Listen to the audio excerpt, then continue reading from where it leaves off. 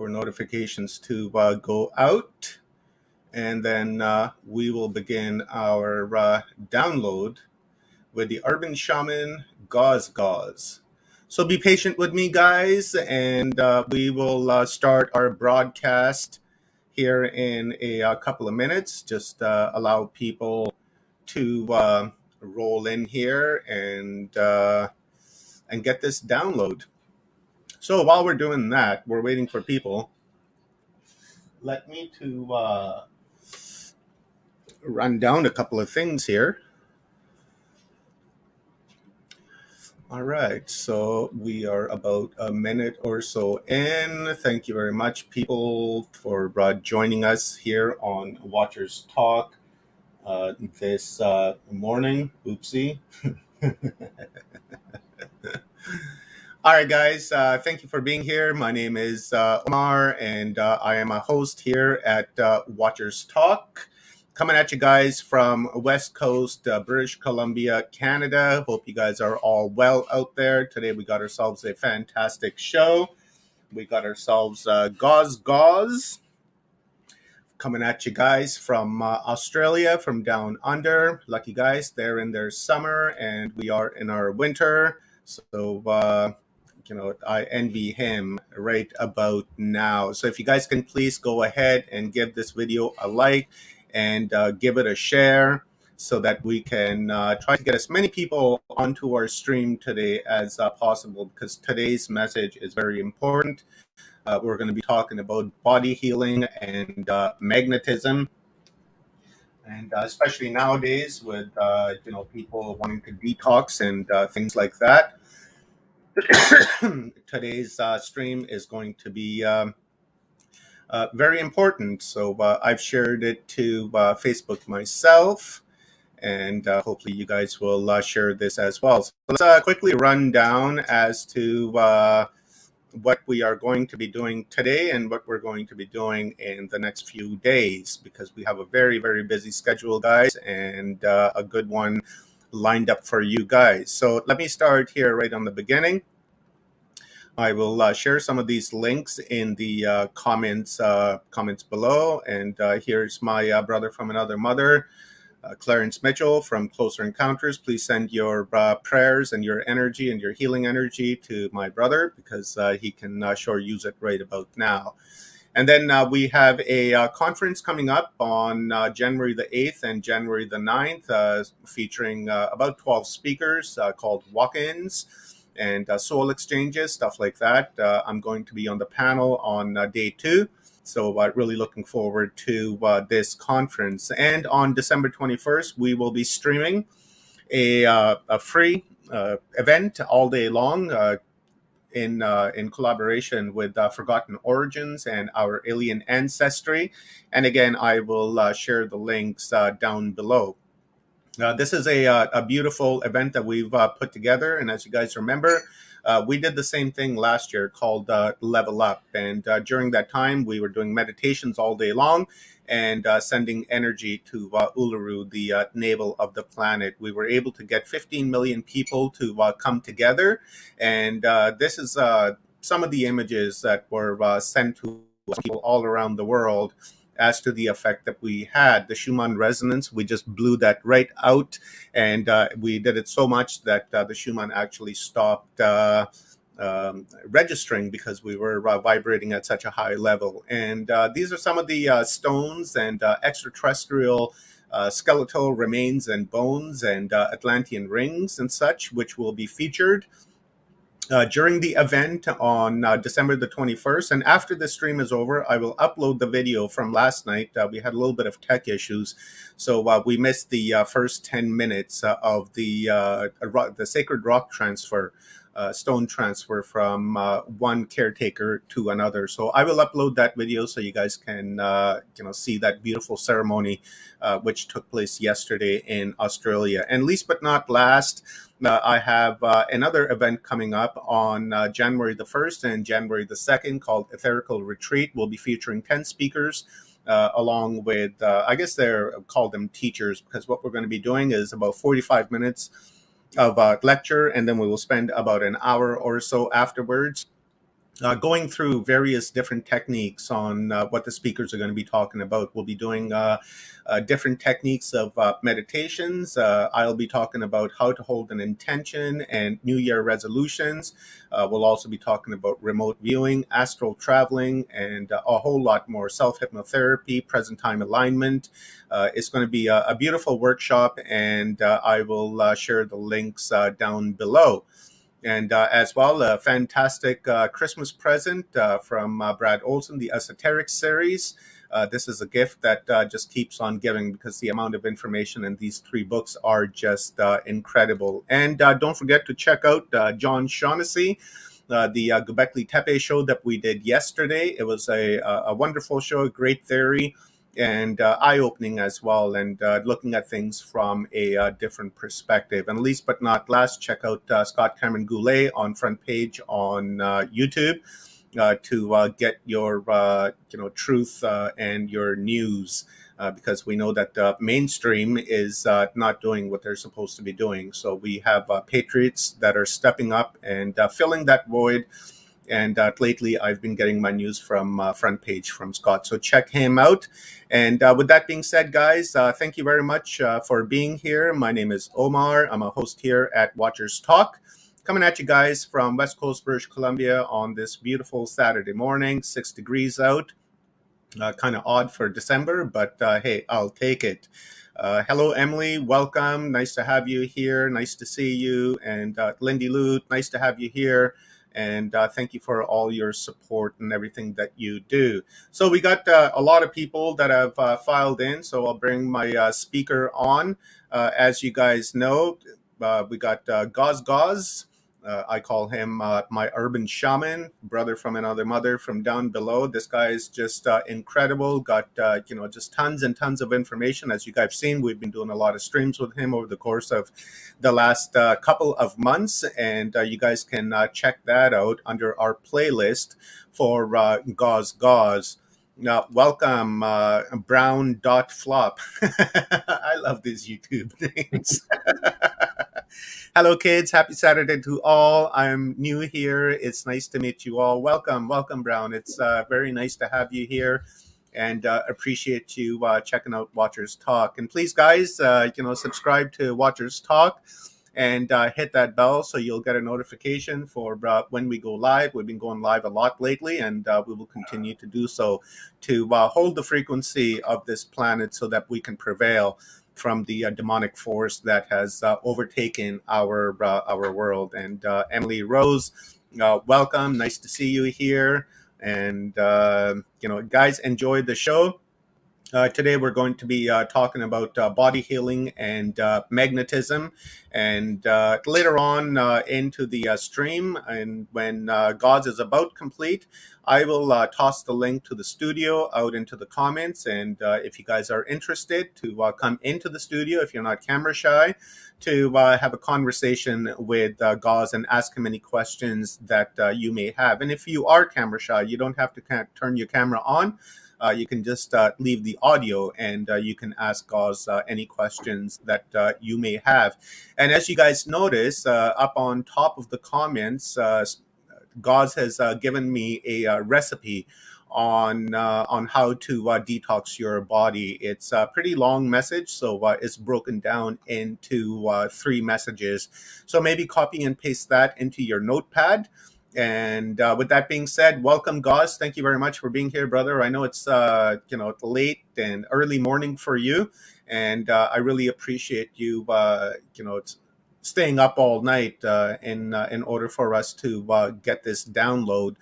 So with that being said, brother, I'm going to toss the screen over to you. And if there's any questions coming in, I will jump into the stream and I will ask you those questions. And if I have any questions, I'll jump in and I will ask you your questions. So guys, please give this video a like and give it a share with, share with friends and family on whom you think will benefit from this stream today. And also, guys, we have the members option here on Watchers Talk. I'd appreciate it if you guys can sign up for level 1 or level 2, as it greatly helps the channel, myself, and the community. And if you guys don't want to join the channel, any tips and donations are very, very much appreciated. Since I'm not allowed to work because I haven't gotten the old thingamajig, so any donations and tips do greatly help myself and the channel. So with that being said, enjoy and toss any questions you have, and I'll be moderating. So here you go, Gauze. It is all yours, brother. Hey, thank you, Omar. Okay, I've been looking like a bit of a freak in the background here, but what I'm actually doing today, I'm actually giving a talk on body healing, actually, and using the natural force of magnetism that we all have to do it. And what I'm doing at the moment is I'm using the magnetic force in my body from the auric fields and using my hands to literally move stuff around my body and move my body back into place. So I'm literally shifting my body around at the moment as I'm talking and doing that. Because the last couple of weeks in particular, I've been spending on healing my body, because for the last 3.5 years, the New World Order have been absolutely slamming the fuck out of me with all their silent sound spread spectrum weapons, okay? From microwaves to ELFs, EMFs, scalar weapons, the whole lot. And this is what they do when they actually hit what you call targeted individuals in society. If you're a problem or a nuisance, and they don't want to have any culpability in sort of dealing with you, they just do it in that way. And then if you go and complain to the cops or something like that, they're all ready to send you to the psychiatrist to say, oh, this guy's talking about this sort of stuff and voice to skull. And even though this technology, you can go and research it, and it's military technology, there's evidence out there. But as we know, psychiatry is basically made to be a gatekeeper for all the sorcerers that use alchemy and sorcery to basically fuck with people. And not only that, when people are on psychiatric medications, like antipsychotics and antidepressants, there's so many toxic chemicals in there, secondary inorganic elements and compounds, that the sorcerers can actually alchemically do sorcery through those particular psychiatric patients and use them as human portals and all sorts of things, because we're all source magnets, remember? But they're using us as source batteries. And what happens to batteries? They burn out and die. But if you look at a magnet, look at a magnet. It's just, it's analog. You know? A magnet doesn't die. Life is magnetism. Magnetism is what love is. Magnetism is love. And so our whole concept and notion of what love is very, very different from what love originally is. It's magnetism. And you could say that love is the delivery of magnetism, okay? But it's essentially the same thing. We all know that saying, there is only love. Yeah, there's only magnetism. And magnetism is the core seed force of all energy, okay? Yeah, the organs in there, the loose energy, is what we're saying. But electricity, nitrogen, hydrogen, oxygen, all of that come off magnetism, okay? They're all aspects of magnetism, just as love has many different aspects to its nature too, okay? So when we look at love as magnetism, okay, well, how do we become one with magnetism? I'll show you right now. When you connect your body energy with the prime elements of nature, okay, we just look at the basic ones, just being earth, fire, water, air. If you connect to all those elements, which is really what the original Buddha stuff is all about before that got turned into a big sort of franchise, okay, with heaps of fake Buddhas and stuff like that. And basically Buddhism, unfortunately, being stripped of the certain key elements that you need to get to that sort of enlightened state. You're not meant to go to a nirvana after you die. No, no, no. It happens during this life. It's the same with Christianity. Heaven's now, okay? This whole heaven and heaven afterlife sort of thing is just a reprogramming thing in astral purgatory to come back and be used as a source battery again, okay? So it's a similar sort of thing going on between the two, in Christianity and Buddhism.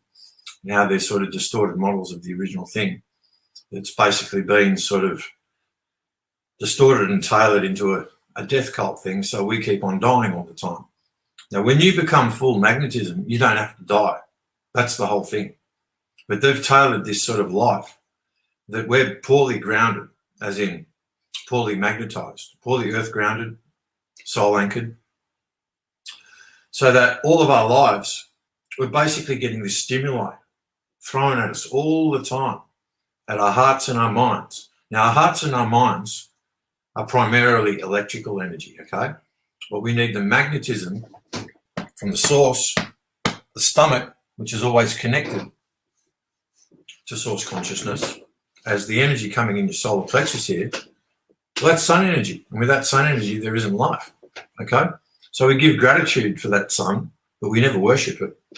Just like we give gratitude for everything in nature that nature provides us. And our job here on Earth is to be nature custodians, giving magnetism to all of nature, singing songs down song lines, because the music of life is in us. Nature has a faint hum too. It's got a groove. It's got a harmonic rhythm. And it's got a way that it moves. But you need to be very, what can I say, present to actually hear that hum. You have to respect the moment of now. And that moment will respect you. You have to respect the space. Just like in music, the rhythm is the space between the notes, not the notes themselves. So when we play music and we play it right on the backbeat, it produces more room. Now, what I mean by right on the backbeat, it means it's almost late. That's what gives the funk. That's what gives the groove, the way it moves. It's free. It flows. That's the nature of magnetism. And the chief nature of magnetism is the female aspect of it that enables us with our instinct to detect something anywhere, here and now. Doesn't matter where it is in the omniverse, bang. Because nature, every aspect of nature, which we are, an interconnected part of nature, we're meant to be facilitators of nature. We're meant to be the conductors of the orchestra of nature, of all the birds and the plants and the rocks and everything like that. They all know what to do, but we're meant to be here to be orchestra conductors so that basically they can do their thing better. And as we read the moment here and now, and we're connecting magnetically instantly with all of these things. Now we have to connect instantly with all of these things as nature has to connect with us instantly. Why? Because that's got to happen before sound and light creation can actually occur. That is what the Mudja language is all about, that instant communication. That is the core form of that communication, okay? And there's many other forms of it that interconnect and come after that as well, all the way from instinct, gut, intuition that shapes it, which is heart, mind, which is the processor for the physical commands for whatever the gut uploads to the mind. The mind is not meant to be a tyrant over the heart and the soul, especially the soul. And unfortunately, with Western programming today and everything, it gets everyone through all the third-party intellectually colonized information we're given from birth, through all the school indoctrinations, right from kindergarten through to school to university, where you basically get given a slave working permit to work in elite industries. But they're never going to give you enough information to overthrow them. You've got to work that out yourself. And the best way to work that out yourself is to know yourself first. Know how this body works, okay? Know how the circuitry works, okay? Because we are the best organic technology ever created. And all this technology we see in the world today, it's all modeled off us and some aspects of nature, like in the military.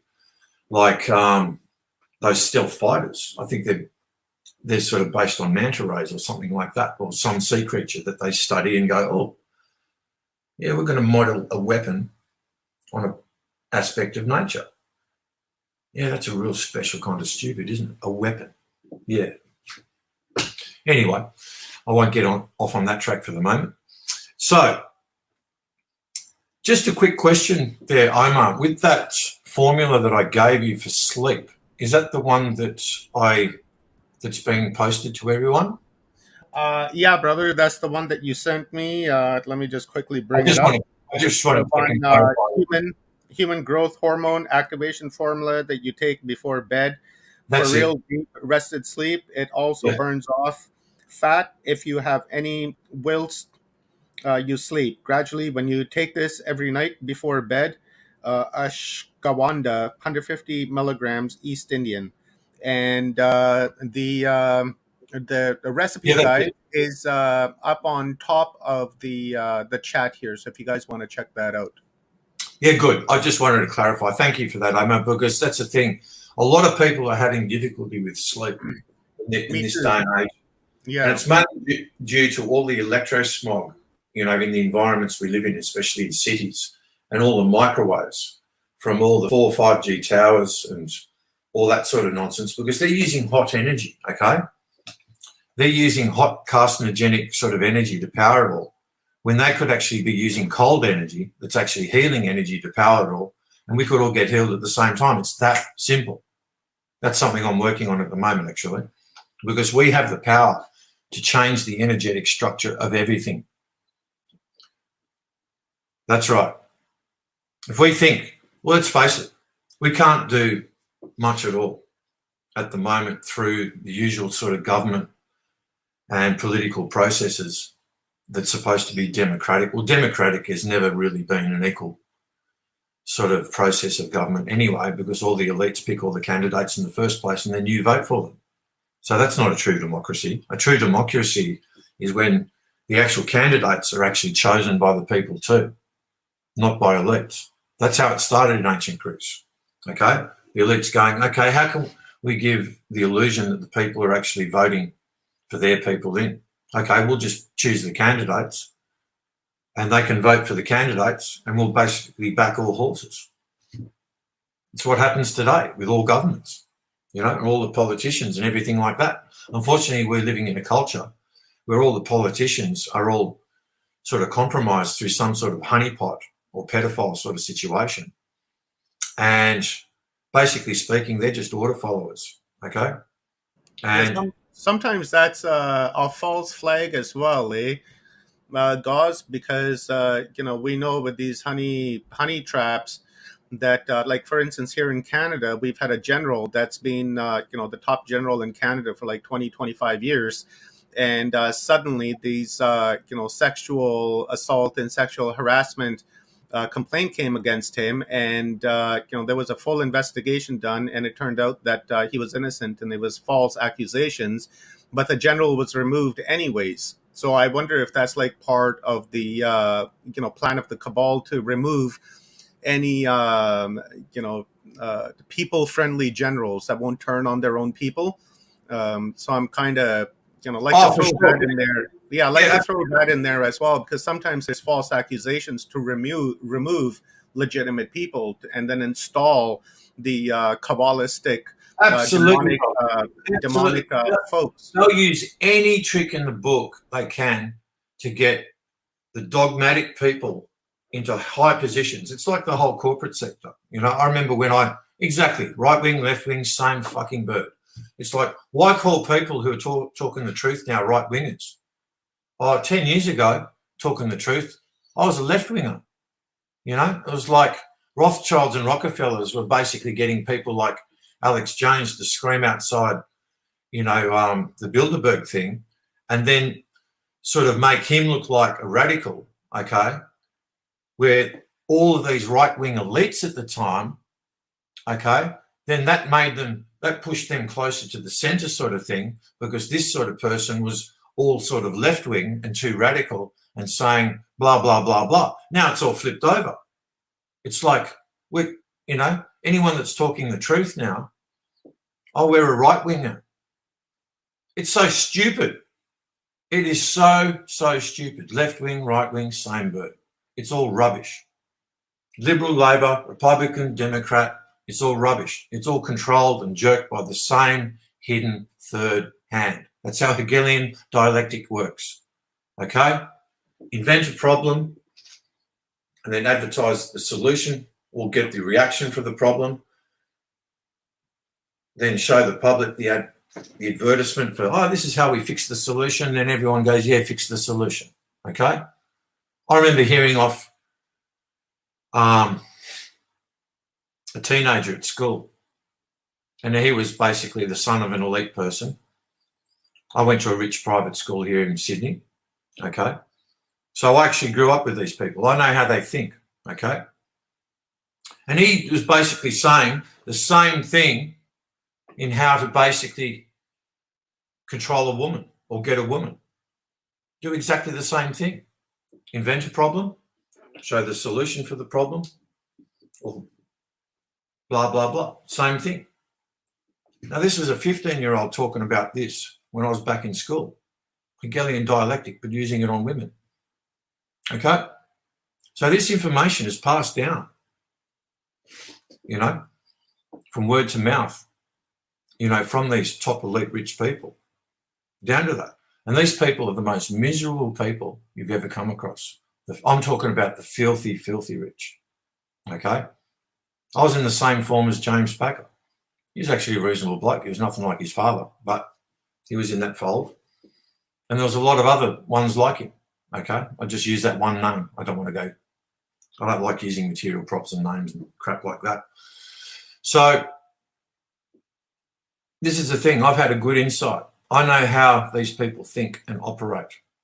Sure, I've got half their bloodlines too through my mother's side, because that's basically like a secret sort of Rothschild line under the name of Newman, the Rothschild New Man.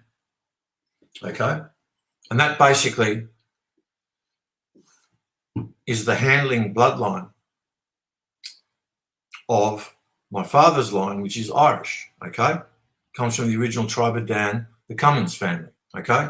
It's not the original name either. It's just a coded name that they gave to us, so they know us by our original tribe and nature aspect and clan, but we don't anymore, unless we go and do the work ourselves to decode it all.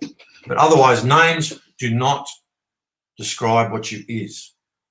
You are an essence of nature, an interconnected essence of nature. Everyone is unique in their own essence. We all have the same fundamentals. But then after that, those fundamentals, those foundation principles, we all have our own uniqueness that we basically explore and discover as we live life. And basically speaking, all that information is in our own Bible, our own book, and that's your soul. That's in your stomach, soul center. And the whole thing is that all you need is just some basic technical instructions so you can firsthand experience and know that information, because the language of the soul is feel. It's not intellectual. It's not thinking. Because this feel is connected to that magnetism, that source consciousness of all life. Okay? That consciousness that basically is the energy, the intelligence, the fluid intelligence, you know, the hydrogen, the Ishtan flow, the feminine energy, able to instantly be there anytime, any place, by feel, without even needing to see it, here or even here, visually, virtually. So in the old days, we used to know someone or something by its soul feel, how it tasted, how it smelt, how it sounded, without even needing to see what it is. Sight is the last in our line of senses.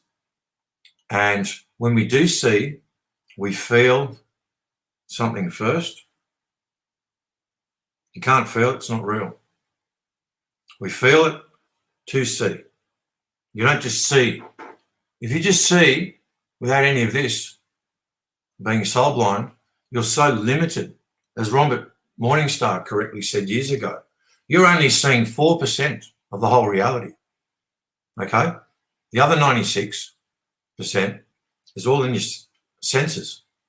It's basically detecting unseen stuff. Like you can hear me talking at the moment, but that sound is unseen, okay? So how do you detect when someone's talking, okay, whether they're lying or not?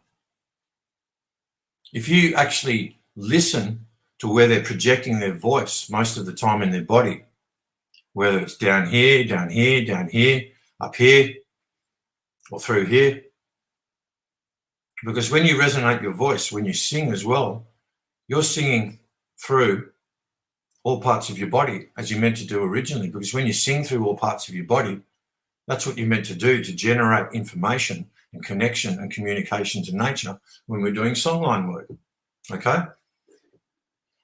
Now, the original language itself, the original Mudged language, when it was actually vocalized, we used it for songline work and that was it. We didn't really communicate with it because we could communicate already soul to soul without having to say anything, okay? So that's what it was used for. And that particular language, it was a full chordal harmonic language, okay? It's got so much dynamic and expression that it was infinite. And you literally expressed how you felt through the music of the language for whatever the music of the language was for that thing that you're dealing with. So how you actually said it is slightly different every time, depending on the circumstance of the situation of the current spontaneous present moment of here and now, okay? And that's how it's meant to be. It's just like if I use the word, I don't know, rotten, okay? I can say that in a number of ways in this spoken language. I can go, yeah, it's rotten. It was rotten, rotten. It was rotten, was it? But however, that's a limited expression because it's all within this compressed, narrowed down, monotonal spoken range. So one of the things they did to bring our consciousness down originally was to even convert the Mudged language in its externalized form, vocalized form. Initially, it was a full chordal language. Okay? There's musical notes in that, as you can hear. Then it became more of a didgeridoo language, which is monotonal music. That's what didgeridoo means, as in didgeridoo, the instrument. Okay? Where you're pulsing tones. Now, that's fine. There's nothing wrong with that, because you need that for tuning nature. Okay, when things go out of whack and the frequency and vibration slips out from where it is meant to be through injury or whatever, okay, we fix it up. That's part of the songline work. When we're filling the hills with the sound of music, literally, we're magnetizing everything there, okay? So everything that needs a bit of adjustment, if anything's slipped out of frequency, it gets put straight back in to where it needs to be. If something's been injured, that physicality can actually injure. Because the first rule, most strict rule of the original natural law, LORE, is to do no harm. And when we all put that as number one in our lives, it makes us much more consciously smarter, intelligent, fluidly intelligent humans, okay?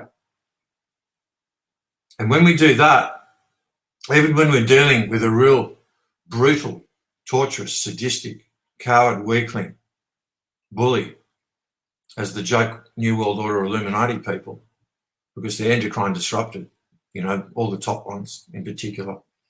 And that means they're biologically insane, not just mentally ill, biologically insane.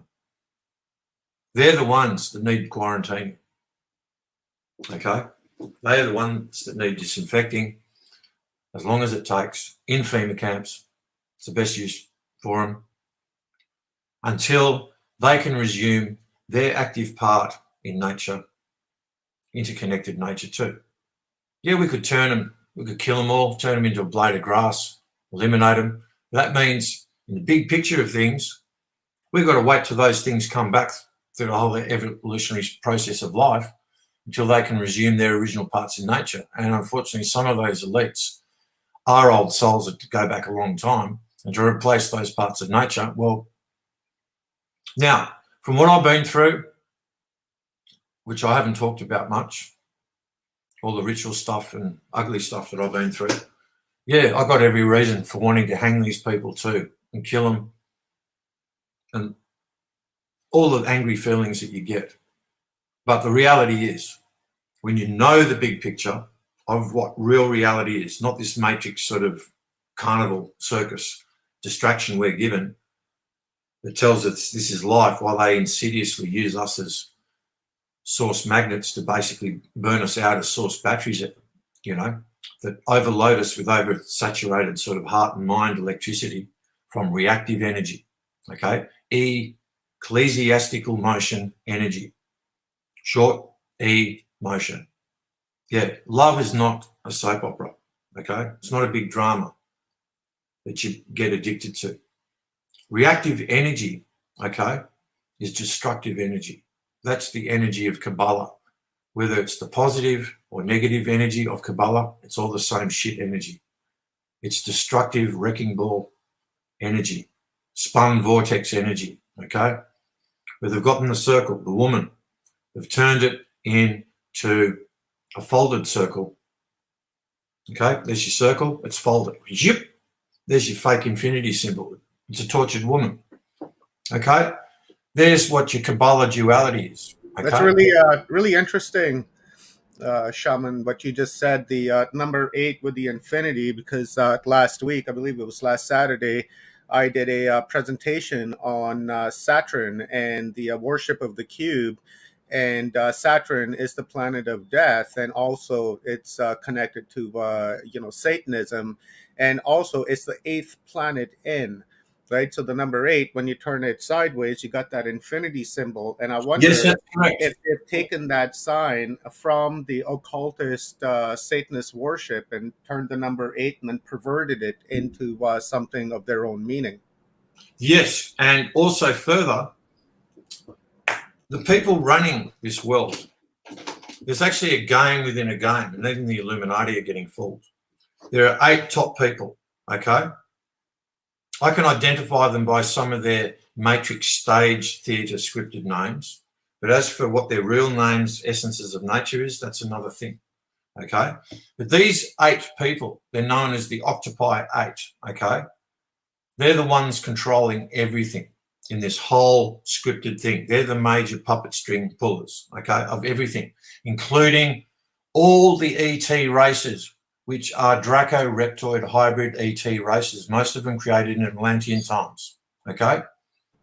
And sorry to interrupt you again, Shaman, but you're really ringing the bell here on me today. You just mentioned like the 8 people, right? And then again, to go back to the Luciferian side of this society, over time and through evolution of the symbolism of the crescent, which is the primary symbol that they use for Saturn. Over time, it's evolved. It went into the horns, and then from the horns, it went into the pillars. From the pillars, it went into the wings, and then from the wings, it went into the spider, because the spider has 8 legs, right? So again, we have the spider with 8 legs, and then we have Saturn, which is the number 8th planet, and then we have the infinity symbol. So this is like really, really all connected into the Kabbalistic agenda. I just wanted to toss that in there for just a little bit more meat on the bone kind of deal. People understand that there's more deeper connection going on here than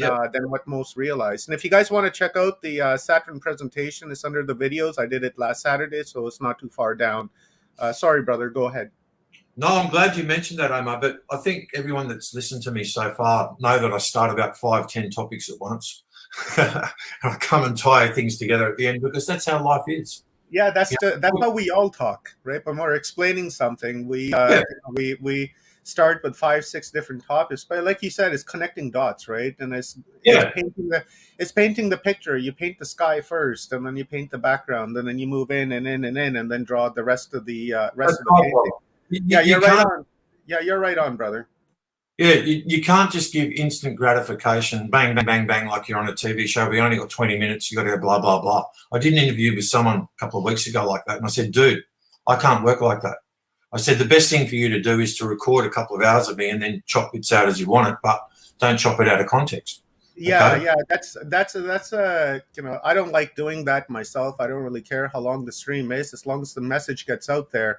And Mm. usually, you know, it takes about an hour to warm up and you know, to really get into the topic, and then you spend a couple of hours really discussing that particular topic, that thought process that you The put same as forward, right? ceremony work. So Exactly.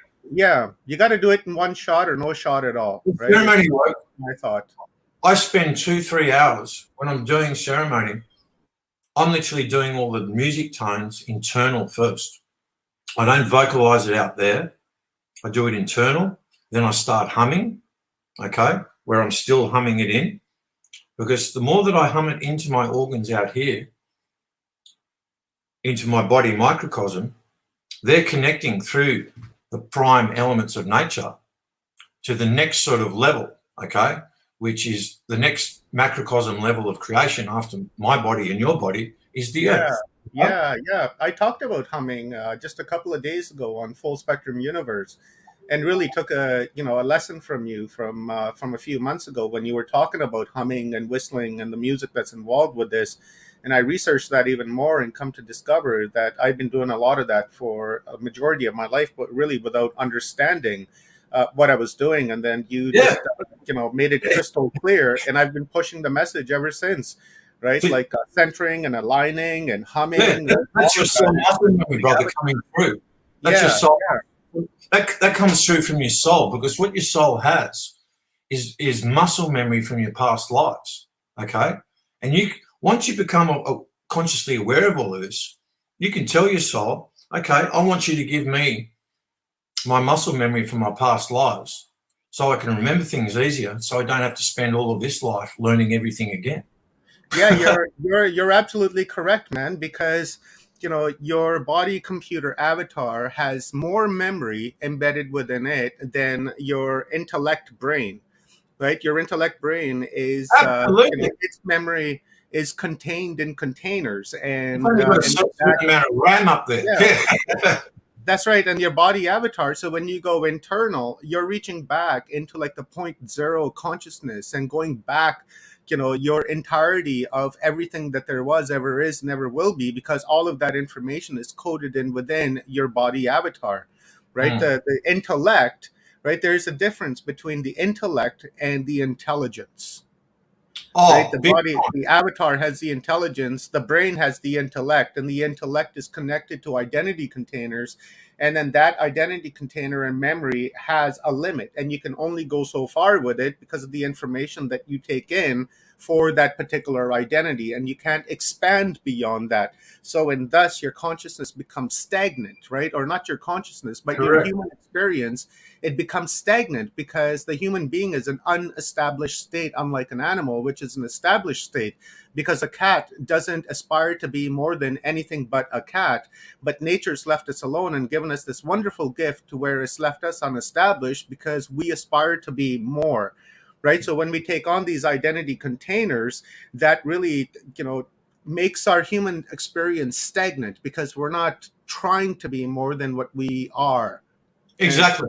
Because yeah, when we're coming just from this brain intellect, as you said, okay, which we're intellectually colonized with through all these confused tongue languages and literature given to us, you know, by the people that basically own the infrastructure of the corporate system that we live under, okay, which is all corrupt to the core by its very design, okay. Now, but the soul itself, so the mind itself, the mind intellect is finite, as you said, stagnant, okay. It can't go beyond a certain realm, okay, a certain point of knowing. And the memory up here as well, it's just like a computer. It's only got a certain amount of RAM of memory up here. It can store stuff. You're not meant to remember everything up here. If you try to remember everything up here, you're going to have an aneurysm one day. That's part of the death program too, to short circuit your brain. Now, with your soul, you have infinite internal libraries, okay, of which in your stomach, one of your organs in your stomach is your appendix. Now, they say in allopathic medical textbooks that the appendix organ is the least important organ pretty much in the whole body. The same with the tonsils, okay? And hence they take them out in hospitals and stuff. Now, in a satanically inverted world, it's very easy to work out what's important and what's not. Whatever they say is not important is highly fucking important, okay? And vice versa. It's simple reverse child psychology. So the appendix, okay,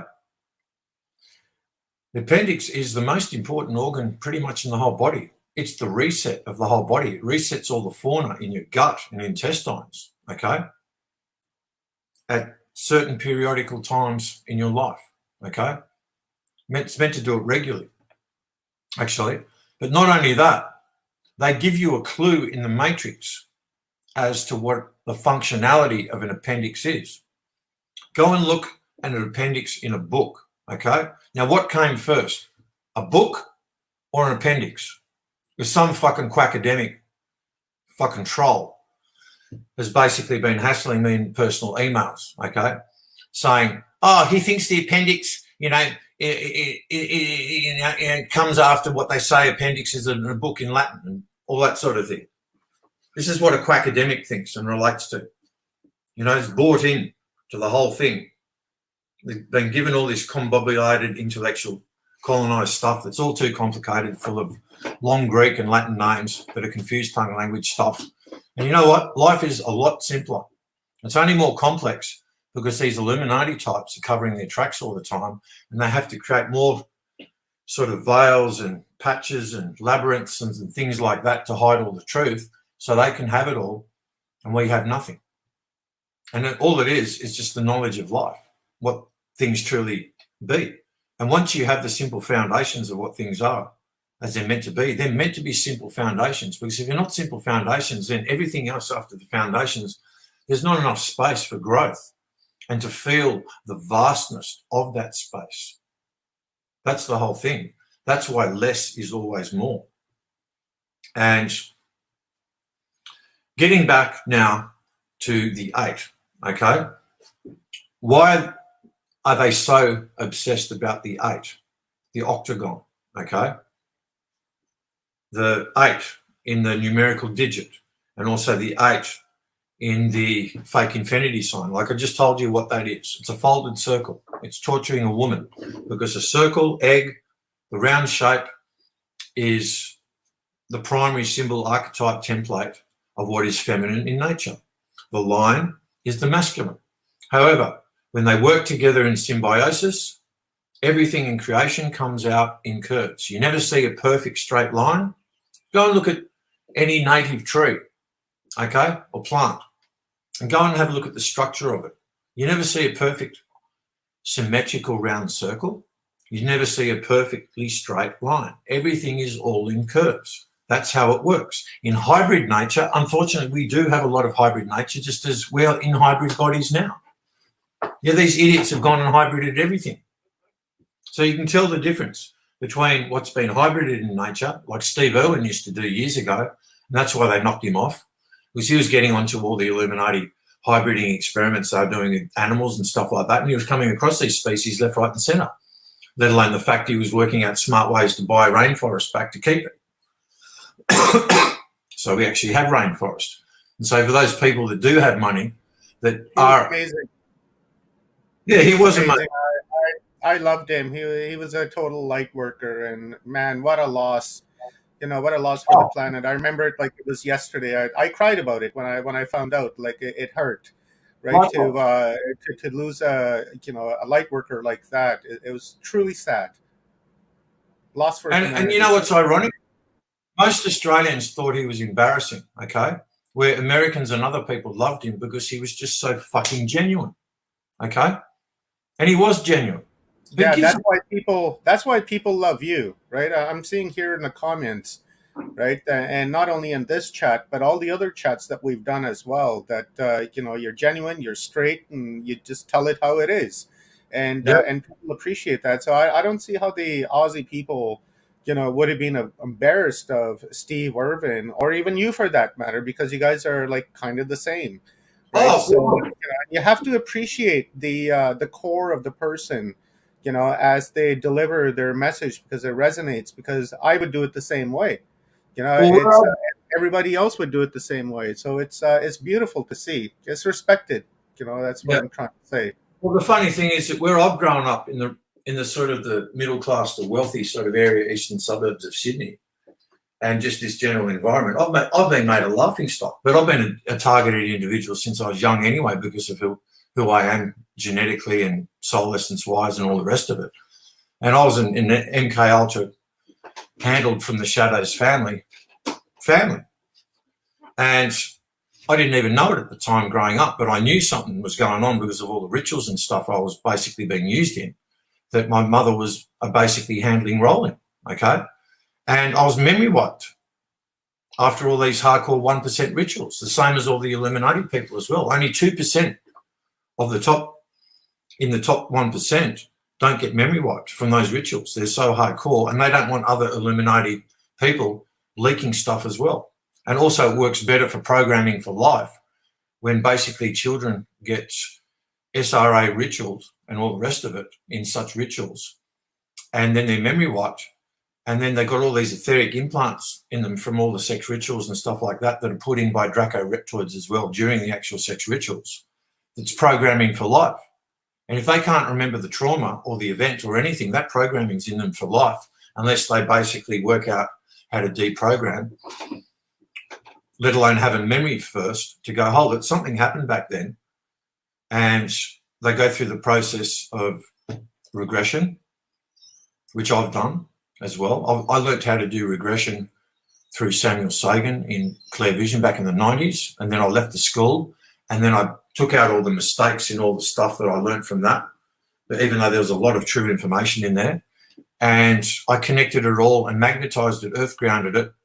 So I do soul-centered regression now and not third eye regression. It's very easy to change the polarity. Instead of centering yourself in the third eye, you center yourself in the gut, and that's it. So back to the magnetism, the 8. What is really important? I'm going to explain to you what the real 8 is, okay? Before all the Kabbalah 8, okay? And it's going to explain a few things for people. What the 8 is, okay? What it really represents, symbolizes, okay, in a 2D form, so that you know it in an omni form. And that's what all symbols are meant to be, just simple 2D indications of what a whole nature omni process is. And when I mean omni, it's omni-emotional in the wavatures, you know how it moves, the body, that's the feminine aspect. In all directions, omnidirectionality, okay? The vibration, okay? The resonance, the vibratory resonance. That's the male aspect. That's the structure. That's the architecture in engineering. Now, in nature, 1/3 is male, 2/3 is feminine, and it's equal. Now, someone will tell me straight away, no, that's not equal. It should be 50-50. Well, it is 50-50. If you take into account of the volume that the male is more dense than the female.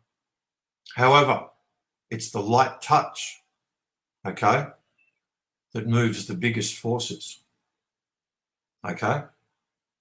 It's from the smallest isotopes, essences, things like that. Even skin layers. When I'm doing the biggest movements on my body, well, you got lots of skin layers, okay? And when your body gets hit by energetic weapons of the New World Order, what it does, it snaps all your tendon lines and your tendon line joints and the crevices of your body. And those tendon lines start to fray. When they snap out of their position, those tendon joints, they're sort of like sharp little things, like even discs, okay? They start rolling around the body.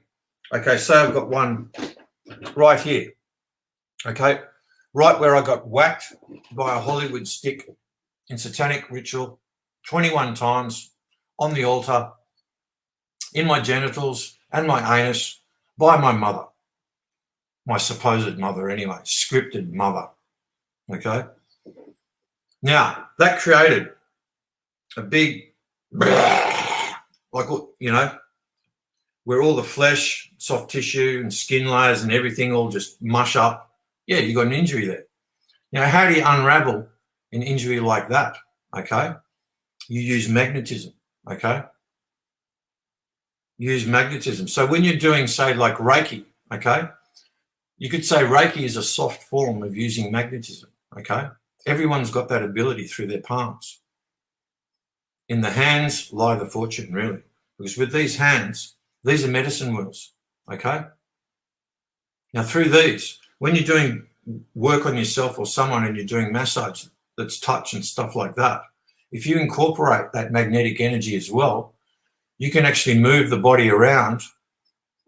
That magnetism just frees everything up, and then you can literally move the body around like clay, like an elastic rubber jelly sort of substance. And you can move whole joints, head, everything back into place that are out of alignment, that are dislocated. Now, what happened to me, I got hit so many times by energy weapons, all of these joints start running off in the opposite direction. So, say for instance, a couple of days ago, I had a joint that's meant to be on the top of my head, and I had to literally move it from under my lip. Yeah, it had moved from there down to there.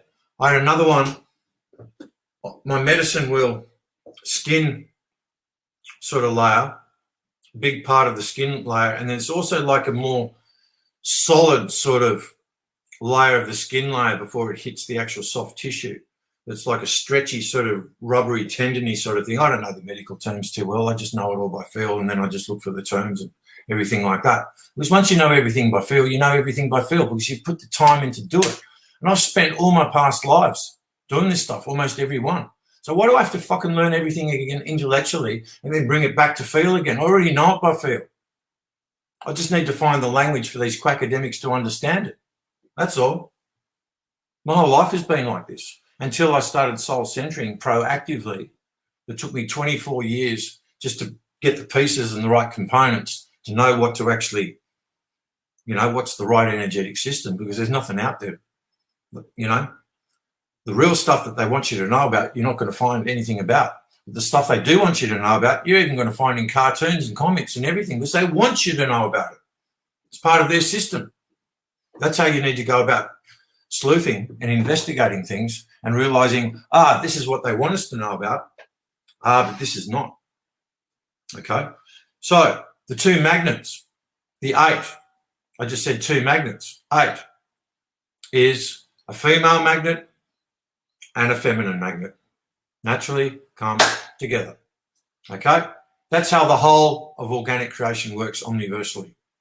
Now, we shouldn't even be using in terminology positive and negative, like for energy. Why do they call it positive and negative energy? It's stupid. That's like saying male energy is positive and feminine energy is negative, because that's how it equates to their stupid system. It's just as stupid as calling light and dark good and bad. That is the most stupid thing to equate. Because if you don't know the whole of the light sound spectrum, light and dark, daylight, nighttime, you're not going to know life. So if you're going to be divided in religion and spirituality as to, I'm only focusing on the light. It's only the light that's really fucking good, mate, you know? Because everything in the dark's evil. Yeah, that's what the Satanists want you to know, because they don't want you looking into the dark where they are. Because they want to control everything. Because you've got to remember, the roots of a tree are in the dark. And if you don't look after the roots of a tree, it gets root rot in the whole tree. Blah. Oh, but I'm a high-frequency person. Yeah. High frequencies at the top of the tree. Yeah, they're important. But you chop off the top of a tree, what happens? It eventually grows back. The tree's not threatened. You've got roots problems. And you've got all these people on the ground going, oh, but we can't go down there. It's evil. It's dark. No. See how stupid that is?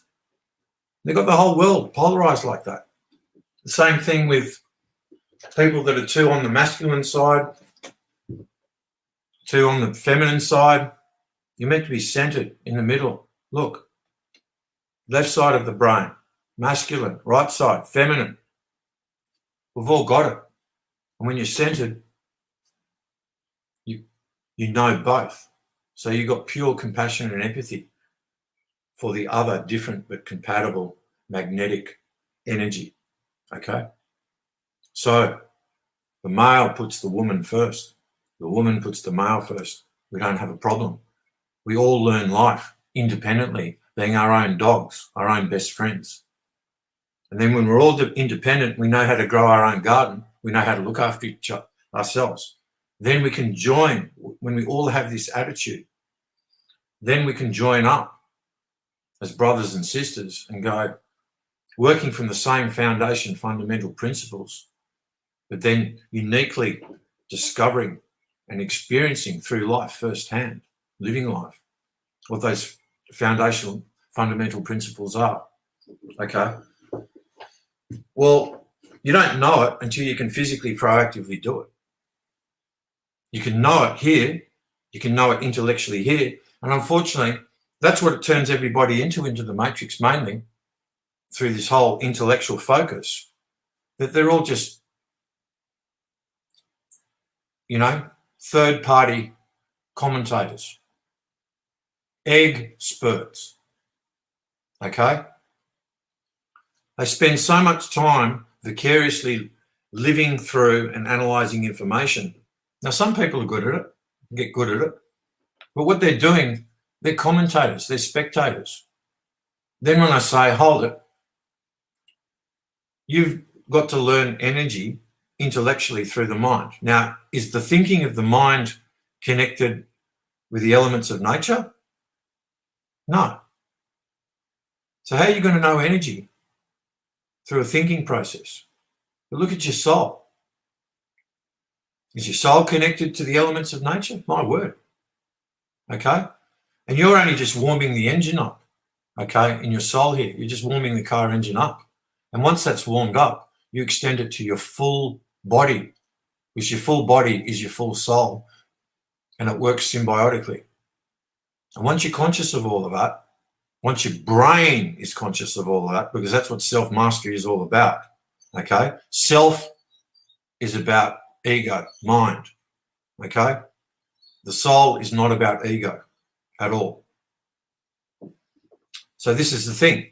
And the Western mind in particular has been deliberately intellectually colonized to be egotistical, in fear, and narcissistic, and basically focus on how things appear, how it looks.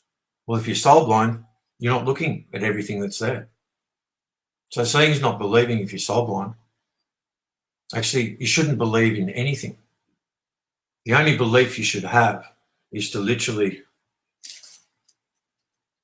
belief. It's when you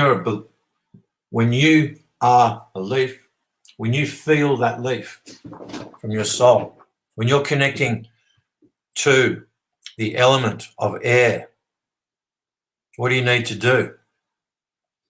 You need to be leaf. So you feel that leaf. And then when you feel and connect with the leaf through the magnetism, then you can actually hear what the wind has got to say, so to speak. Whether it's howling, whether it's whispering, what's going on with the air, okay? That's what all those four-leaf clovers are about that I stamp on all of my Facebook comments. 10 of them. 5 feminine fingers, my left hand. 5 masculine fingers. 10. Same with the toes. Same with the original amount of tribes. Same with the only numerical digit false image of an original number is 10, because symbolically it is the feminine and masculine prime archetypes, templates of creation. And as I said, and when they're working together, they work in curves, in grandmother curves. Okay, where do we get the curves from? The light fluffy curves come from the nitrogen. which is the bridge between the magnetism here and the electrical stuff of here. And these New World Order light, they did right throughout this whole process. They basically unground our magnetism by getting the hydrogen circle part, the feminine aspect of that conscious fluid intelligence of the magnetism, this is through the water, hydrogen. They get that circle and they fold it and they torture it. That's why we're all fucking ungrounded. Okay?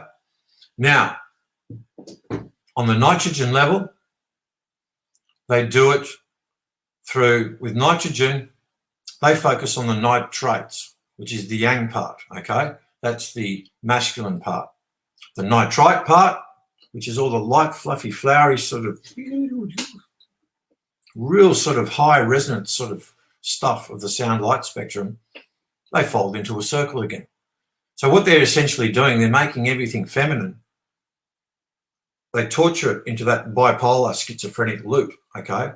It's literally indicative of the psychopathic sort of biologically insane, fully blown, endocrine disrupted way of being of these coward weakling bullies that are the top Illuminatis. They're all schizophrenic. Yet they created psychiatry to point people like me, you're talking real, they're saying I'm the schizophrenic. When they are the ones, they're a bunch of psychiatrists who are also sorcerers sitting around a round table, basically downloading their own mental problems and making, oh, here's a new condition. Okay? Here's my schizophrenic condition, okay? Bipolar condition. And what we're going to do for people that are the opposite of us, we're going to label them in the psychiatry industry as the schizophrenics and bipolar people. So what we're going to do is we're going to fill them full of inorganic chemicals and stuff like that so we can use them through our sorcery and alchemy as human portals. And they won't even fucking know it because they'll be retarded, because all these chemicals are going to basically block their brain's ability by shutting down their dopamine 2 receptors, the D2 receptor, so the soul information can't fucking upload anymore to the brain properly. Because the way that my brain works is that I've consciously said, brain, I want you to be the automatic processor for whatever the soul uploads here. Because the brain is what basically controls, that multiprocessor there is what controls the functioning for your body. So if you're the tyrant brain controlling all the functioning for your body and you're not listening to the soul, well, you're literally going to be a liability to yourself before too long. Okay? So you need to listen to the wisdom of the soul. As a magi, okay? The magi teach shamanism to all the tribes originally. Why? Because the shaman needs an adept, an elder shaman, okay? A teacher, a master, to teach it to them. And there's nothing wrong with that. That's good proactive stuff that we do. You know, everyone does out in the bush, everything like that. You learn about stuff. But as magi, I'm going to teach this to people now because everyone needs to know this and this, that. And I'm giving away a lot of the high magi secrets because people need it as living skills now to quickly get aligned to nature in the times that we're living now. And you need to always be, the young magi are always taught by the older magi that during life, now that we've guided you to your soul, now you must go the extra self-discipline step further and always be the student and the teacher symbiotically at the same time. And that's how you self-educate yourself through life. So that forces you to be absolutely honest with yourself in your self-discipline. Because if you lie to yourself, you're just wasting your time. You're doing yourself harm and injury. Okay? So it makes you aligned very early. Now, I wasn't taught this as a young person. I had to self-initiate myself because I had no elders to show me fucking jack shit. I only just found a few people here and there that gave me a few clues that I'm very grateful for. I can barely count on one hand through my journey. The rest I had to work out for myself. But that's okay. It's what we all got to do as our own dogs. We've got to work it out for yourself. Don't listen to anyone else. If what someone else says resonates with what already resonates here, that's great validation. And you go, yes. Or if they say something you haven't worked out and it resonates in your gut, yes, go with it. Because if you can't feel it, it ain't real, even if it's there. Because the whole New World Order and the Illuminati, what they deal in is fiction animated, fiction animation. Like, look at Danny Andrews, that stupid fucking idiot that's running Victoria, that was running a hot dog stand owned by bikies in the 90s. And look where he is now. He's now passed laws in a dodgy way, mandates in Melbourne, so he can be a little fucking shit dictator. And I hope he fucking listens to this too. Because that piece of shit is not fit to rule or do anything. He's a mass murderer. He's guilty of fucking mass treason as well. Now, people like that, how the hell do they get into power? Because they're being chain jerked by the people that own this system. Anyway, I don't want to get off track. I wanted to say something in reference to that, but I can't even remember now because I get too pissed off at that stuff at times, as everyone should be pissed off. Now, back to the two magnets. You have got a feminine magnet. Brother, we take our anger that we are feeling towards the system through streams like these and through conversation like we're having in this chat room and millions of others across this platform and many other. So we're channeling our anger in the right direction consciously to make that difference, because we can observe a new reality into place, and that's what we're all doing through this great awakening and shift that we're going through. Because I'm going to show everybody how we can energetically change this world from our own homes. Because as I said earlier in the conversation, there's not much we can do through our political processes or law processes. It's all rigged, you know. You've got all these, look at all the magistrates and judges. They're in the same sort of honeypot situation as the politicians, okay? If they get the tap on the shoulder told to do something, and if they don't do it, well, that's the end of their job, okay? Yeah, but brother, they're just as guilty because they got themselves trapped That's into right. that. They got themselves trapped into that honeypot, so their mind was corrupt to begin with. Oh, exactly. If you're with a mate, you stay with that mate forever. Like myself and my wife, I maintain that relationship with integrity and want to keep that for the rest of my life, so that I cannot be compromised in a honeypot, right? Because my mind is not corrupted, unlike judges and politicians and your soul is not corrupted. That's the thing. Your mind is honoring your soul. That's right. Yeah, and theirs is not. And just everyone else in the audience is the same thing. They're just like you and I, right? Yeah. So their mind is coming from the center as well, right? When these parasites that we're talking about is not. Yes, that's right. Now, the thing about these parasites, they're so disconnected from the soul. That's their problem, okay? Now, getting back to the magnet, because, that's right. That's right, Sean G. They put pedos in control, easy to control them. Yeah, it's a piece of piss to control them, and they're like that. Now, back to the two magnets. So what constitutes the female magnet and the masculine magnet, okay, that makes this 8, so to speak, that the top octagon are so obsessed with, okay? I'll tell you. The omniversal foundation core template is known as the Mountain of the Three Hills. And you find that on the Hungarian crest or flag that the Vatican gave away to Slovakia like 1,000 years ago or something. And the Slovenians have another one different. I'm not blaming those people. I'm just saying what happened, okay? Because the Vatican, the Khazarians and all the rest of them have done a lot to basically ruin the Hungarian people, because they got a lot to do with the core of the Mudge original affinity.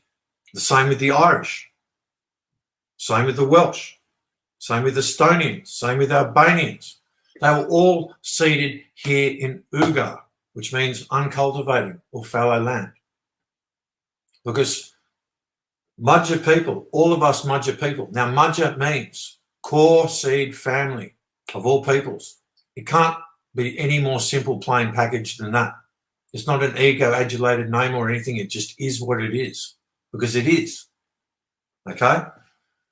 I have to say that in this modern-day state of divide and conquered sort of fiction sort of countries and nations and things like that are done so everyone's going, no, we were the first people, we were the first people, we're the first people. No. The Hungarians are the land branch, okay, of the core Mudja family, okay? The Irish are the sea branch, the same as the Welsh. They're the naval branch. You look at those people, the Polish as well. They're part of that land branch. The original Ashkenazi tribe is a Mediterranean tribe. They got taken over. It's been demonized so much, just like the name Shaitan, as you know, Satan. All of these names are original essences of us. And they take all of these names and demonize it and then say, don't look into the dark, everything's evil. Because Christians, you've got to realize that Bible that you're given, right, the very first edition of it, Council of Nicaea 1, that was cooked from the start, controlled opposition. Judeo-Christianity is controlled opposition of Judaism right from the fucking start. You've got to comprehend this. Okay, before I get there, the magnets, the mountain of the three hills. Okay? Let me interrupt you again there, brother. That's all right. Speaking of perversions, right? They've taken this symbol, right, of love, right? They've taken this symbol of love and perverted it into their own way of Satan, right? So in essence, what they're trying to say is, "I love Satan," right? So that's an Well, example. actually, That's an example of them perverting that symbol, because this oh, symbol right here means love, I'm glad right? you interrupted. And then this right here is synonymized with Satan because of the two horns, And right? So notice, and the way that they've perverted it is by taking the love symbol and incorporating it as Satan, and in thus saying, "I love Satan," just by simply removing the thumb, right? So there's a perversion of them hijacking our symbols, right? Because this okay, is love. so this is the love one, and that's the Satan one when you literally...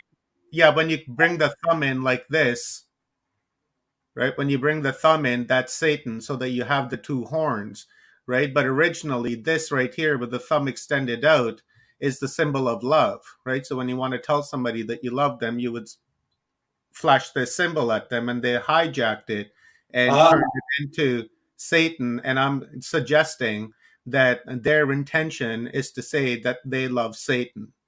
Yes. By just simply inverting the thumb, and you know what I'm saying? So that's a perversion and a hijacking of one of our most sacred symbols, exactly. which is I'm glad you interjected with such an example, and please keep doing so, because it's important. Because we're basically decoding everything that they've made occult, hidden, okay? And once it's exposed, well, that's it. That's what takes away their power, okay? Once you call something out for what it truly is, that's it. Their power's gone. They only have occult power because they've got it hidden from everyone else. That's the thing. So that's a good one there. You know, that one, because that basically epitomizes what I just said. They take everything that's ours, and then the most important parts, the core foundation stuff, they basically take it and demonize it to make it theirs, and set up sort of religious and spiritual sort of environments where no one looks in the dark to investigate all of their stuff. And it's like, well, hold it. Even from an early age, I was going, hold it. What's going on in the dark? What's going on over here? Why can't we look over here? You know? So I went and checked it out for myself, didn't I? I wasn't afraid of the dark. It was just nighttime. You know? That's why... just as I did. Just as I did. I'm not afraid of the dark. I'm light, and when I go into the darkness illuminates and turns to light and exposes everything that they're trying to hide in there. It's like lighting a candle in a dark room. Well, that's Uh, what phosphorus is. mhm. Phosphorus egg is the feminine side of the masculine side, which is ether. They never talk about the feminine side of ether, do they? Now, phosphorus, Well, they demonize. which They they in make fact, their Lucifer thing about, yeah, they in fact demonize yeah, feminism. they demonize it Right? because Yeah, absolutely. There's a war on women, and the war has been on for several thousand years now, and women have been paying a very very serious price that's right. for just simply having a feminine human experience. And these guys, they've totally waged war on this, and people can't see that. But I'm glad that through feminist movements that are happening across the world, that all of this is being highlighted and bringing awareness to the fact that there's a massive war on women. And it has been, like, even when we look into Okay. the Bible, they're demonizing Mary Magdalene, calling her a prostitute and all that shit, just demonizing her, when in fact she was a light worker, and she was Jesus's right hand person that was carrying out, the ministry of love, because that's what really it was all about. And they've demonized her, and it goes on even today. It's happening. There's protests all over the world. And, My body, my choice. and what I'd like to say to delineate this, which is very important to all the feminist groups out there, the righteous feminine groups that want to be more feminine, okay? But as for you, Gloria Steinem, sort of Rockefeller, sort of masculine feminized types like the Jermaine Greers of the world and stuff like that, nah. You lot are supporting the New World Order and you're women. And I can't understand it. I really can't. You're agreeing to go along with the male homosexual side of the New World Order, the thelemic stuff of Crowley. Thelema, anagram, the male. It's all about the male. And you're into being put into over-masculinized sort of form to torture the circle. Okay? Yeah, it Now, just comes. they're so comfortable with feeling this level of discomfort that they don't know anything any different anymore. Okay? Now, what I'm going to say to these feminist groups, it's not the heterosexual men that are the problem. Okay? They're all mind controlled just the same as the heterosexual women. On the power structure, how this works, because this New World Order is all about male homosexuality in its most degenerate form. Because not all male homosexuals out there are absolute degenerates. There's a lot of honest ones that just wonder why they are the way they are. And some of I them know. do. I know a few that are, just totally solid people. I Yeah, don't yeah. care what I got sexuality a person has. It's because they not all my business. It's not my problem, right? well, endocrine Whatever you choose to be, you disruption choose can to heal be. really easily. It's very easy to heal. However, these top of the Octopi 8, there are 8 men and a secret 9th woman member. Okay. Now, these top 8 men are the most degenerate men you'll ever come across. They'll fuck anything that moves and doesn't move. Okay. And I mean anything. And they take, it's that level of homosexual when it gets to the full putrid degenerate sort of level that they're at. That is the most dangerous consciousness on earth. Fully blown endocrine disruption. I don't know why it's not a psychiatry, a mental health issue. It should fucking be. Because fully blown endocrine disruption creates in the biology of the person a total deranged sense of being, okay, that when you're only a mind disconnected from all your other senses, okay, and you've burnt out all your other senses, the mind has only got one place to go that it gets any value from. And the only aphrodisiac of a mind disconnected from everything else, the same with AI, is power. Okay? That's why these people are such psychopathic power mongers. Because when the mind as a processor is disconnected, yeah, the mind can get genius, you know, can go work out all sorts of alternate sort of pathways and this, that, and the other. But when you become that mind disconnected from the rest of reality and you're fully blown endocrine disrupted, your whole of your body, it makes you the most dangerous antithesis of living and breathing of life that there possibly is. So these people are the most dangerous people in the whole omniverse, because with their sort of attitudinal approach to life, which is a death culture, okay, because that's the thing. When you're in the antithesis of life, you end up being a death culture. And look at the whole satanic way that they are. Everything's about death, okay? And they are the virus. That is a viral condition, biological viral condition. And you can't, as we know, you can't get the virus through the fucking air. Thing has to be put into you. You either ingest it or you put it into you, unless they're some sort of spike protein sort of thing that's AI designed to be synthetic animated fiction, which is what all the Morgellons fibers and worms are. That's all animated fiction, okay? These bodies, these second Homo sapien bodies, cartoon skin suits that we're in at the moment, compared to our first Homo sapien skin suits that were made by the core Mudger people. That's why they're perfectly made and designed. That's why there's no trace of them anymore, okay? Because they don't want anything in history that just shows a perfect creation, because they've taught everybody that you come from original sin, pretty much in all the religions and spirituality. No, they're the original sinners.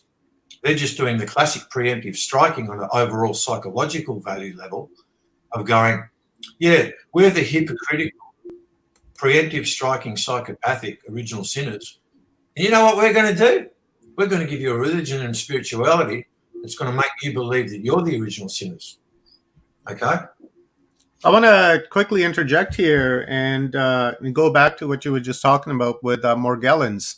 Yeah. I recently did a talk with another light worker, Brad Olson, on HARP, and he was saying that the chemicals that they're spraying us with are causing Morgellons Correct. in 100%. people, and he was saying that everyone has Morgellons on the planet right now, and you can do Correct. you Yeah. can do what is it called, a test on yourself. He said to take a mouthful of red wine and just leave that in your mouth for about 5 minutes, and then spit that out, and look at your tongue, and look at the liquid, and you'll see those tiny little fibers, and that's all from them spraying us like bugs. Now, if you That's right. guys want to, and if you guys want to learn more about that and see that conversation, that's in the video tabs. That was Okay. Well, that while wait you till mentioned that, I'm glad you brought that up, yeah. because I just wanted to toss that in there so that people are yeah. aware of Now, what you're talking about and what Brad is saying. A number of other people are saying the same thing. And okay. it's all really connected, right? Oh yeah. Everything that everyone is saying. I just This is have to find myself in a unique position where, I can speak to all different people and have that information, and to be able to connect the dots and say, okay, well, this person was saying this and that person was saying this, right? So I wanted to toss that in there, that like a web, this is all connected, right? You're oh telling yeah. us Oh yeah. information from a mystic perspective, as from where Brad is telling us is from a scientific perspective, right? So two light workers saying the same thing, it's that don't know each other. Oh, well, not only that, There's a I know connection, the truth scientific. there. I know the scientific stuff behind Morgellons, because the information you just told from Brad Olson's show that you had with him is 100% correct. Because in 2018, I had to heal Morgellons out of my body, because I'm pretty sure that some of the poisons that I was basically forced into my body in 2017 part of it was actually Morgellons as well, let alone the fact that, yes, they're spraying Morgellons on us through the chemtrails. And not only that, there are many different aspects to the Morgellons you've got to heal. And now that you mentioned it, bookmark Mountain of the Three Hills and the 8 just for 5 minutes here, 10 minutes, and I'll get back to it. Because I'm going to explain what the Mountain of the Three Hills in the feminine and the masculine actually be, because this is going to be huge into basically disbanding the whole Kabbalah system as well too, okay? But just on the Morgellons thing, there are 3 aspects of Morgellons you've got to heal. You've got the black goo part, okay? What heals the black goo? Now, you mustn't hit them with frequencies that are sharp and spiked. This is the problem. These people using energy zappers, if you're going to use frequencies to basically deal with Morgellons, you've got to use proper source-coded frequencies that numerologically add up to 10, the 1 and the 0 again. That's how simple it is. Get the 12 notes on the piano, starting with A. A is not 440. We know that. A equals 432. Close, but still no cigar. Add up 432. 9, the number, symbol of the head of the matrix. All numerical digits eventually add up to 9. That's what they want. 9 is the satanic number. Okay? 9, head disconnected from power source, body. That's what they want. Okay? Now, it's the same with the Tesla stuff, 369. It's a piece of shit. It's dirty, free energy, unless you ground that 9. How do you ground the 9? You get the head, 9. Add 1. Okay? What does that equal? 10. So that 1 is plugging you back into the power source. So the lesser, the 1, is actually greater than the whole of the 9. Even though it seems, wow, the 9's got all of that in it. But this is why less is always more. And as Magi, that's what we're always trying to do. Consciously find much smarter ways to deal with problems. Always achieving more, using less, doing no harm. So we're always trying to work out how to disband the energy of these tyrants, of these coward, weakling, bully, New World Order types, without having to be like them and murder people and cause harm. Because at the end of the day, the number 1 rule, the hurter always ends up the most hurt. Because if you go and hurt someone else or nature, you're hurting a part of yourself straight away. So by causing that act of harm against another aspect of nature, you're hurting yourself. This is, Max Egan says, in Lakesh, you are me, I am you. It's true. That's the wider context of what that means in Lakesh. So the hurter always ends up the most hurt. Remember that. It's a very simple rule. And the natural law, I remember Mark McMurtry saying years ago, our laws are very simple and strict. And there's not many of them. And he's right. Because life is meant to be simple. And life is simple and effortless. Okay? When you're literally in the harmonic rhythm flow of the magnetism of nature. And that harmonic rhythmic flow is music. Music is what ties energy that the intellectuals cannot connect to by thinking, but the soul can, because you can actually feel through stuff. Okay? And linguistics, which is our language of communication, and all life is in language, what ties that all together? Music. You get those 3 foundation things right first from a young child, all the other sciences and everything in life just roll off effortlessly after that, okay? If everyone's educated in those 3 things first and you feel through those things to know them, you can't get to know them by thinking and just observing experiments. You know, no. You already know this stuff. You don't need to do destructive experiments and stuff like that with reactive, destructive energy. Magnetized energy is creative energy. Notice how reaction is an anagram of creation. It's a little occult thing that they do to spell creation in the English language. Reactive energy, that's the E motion energy, ecclesiastical motion energy, the step-down electrical energy that these vamps love to feed off, ecclesiastical motion, E motion. We're meant to be omnimotional in infinite omnidirections, or I should say infinitely omnimotionality. Omnimotional, oh, stupid English language. I have to explain things in too many terms. There's something so simple. But omnimotional wavetures, feminine, that are infinite, moving with infinite omnidirectional vibratory resonances. That's the masculine part. When you're centered, that's what you are the whole time. Not emotional. Emotional is reactive, addicted to the drama. Reactive energy is when someone's poking you in the ribs all the time and you react. They feed off that energy. That's why they poke us in the ribs all the time. That's why everyone has been through trauma. Everyone on earth has got some level of dysfunctionality, and anyone that says that they don't is a fucking liar. Okay? Just yeah, like true that. I've spoken about that numerous, countless times here on the channel about these parasites that attach to you, and they feed off of your lower emotions and your lower emotion reaction and your density and your vibration and your consciousness and your energy. They truly are parasites. Even when if you sit in a dark room and shut your lights, and if you pay attention to the darkness and you look around, you can actually see these dark little parasites floating around. And cats are good to have because cats fight them off.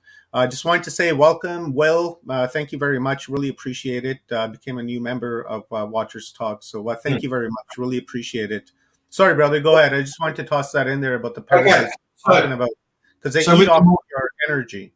Yeah. So with the Morgellons, okay, the black goo part, if you're going to use frequencies, don't use the frequency zappers on YouTube. It's all sacred geometry frequencies and crap like that. What it does, okay, and this is big for the zombie apocalypse. It's going to understand how they're going to use the 5G and all that stuff to basically, when shit's all different in the body due to the you-know-whats, basically they can alchemically, with technology, using sorcery and technology combined, literally frequency zap people and kill them, okay? And then the same as Morgellons or any antibiotics and stuff like that works the same way. If you kill a virus, initially, yes, you do kill it.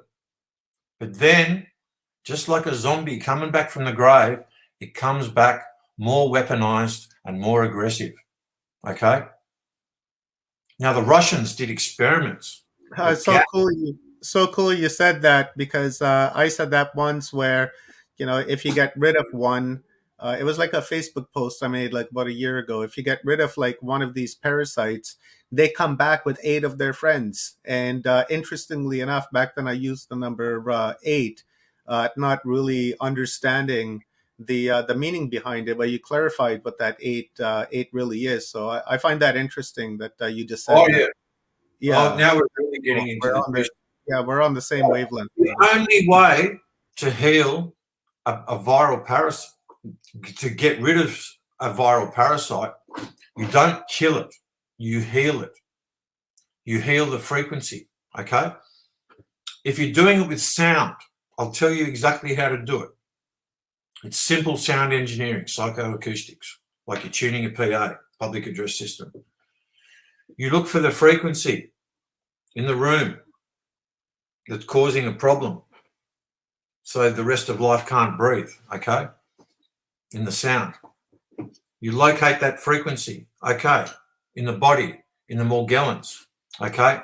It's this viral frequency. It's operating at this sort of frequency and vibration, hertz level, okay?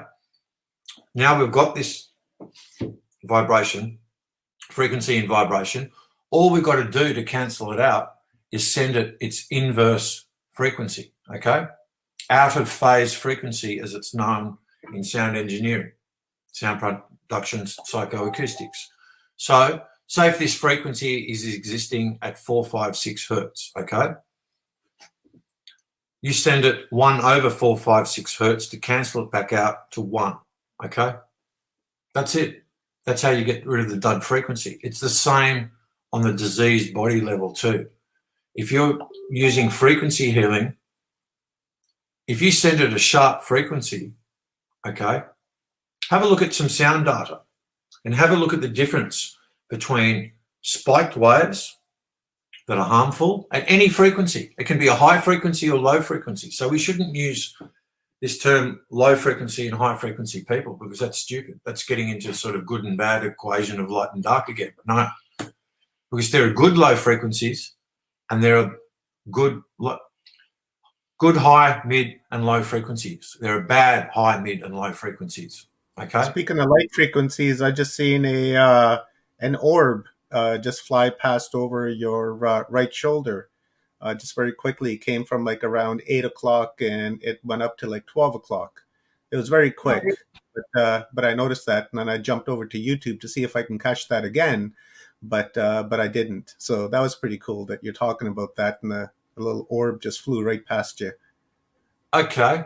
I'll have to make a time stamp and have a look at that myself, because this place is so magnetized. The only orbs that would be coming in here would be that of nature, okay? Because I have, look, I'll just angle the camera here. Okay. It's at about 1 hour and 41 minutes. Right, or okay. about 1 hour and 40 minutes. I seen a little flashlight go right past you. Now, I do a lot of work with animals and bugs in nature and stuff like that. Now, right here is just like a lamp. I actually have I either use an ultraviolet globe or infrared globe, okay? Because Morgellons do not like infrared for a start, okay? And you can use an infrared globe. You just buy a red reptile lamp globe on eBay, real cheap. You can get them out of China, whatever. They're fine. And use that as your desk light lamp, because it'll heal the Morgellons in you, okay? Because that's what I was doing. I had to heal the Morgellons out of me as well. And I'm telling you how I did it. And there are 3 main components to it, okay? So healing the sound frequency of Morgellons, if you identify it, you don't want a spiked wave, okay? Go and have a look at sound raw data. A good frequency in any sort of range from low to high will be a nice, big, fat, wide, round sine wave, okay? That's what it'll look like. Or just the nature of the actual sound itself will be rounded. It'll be moving in curves. It's got all the right nitrate factor in there, you know, in equalization with the nitrates, so to speak, which is the yang. See, of the duality symbols, the only one I like is yin and yang, because it's talking about masculine and feminine energy, okay? That works not in duality. It works as one symbiotically the whole time. That's how the whole of creation works. That's how the whole of creation is. Even the masculine and physical aspects, predominant aspects in physical creation, okay? Like, say, for instance, of the 4 elements, water and air are predominantly, in physical reality, feminine. The earth and the fire are predominantly masculine. However, all of them are equally masculine and feminine too. They have to be in separation in physical, because what happens in the physical determines everything and affects everything on every other level of life, should say realm, interconnected realm of life in the physical.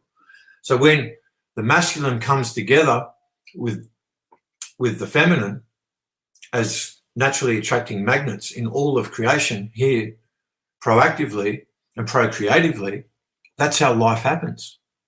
It happens in the physical. Now, look at this satanic inverted world. They do everything possible to tell people, oh, you come from nothing and you go back to nothing. What's a load of shit? That's death cult shit. That you're always going back to death. No. Reality has always been physical and non-physical symbiotically. Okay? And if you have to look at physical and non-physical in a creation way, we'd say the physical is actually the masculine side and the feminine is actually the non-physical, in the way that it symbiotically works together, because the physical is the actual strength. I mean, support structure, not the strength. Well, it has to be strong. It's the density, okay? And all these parasites, if they didn't have an organic host, well, they would have no game to play with either. So the physical is really important. It's the most important. You know, it's the roots of all life, which the earth is too, okay? Now, so to heal the black goo, you know how to do it through frequencies now. Don't use zappers pretty much unless they got the right frequencies, and most of them out there don't, okay? Because no one's using frequencies of numerological value that add up to 10. Now, I was saying the music one, A equals 433, adds up to 10. It's just one off the 432. Go and have a look on the cymatics, okay?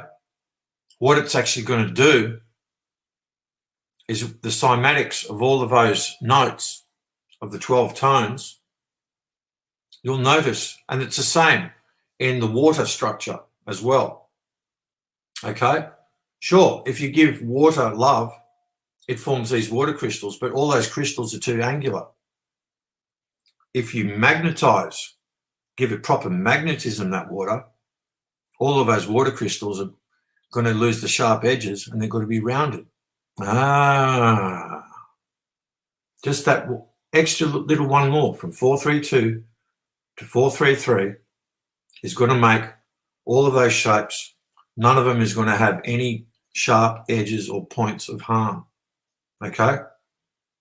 It's just like how we put motion and flow into fiction animation that we know as sacred geometry, kindergarten shapes of harm, like triangles, pyramids, squares, octagons, hexagons, and so on, okay? We basically put curves into all the corners, so the corners are actually not apparent anymore and points of harm. I've posted some of these things on my Facebook page, literally how we put flow and floral designs, or that are based from floral designs, okay, back into these kindergarten. I'll put one on my Facebook page after the page, and I'll post it. I'll put a triangle, and I'll put all the swirl designs that we put inside a triangle to basically make that grounded.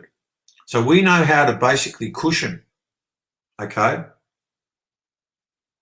an actual sacred geometry shape so it doesn't actually do harm. Just like if you're going to use the third eye, make sure that you're grounded with magnetism, okay, first. And then you're not going to get hurt using this thing, because this thing does a lot of hurt to you that you don't even realize, because it is of a fiction construct, unfortunately. So with the Morgellons black goo, what I did to actually heal the black goo component was used Australian black clay or Brazilian black clay. I found that the clay from the Gulf in America got contaminated with the oil spill and the Corexit sort of thing, and what they were doing to zombify stuff in the water there, but I don't want to get into that now. That'll take too long. And then also up in Canada there, I think it's at Hudson Bay, you got some black clay as well, and I think that got contaminated too when I did the research years ago. Now, I got some black clay here from Australia years ago, and I bought it in bulk. It was back in 2014. And my gut just told me to do it. I didn't know why at the time. I just listened to it. And I still got some of that. Now, when I worked this out in 2018, I did a show with a lady, Michelle X, who's got a YouTube channel, BitChute channel called Morgellons Live. And all of the information on Morgellons, check it out. She knows what the heck is going on. You'll see on YouTube, she's only ever got 300 or 400 views, you know, on her stuff. Well, you know, on YouTube, basically speaking, all the best stuff is like that. Which, you know, like watchers talk. Like watchers talk. We're a prime example of good information that's locked. Well, that's the thing. The New World Order have done it. I've tried to get this information out for 10 years, and every time I get a flow, I get psyoped, people cut off, clones sent in to replace people to go against me. I've had the fucking works. When it comes to me, they got a black budget in holding me down. I'm not joking. And you'll soon find out why when you get to know me a little bit more about my life, which I haven't talked about much, which I'm first putting just knowledge out there first, because that's more important. Okay, I'll talk about me Yeah, later once yeah. the knowledge is out there.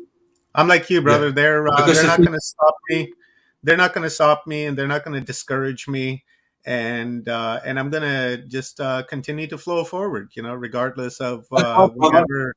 whatever they want to do. You know, they can lock my channel, they can shadow ban me, they can do all they want. But I'm gonna stay steadfast on my path to Well, that's it. helping other people When and you're bringing. not of ego and you're of pure magnetism, as in pure love, there is no fear there, because even death is I a have no thing. fear. I don't Because fear nothing. yeah, Well, my wife.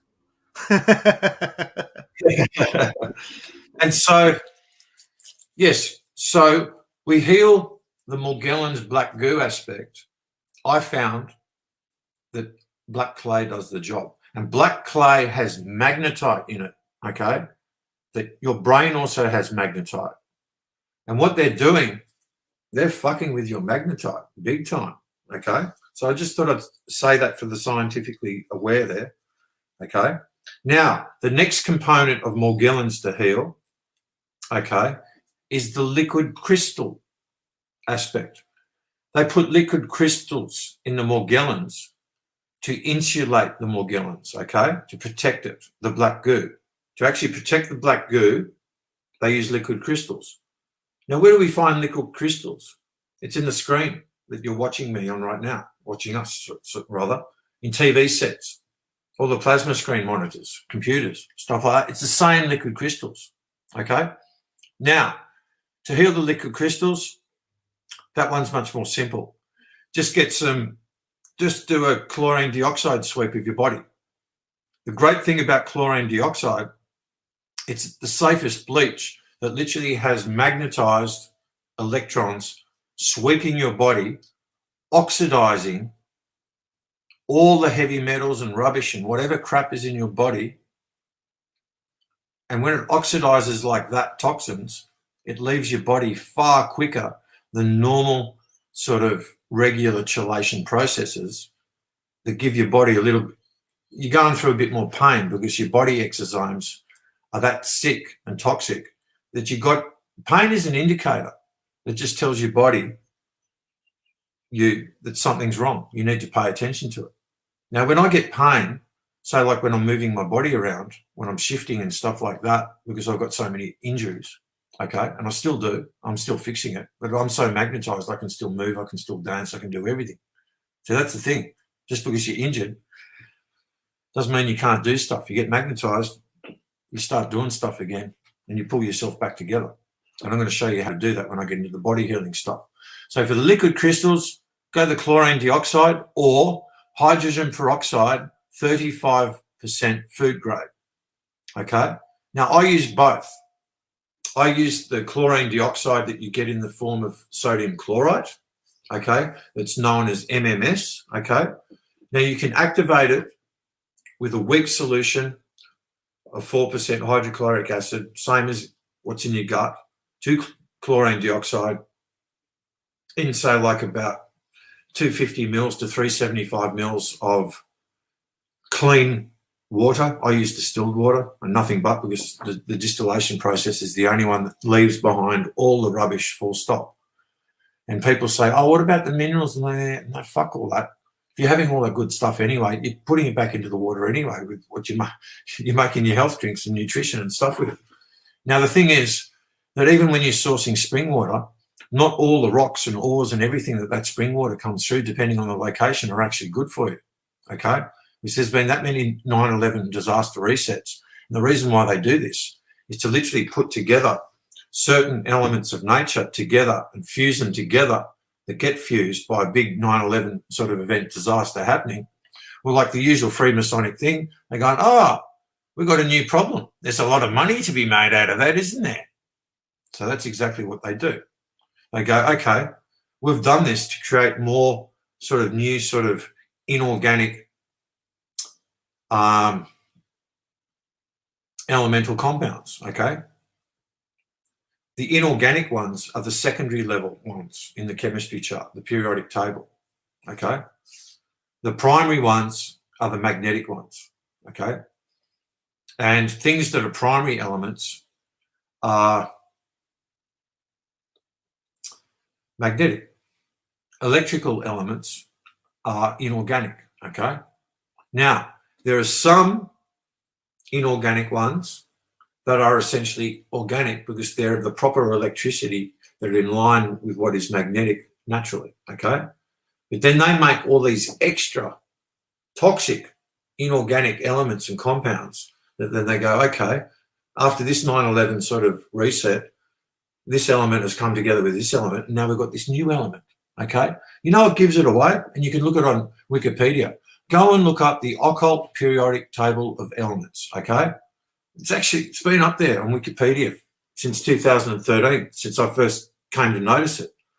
And because I can read the occult really well, the symbols and stuff like that, I looked at it and I went, holy fuck, this is literally a chemical confusion of the tongues chart.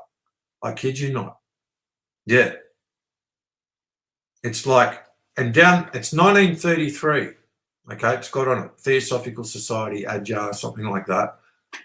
And this is what the big giveaway is. It's got elements still to be discovered. Just let that sink in for a moment. Now, who would write on a chart, elements still to be discovered? And then they write out, I think there's 4 elements there. They write out the sort of the medical, chemical, scientific names. Now, Omar, does that not just give the whole fucking game away? It sure does. I was just trying to actually look up that periodic table you were just talking about. Yeah, it's on Wikipedia, unless they're going to take it now. But it's there. You've got to look up the occult periodic table of elements. That's how you're going to find it. Okay, yeah. And it's got literally all the symbols behind all of those elements, okay? Now look at every one of those symbols. They're all sacred geometry symbols, okay? So they're using, for all their alchemy sorcery, because that alchemy in the periodic table, notice how it's occult periodic table of elements, that shows you sorcerer applications of science and technology, okay? It's all Kabbalah, okay? So they don't list the isotopes, though. They don't want you to know about the isotopes. Why? Because it's from the finest essences of life. As I said, the light touch before of the feminine, that's what controls the biggest forces, the biggest movement. When you're in that still, when I'm doing this with my hands, by the way, I'm not praying.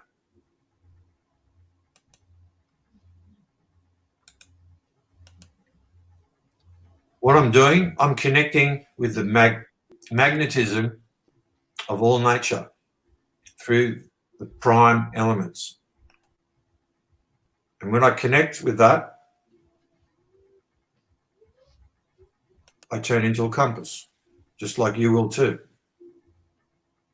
once you consciously know how to do this properly, which won't take too much effort. Now, this is proper Buddha knowing, Buddha essence knowing. Buddha's not a name. The original Buddha was a Majha prince, and he was known as Buddha because that was his essence, because he could combine the 4 elements. That is what Buddha is.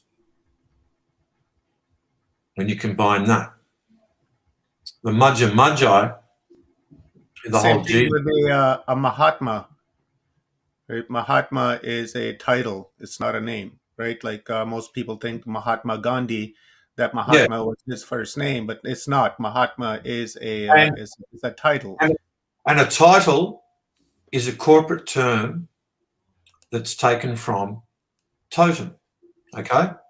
Now's a good time to quickly come back to the mountain of the 3 hills, because on an earth, I should say human body mountain of the three hills microcosm realm, the feminine mountain of the three hills, okay? What's the three hills on the body, okay? We've got 7 chakras, but none of those 7 chakras show us where the other 3 main sort of 10 first energy centers are in the body, okay? They give us 7. And those 7 are all from here, the crown, to the base chakra here, okay? Have a guess where the missing 3 are.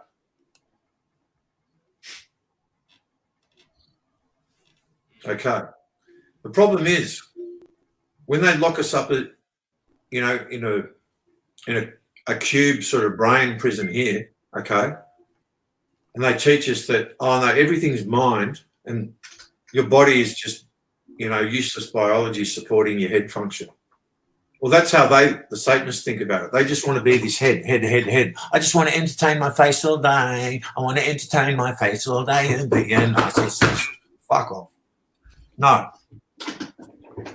This has to basically,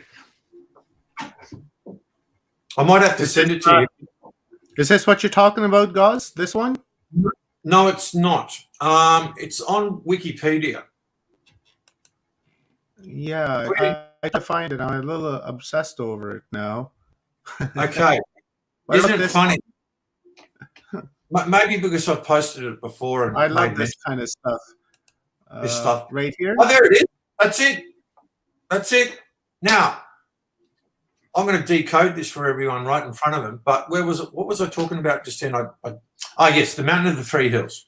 Now, on the human body, the 3 hills are that, this, and what used to be, but still etherically and astrally there, this down to the ground, your tailbone and tail. Now, your tail, just like an animal in nature, when it's sitting there between your 2 Achilles heels and your 2 foot medicine wheels, okay, when your tail is touching the ground between those 2, you are so naturally magnetically grounded.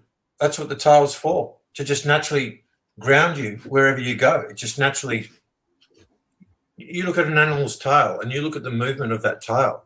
It's naturally grounding it no matter where it goes, even if it's off the ground. It's a navigational tool as well. So they're the 3 hills, okay?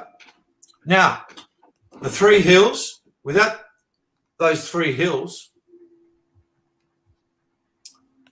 this body cannot function. It cannot move around. It can't do anything. So we've got to give respect to both feet and the tail, the tailbone, okay? We've got to have gratitude. Hey, now how many people look after their feet properly? And I'm one. I was guilty too at one stage. So the mountain of the 3 hills on the human level is a male and female. And when they come together, now, what is the mountain, Omar?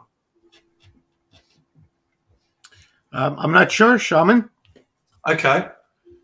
The mountain is the totem, the body, the whole body. So those 3 hills are holding up the whole mountain, okay? So the 3 becomes 4. You get what I'm saying? Mm-hmm. Yep. Notice how in all the Illuminati symbolism, as Sean Ross, basically, he constantly goes on about this all the time, but he nails it with all of his expose of the Swiss, you know, the priests of Amun-Ra and, you know, all those mothers of darkness and sisters of Isis, sort of covens and stuff, that some of the highest rights on earth, okay? Now, he's constantly decoding all of that symbolism everywhere he goes, in all the Freemasonic symbols and stuff like that. But he doesn't know where it all came from, but he absolutely nails it, okay? This is where it all comes from. It comes from the original Madhya affinity knowing and organic knowing of life, okay? So this is where the Masonic 3 makes 4, add 3 and 4, that's what gives them their 7 as well, okay? And they love their 7. It's like the first Draco castes. There's 7 Draco castes. 7-pointed star on the Australian flag. That's a Draco star. The John D, 7-pointed star. It's all Draco.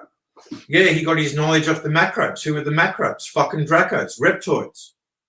Yeah, we'll show you how to get your technology back. You just got to give us blood. We'll show you where to mine the actual silicon to make computers and stuff like that, so you can put them in the model of a Mayan pyramid complex and make a computer circuit board. And you'll do it in that way. Because the problem with all the Mayan stuff, hence they want you to know about the Mayan stuff, yeah, it's got some high technology in there, but it's all ungrounded. It's all Tesla 369 stuff. It's all 9 mechanics, 9 metaphysics.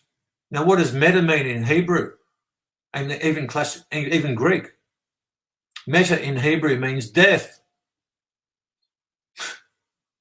So Kabbalah metaphysics. No shit. Metaverse. Wow. Didn't know that. Thanks for that download, man. Isn't it timely how Facebook have just rebranded themselves, corporately rebranded themselves as fucking Deathverse?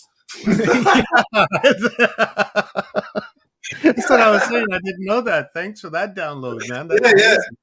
Yeah. And I asked my Greek mate Costa. I said, Costa, in modern Greek, because I studied classical Greek when I was at school, there's sometimes difference between the two. And I haven't looked it up in classical Greek yet because I don't remember all the words. But I asked him the other day when we went to get some dinner together, and I said, mate, what is method? I was actually talking about it. And then he jumped in on me and he said, well, before I told him what it was in Hebrew, he said, well, meta means gone, past, you know.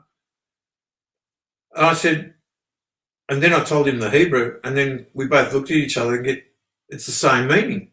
Yeah, he basically said to me, he goes, oh, yeah, it means that, gone, finished, like death, finished, past. Yeah, that's what he meant in that. So in Greek as well. Now, unfortunately, there's nothing wrong with Greek people, but the whole Greek nation, same as Italians, all that sort of thing, but the whole Greek and Roman thing, while we get to study, you know, in ancient history and languages and everything they refer to, because they're the avenues the reptoids have used to basically make their empire from.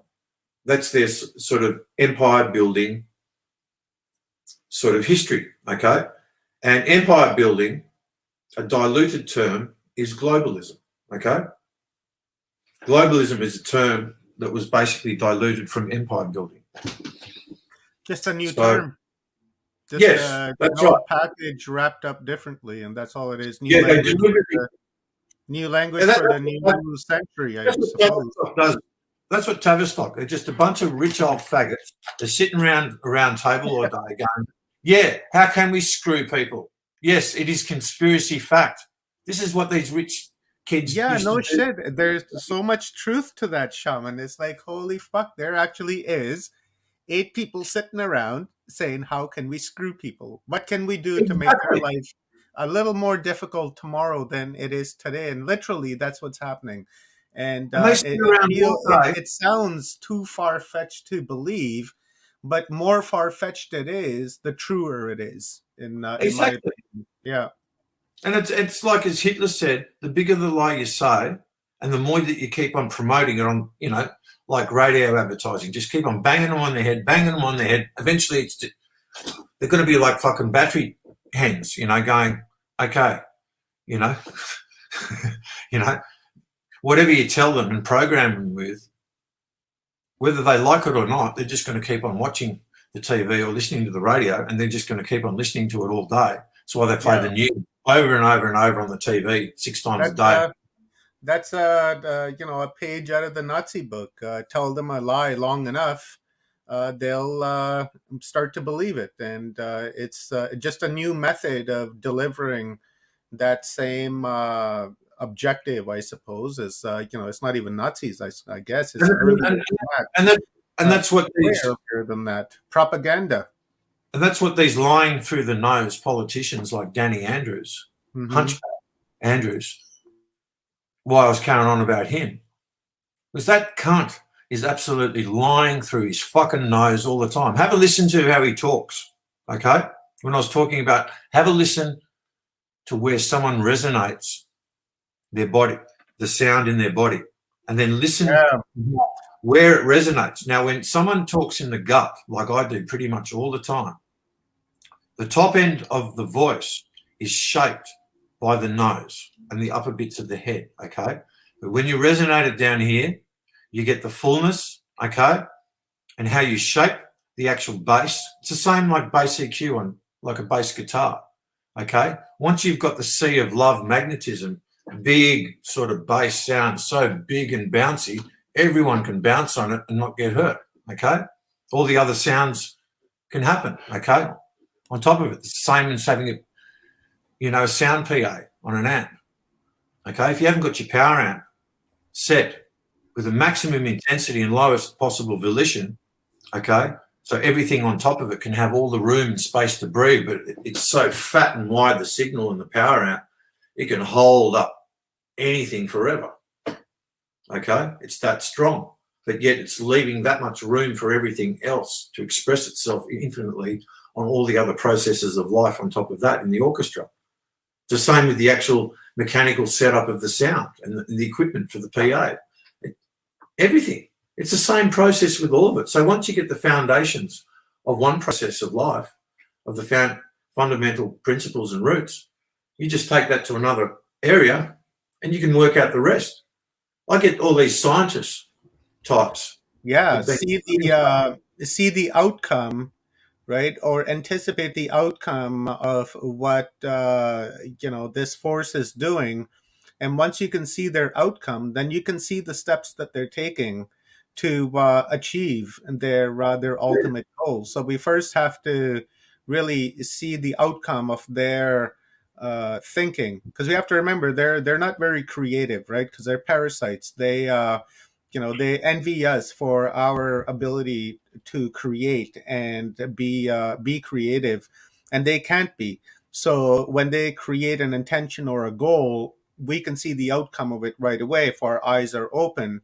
And once we can do that, then the little steps that they take, like this metaverse, for instance, we can see what they're doing, right? Because these are steps towards their eventual goal.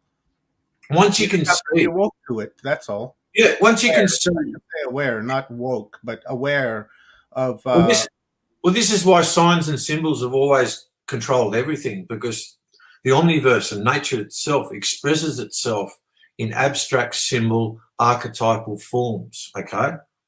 And what us males do, what our function is bringing that abstract into simple logic. That's what the left side of the brain does. The feminine is the intuitive that literally whizzes around everywhere, okay? Anywhere, anytime, to locate anything. However, it needs that structure of the masculine to basically be able to go everywhere. So it all works together. It's all equal. Everything's equal in nature. Every process. It's like, as I was saying, there's some males that are better and more adapted to helping out equally in nature with more things to do with water and air, feminine things. There's some women that are more suited to working with sort of structural and fire things of what's masculine in the physical world. Everything's equal. So the thing is that even though we're in physical separation as male and female, when we're in the center, look, this is on the carry-on glyph, okay? I'm going to give a great example here. Right in the center of the carry-on glyph, okay, where you stand, okay, you're facing the left wall or one of the walls. It actually tells you this in the middle at the center. But when you're actually in the actual carry-on place, when you're in that skinny sort of passageway, the best place to be there magnetically is right in the center next to that symbol that tells you this. There's three symbols there. There's an arrow, okay? There's an arrow that goes like this. Bang. Oh, you can't see. Okay, Where do I do it? There. It goes like this. There. And then the arrow like there, under there. That means center. That's a center symbol, okay? That's one of many various centering aspect symbols that is actually on those glyphs, and I'm amazed that they haven't been trashed. I'm so amazed that they're still alive. Okay? Now that is the centering symbol. And then next after that, you have an X, like X marks the spot. That X is indicating your chiasmus in your brain, okay? And then you have a T after that, okay? I've got a photo of it. You want to let me know if I spot it here? Yes, I will. I will. Literally look for, it's just 3 symbols. It's just a, from the top down, it's an arrow, then an X, and then a T, literally like a T. Now, the thing is about a T is that if you notice about a T, look at the vertical part of the T. It is literally the center line between the horizontal part of it, okay? It's literally right in the center of it. And the whole thing about that T being the temple, your human body is the temple. And when you're centered in the temple, that's when you're in connection and communion with the whole of nature and God this one itself. right here, I got a T right here. No, it's not that one. It's a more, go back up. You see, whoa, stop. You see that medicine wheel there, the This cross? one? Yes, it's somewhere to the left of there. Okay, I know that much just from being at the site. Now, so when you're in your center, that arrow, and that arrow is pointing up, okay? Well, here's the arrow pointing up from your center here, up to your chiasmus. When you're centered, all your spirit, soul, totem, spirit aspects merge together as one at the chiasmus in between your temple. It does not get any more straightforward than that. There's the T. Here's your 2 temples. There's the line. Where's the center line in the temple? Right here, center line of the human body. Here's your center here where you warm up the engine. Now, when you're using the 7 chakra system, this is incredibly important because when they first started using it, they were using it with centering as well. And what they had to do was gradually pull people away from centering and then just activate it all with the 3rd eye and take away the centering knowledge. So the whole confusion of the tongues was done on a communication process, not just in spoken language, but other forms of communication of language too, and in the unseen world. Found it. Is this the one with the X and the T right here? That's it. That's the one. That's it. Now, that is right in the center of the carry-on glyphs, okay? Now, so what I do, if I was standing in the glyphs, I would be facing south, okay? So I would be, because south is where you face to connect with magnetically, even though they made magnetic north when they basically sent an iron comet into Mount Meru, which is now Greenland, about 10,800 BC, approximately speaking, to create another sort of reset and flood, okay? And that shifted the poles, and the pole at that time was at Yukon, and it went up to the Arctic Sea. It caused all this ice to go into the ocean that never fully came all the way back down, because Yukon, you can check geological records and stuff like that around that sort of era, was full of ice back then. That's up sort of near your way, brother. And so that's what happened. That did a pole shift sort of event. And I'm trying to work out, because there's 2 hyperboreal places. There's Greenland, and there's also another place above Russia that there was another hyperborea too. And hyperborea did not happen before Lemuria. That's just part of their bullshit to try and make history and life much older than it actually really is. Yeah, it's old, but not as old as they make it out to be. Now, this is the funny one. The Dracos make out that they're fucking older than anyone, and they're the first ones around. And they talk about zillions of years away in the past, and this, that, and the other, of this happening, and this Big Bang happening, and blah, blah, blah. Well, guess what? If you Dracos and Reptoids are the first ones around, and you're fucking parasites, it's impossible. We're the organic hosts. We are God. We are source. All of us interconnected. Parts of nature. Our plants, the rocks are our brothers and sisters just as much as the animals and the bugs and every other form of organic life. Now, we humans are meant to be the facilitators. I kill nothing. Nature. I kill absolutely nothing, brother. When I find something living in my house, I capture and I release. When I walk down the sidewalk, I'm conscious of where I'm stepping, and if there's ants on the sidewalk, I'll walk around them. I'm extremely conscious, and I take care. Of That's good. I'm a custodian. Same. I like to think. I don't kill. I refuse to, because I don't have the right to kill it, because it is an expression, an impression of myself. So when I kill, it doesn't matter what it is. An ant, a bug, mosquito, Even deer, moose, doesn't matter. I'm killing a piece of myself, and that's something I'm just not willing to do. Because really, at the end of the day, they're an expression of source, and just like us. So it is I, and I is it. Yeah. So I explained the mountain of the three hills, okay? And also a cockroach, brother. Like when a cockroaches come into my house, I don't do the program sort of thing going, oh, it's vermin, I've got to get chemicals and kill it, and those chemicals will then sort of pollute me as well. No. What I do, I spill some niacinamide powder on the floor, and then, because they go into everything, they all get into the niacinamide powder, and then I don't see them for months. They go off and do their own thing somewhere else. I'm serious. Now, niacinamide is a form of B3 that is the precursor for the human body to create its own NAD, nicotinamide adenine dinucleotide, that literally gets rid of every single mycoplasma in your body too. That's another thing to clean your body out with, that I suggest people do in combination with the chlorine dioxide sweep, the MMS sweep of your body. Because these reptoids have worked out how to hack into all different parts of the body. So you can't just use one thing to get rid of absolutely everything. What I find the NAD really good for, which is essentially a form of vitamin B3 in every cell of your body that starts to decrease as you get a little bit older. Now, if we had our stem cells from birth with our placentas, right, we'd be able to make tinctures and have medicine for life. I kid you not. We'd be able to have medicine for life if we all got to keep our placentas from birth.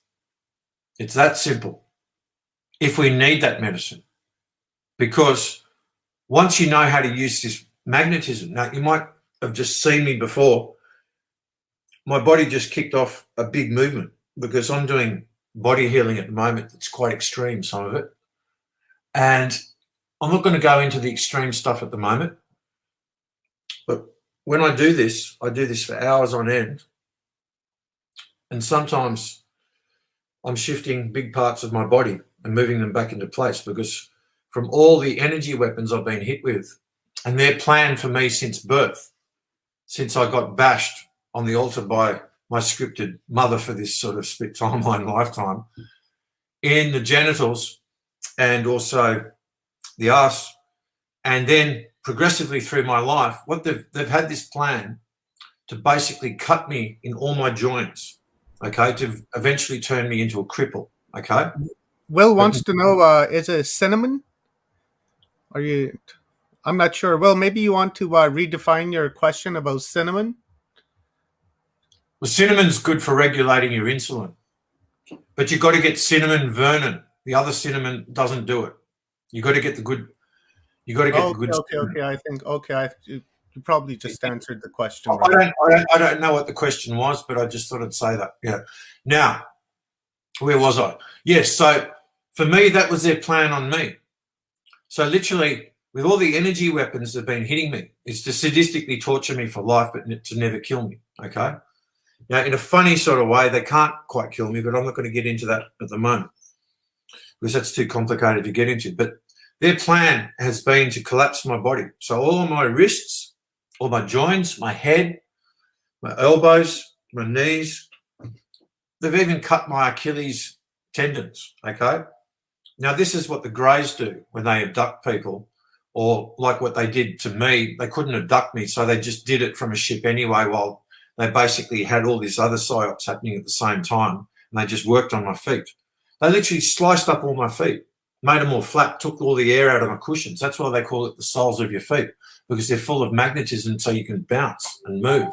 Because our first Homo sapien bodies, we had lower body structures almost exactly the same as a kangaroo. It was modelled on a kangaroo. The upper half of the body was more modelled on an eagle, okay?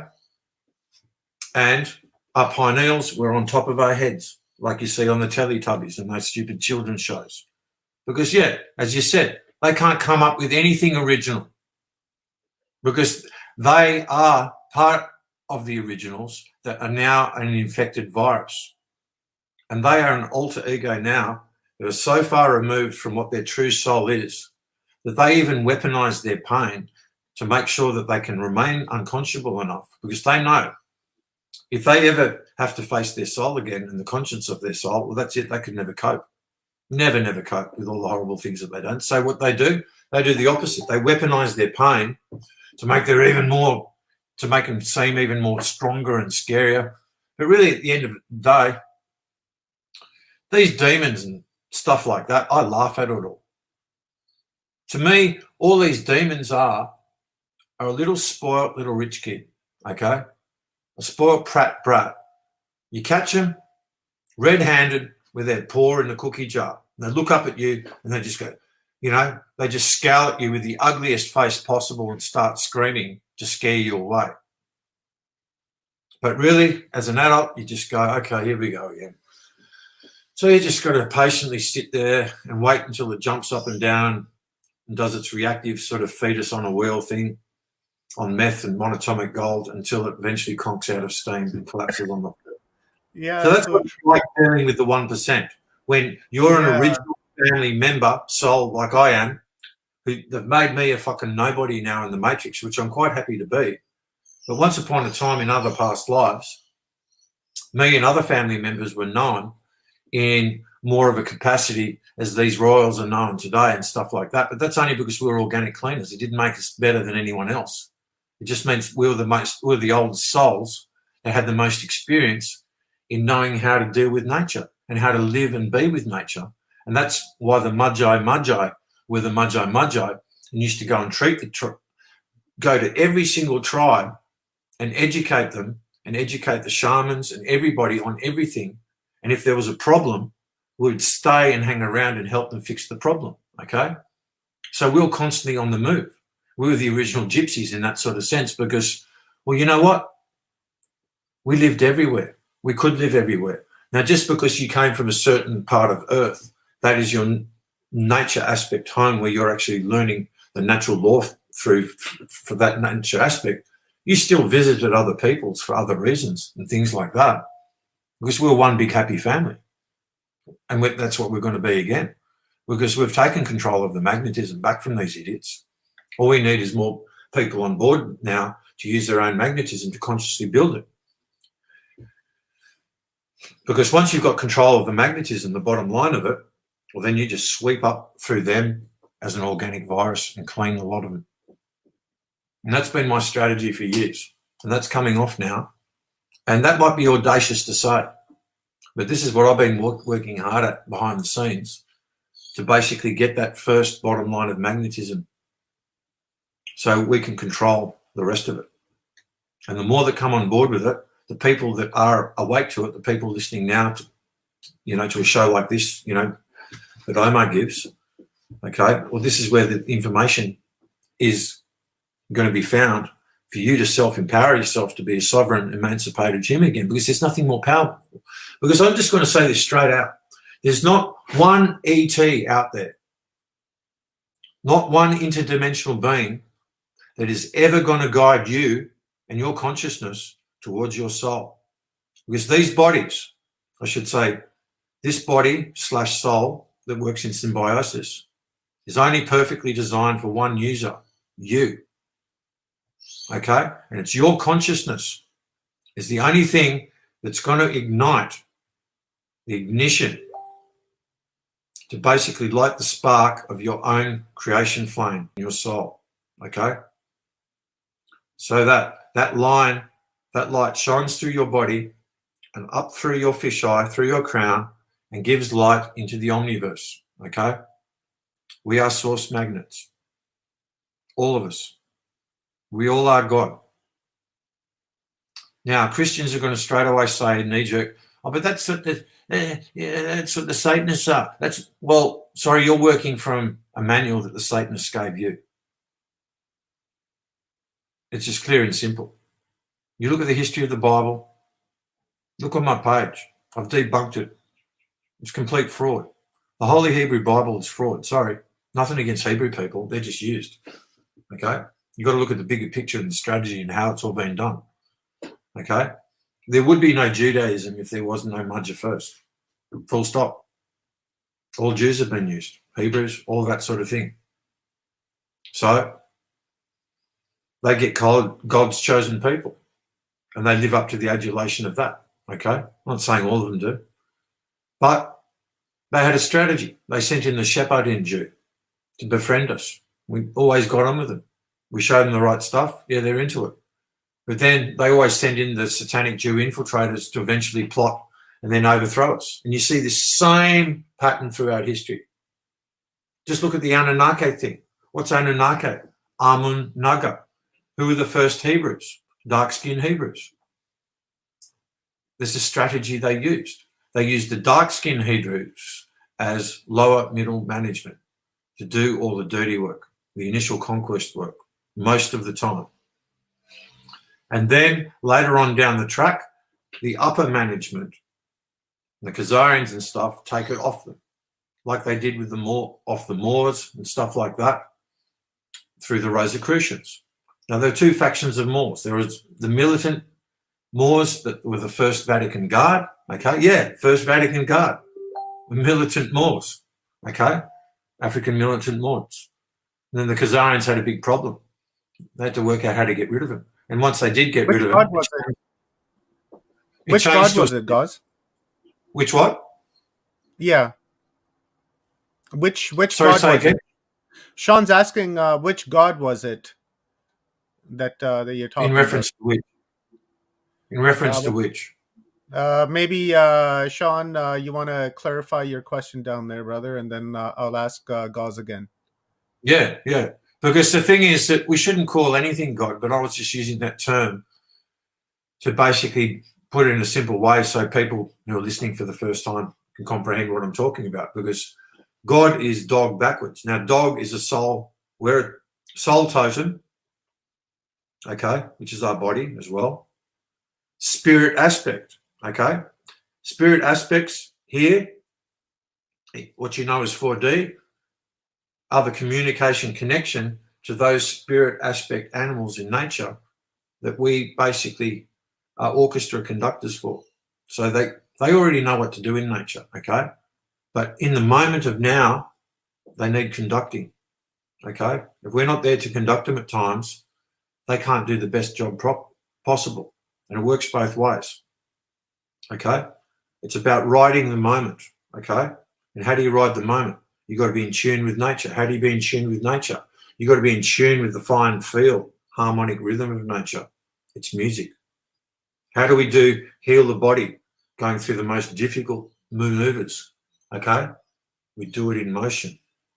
We do it in groove, okay? Tai Chi is really boring when you look at it technically. All the Tai Chi movements come, look at this. It just comes from the natural energy. Yeah, it comes from the natural magnetic movement, musical energy of the human body when you're in sync with the elements of nature, which I am right now. Looks slow, but I'm moving a big body. You speed up that Tai Chi, and you're going to own anything and anyone.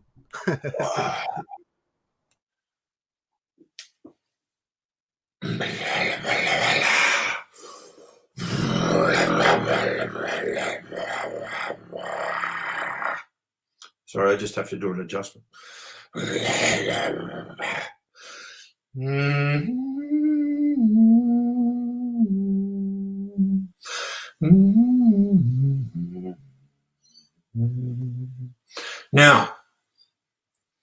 when you're magnetic in your body, you've got enough air and cushioning. You don't feel pain when you move the body around in big ways. You only feel a bit of pain if something's really out, and you've got to sort of get that out, sort of back in alignment. But otherwise, there's no pain when you're fully magnetized. You only get a bit of pain if something's really out. Sorry.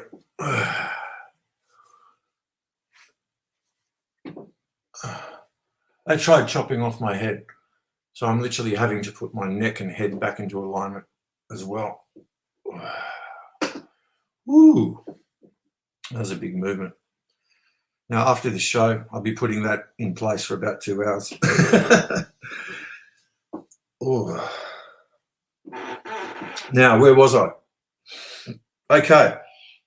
There's one more aspect of the Morgellons that you've got to heal, that they put.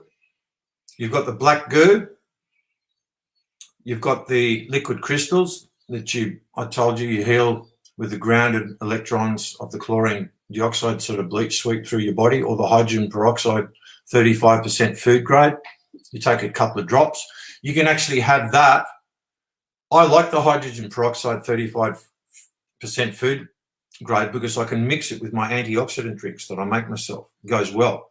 But you don't want to put the chlorine dioxide with vitamin C or things like that, otherwise it won't work properly. So horses for courses, so to speak. And so I use the hydrogen peroxide a bit more often than the chlorine dioxide, simply for that reason, because I can mix it together with my antioxidants and it all works great. Okay. But when you need to get serious junk out of your body, the chlorine dioxide sweep, that's the fastest way you can do it. As I said before, it oxidizes stuff out of your body so fast you don't go through the usual detox pain that you get through normal detox sort of things, like just when you have preventative health things of, herbs and spices, that you have all of these things that are anti-inflammatory, antiviral, anti-fungal. You're constantly putting them into your body. You don't get sick. It's as simple as that.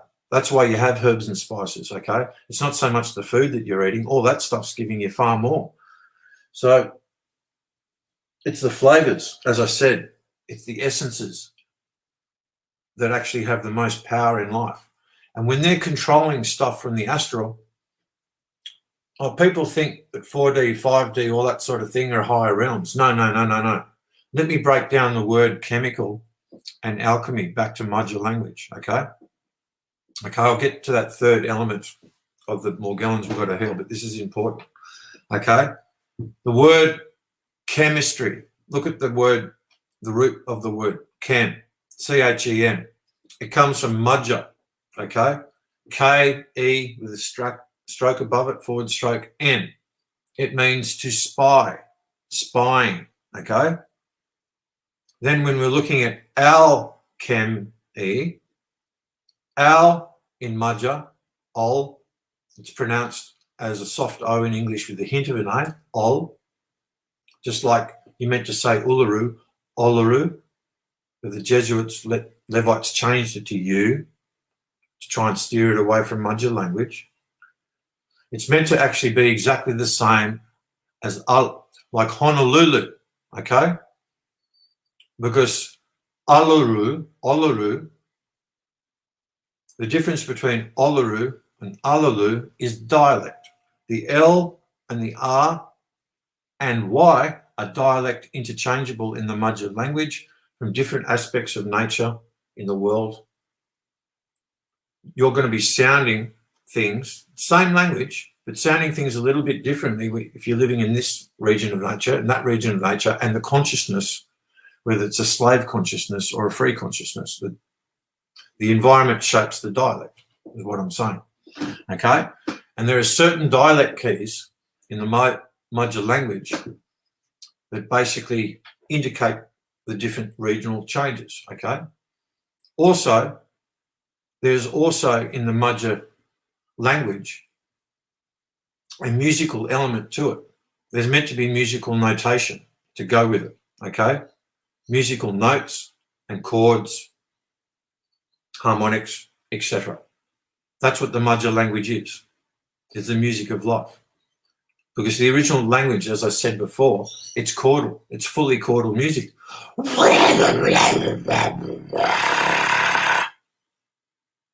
Okay? That's the original language. I know that language better now, today, than this rubbish language that I'm speaking at the moment that's confused tongues. Okay? When I express myself in the original language, how do I feel right now? I can express the whole of what I feel through the music of the language. Okay? And a Sasquatch and a Yeti knows exactly what I'm saying at the moment because they speak the same language amongst themselves. But they do it soul to soul. They don't even do it telepathically. They do it soul to soul. The soul to soul comes before telepathy. Okay? So they only open their mouths if they're doing songline work. Otherwise, they don't need to open their mouths. But it's the same music inside going soul to soul. That's the language of feel. That's how far we've come to this sort of intellectual sort of rubbish language now. Okay? Now, all I've done is become self-mastered enough for this brain to understand what's going on with this. When I'm, say, going...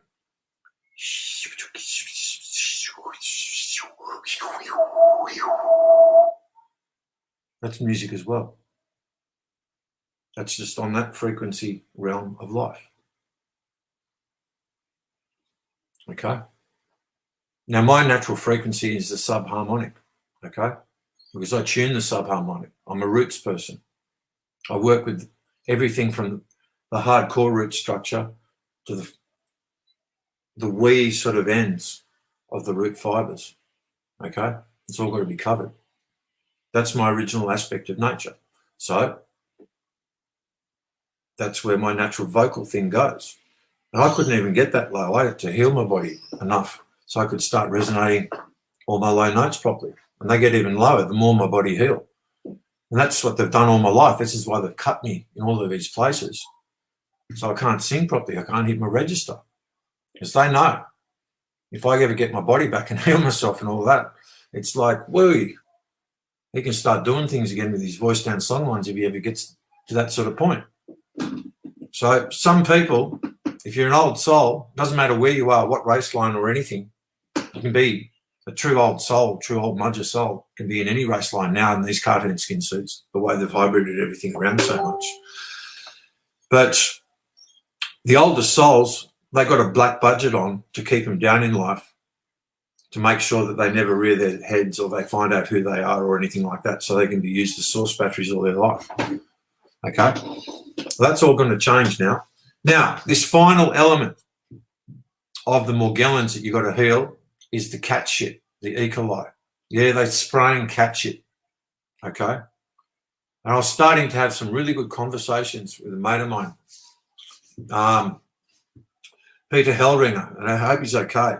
Because he was decoding all of this Crowley sort of tarot stuff on my page months ago.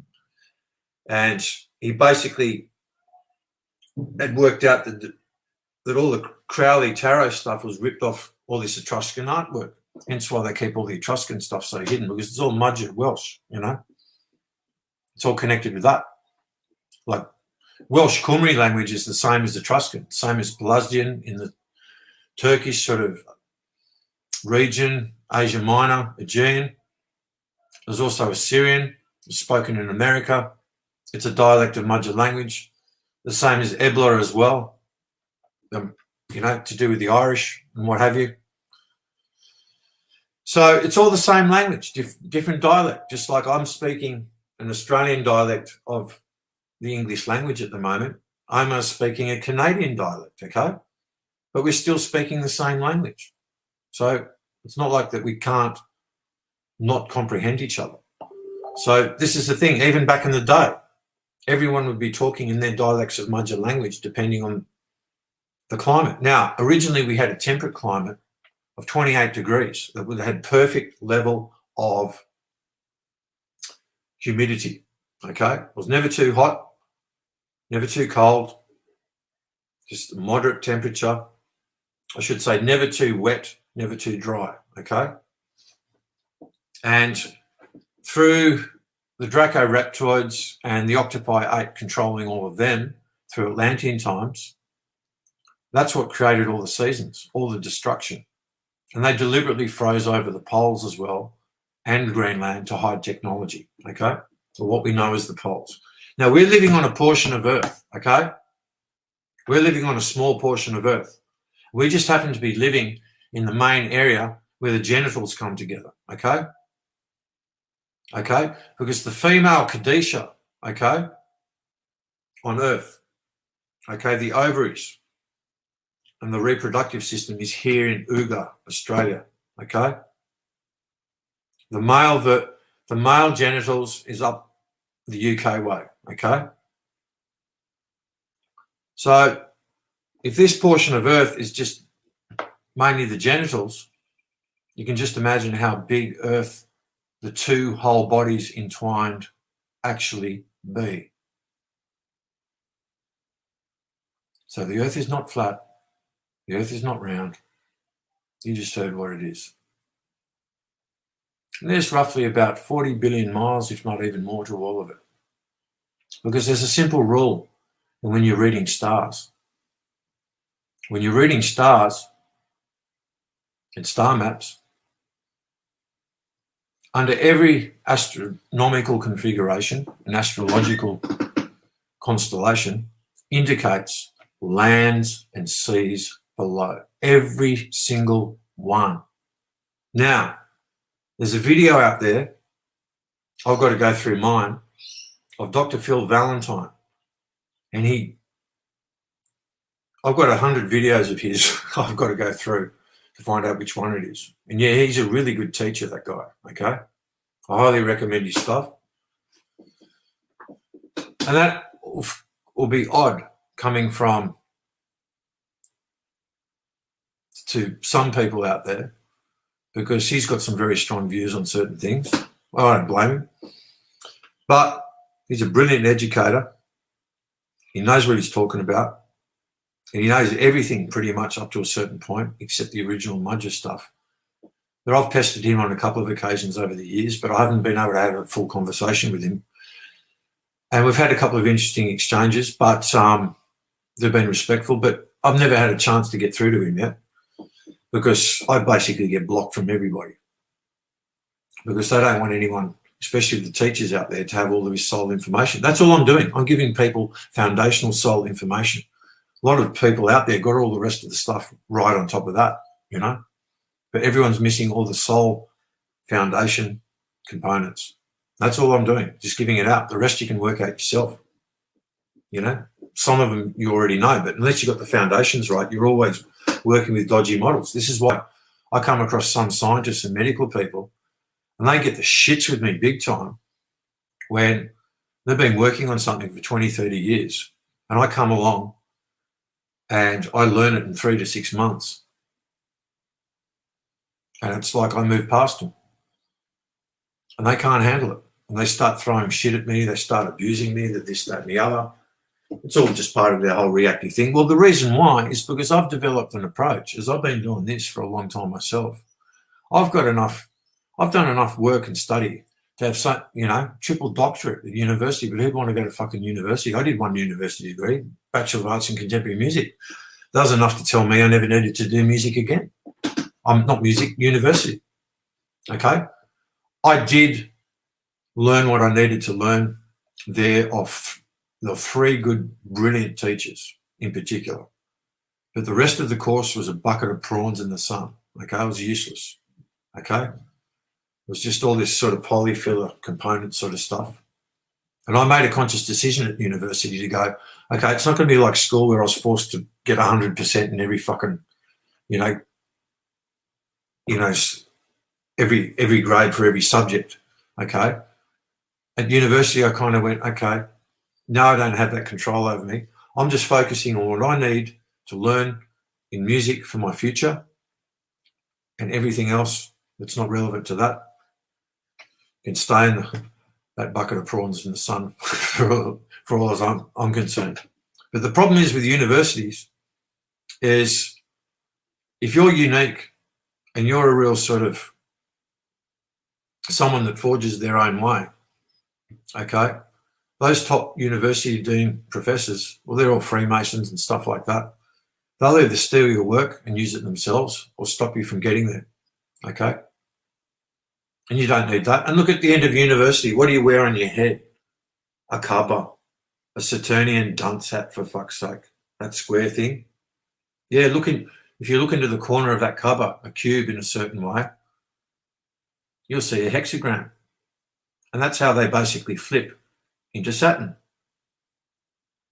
You know, I'm talking about the occultists. Okay?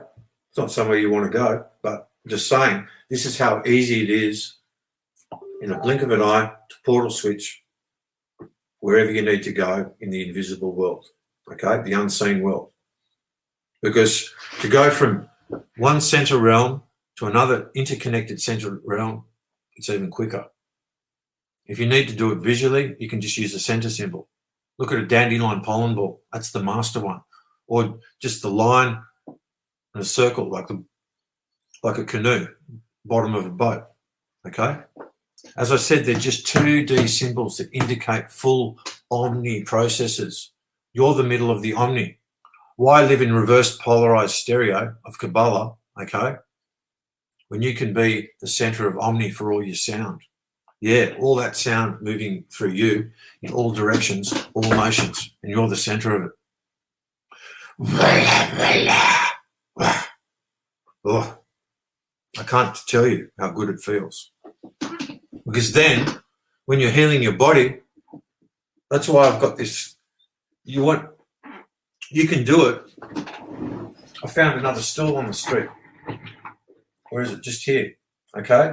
Just a few days ago. It's perfect. Why? Because it rotates. It's got wheels, the same as this chair. Because you don't have to do all your healing lying down or standing up. You can do it all in different. You can do it sitting down as well. And you know what? When your center takes charge of your body and you're in a chair that's like this, you can use the motion and you can move around to move your body back in place, especially when you're lifting your legs up and putting your hips back in place. Yes, you heard me right. That's what I've been doing the last 2 weeks. I've been putting all the air back in my soles of my feet from the grey myelab sort of stuff, cutting them all up into, slicing it and then buckling it all up into places. Because that's what the greys do. They do astral etheric surgery on you that then affects you physically. Okay? That's what happens when people get myelabed. They get flipped. Their soul gets flipped out of their body. That's why you shouldn't go astral traveling. Because if you don't get back into your body, you're dead. Your body's dead. That's why you should never astral travel out, flip your soul out of your body. If you don't know what you're doing, you're going to be fucked. So what they do when the greys put people in paralysis and they come and do the MyLab, they get people to flip out of their bodies into the grey ship and they're doing astral surgery on them there like that. Sometimes they actually physically get them onto the body, but onto the ship, but no, it's all done astrally. Okay, astrally, etherically. And so, and then when they're done with you, you're back in your body, okay? And then that affects your whole body. Because as you know with disease, if you give yourself disease, you can give yourself cancer if you're walking around. Say if I would get testicular cancer, okay, if I walked around having a constant sort of feedback loop pattern of being resentful of my own genitals, my own sex, being male. Yeah, that would give me testicular cancer eventually. Now, where does that infection come from?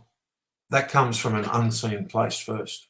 So disease manifests first from that, unless it's deliberately sort of injected into someone or something like that, some toxic sort of substance put into you or you ingest it food-wise. Okay? So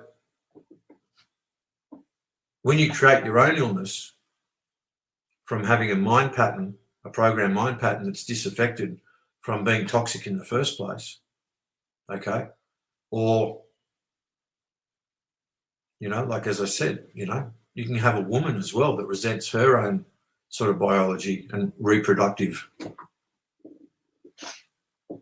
you know, sort of way of being. A woman that's been endocrine disrupted that hates being a woman, wants to be a male. And all of a sudden you get all those types of women ending up with ovarian cancer, okay? So that's how that can manifest. However, if you're around toxicity and microwaves and cancerous hot energy of mobile phone towers, like in that place in Brisbane, in some ABC studio where all these people working in this one place, it was right next to some big tower, had all that hot energy, sort of rubbish energy coming from it, they all got cancer.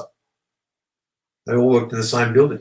So you can get cancer from toxicity of your own creation, of thinking a certain way all the time, or you can get it from harmful applications of fiction animation. Because that hot energy is fiction animation. That doesn't occur naturally in nature. It's all these joke world order toddlers, basically, who are playing with adult baby toys. These people running the world. I bet you Daniel Andrews was playing toy soldiers as a young boy. Now he's starting to get the straps on to play toy soldiers with baby, adult, dangerous toys. Okay? And he's just really a low-level sort of person, really. So anyway, so how do we heal the cat shit in the Morgellons? Now that's a really interesting equation, okay? This guy I was discussing with Peter, I'll have to repost some stuff on Facebook of some conversations we had because we're really opening up some stuff on that stuff. And you're looking at the whole sort of crazy cat lady syndrome and things like that. It's all connected, Omar, all very connected. And the stuff with cats and how basically there's this cat thing that even I think rats can catch that can, the way that they manipulate certain pheromones and hormones and things from animals and displace it from one animal to another. And then they get the infrared and take the genetic information of this animal and then put it into that animal. So they then produce this sort of hybrid. That's the stuff the Russians have been doing for a while. And what have you. And look, when I say the Russians, it's just that branch of Chaba Gluvovich, isn't it? You know, look at the name Chaba. They actually say in Hebrew, Chaba, because they make everything sharp. They put the E in the Mudja language when they created, or the Hebrew language, to sharpen up the whole language unnaturally, to make it sharp and abrasive, that matches all the sacred geometry, kindergarten shapes of harm. Like, look at it. If you had all those kindergarten objects in a sandpit, which it quite often is when you're in kindergarten, all the bully children grab a hold of them and start hurting all the other children, bullying them with sharp objects of harm. But if we had kindergarten objects, you know, that are rounded and not of harm, well, the bullies are going to have to work a bit harder to bully people. But the only reason why you have bully children, because it's learnt behaviour off the bully parents. Simple as. You can't blame a young child for being the way it is when it's learnt behaviour off the parents. So it's true. We've got to stop making babies in this world. And they've done this by deliberate design, okay? They've deliberately degenerated society to be as it is right now so that there's not many mature people, in particular men now, standing up for themselves with the amount of toxicity and everything. Like, it's so criminal that they have fluoride and chlorine and all these other co-contaminants in our water supply. Why? Because the Freemasons, with every problem, we can make a fucking matzah! Yeah. Because there's a sucker born every second, every day. That's how these fucking top satanic Jews fucking think.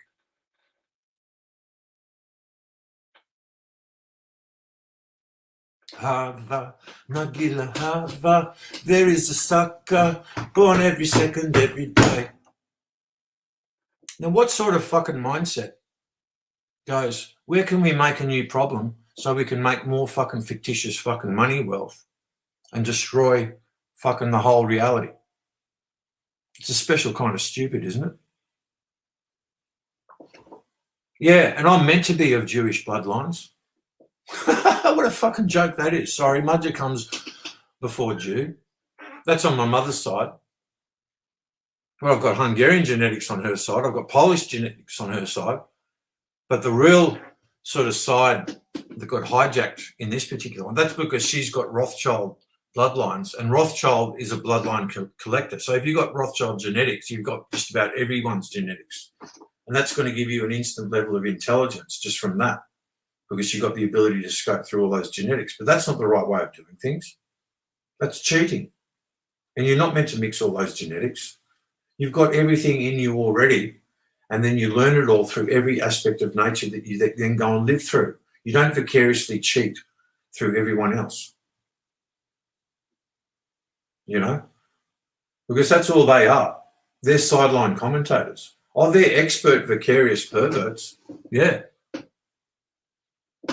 Look what they're doing now. They're controlling the world being perverts with this big brother stuff. Big brother. Big bully brother. Fuck off. So look at it. All the CIA and Mossad and people like that, okay, they're meant to be the intelligence agencies for governments for protecting people, but they're actually operating in the direct opposite way. They are the fucking terrorists. The Vatican Secret Service, ASIO, MI6, CSIS, alphabet agencies, Luciferian police, satanic police. For fuck's sake. I've been dealing with them directly through voice to skull stuff, through all sorts of stuff all my fucking life. And especially in this later part of my life, the closer that I've gotten to developing all my ancient skills again, just like everyone else is trying to. Now, in order to find the truth, here's the approach. Instead of going out there to learn everything possible in the external collective, no. That's what they want you to do. Looking out there for salvation all the time. Always looking out there. But really, it's right under your nose, right here, the whole time.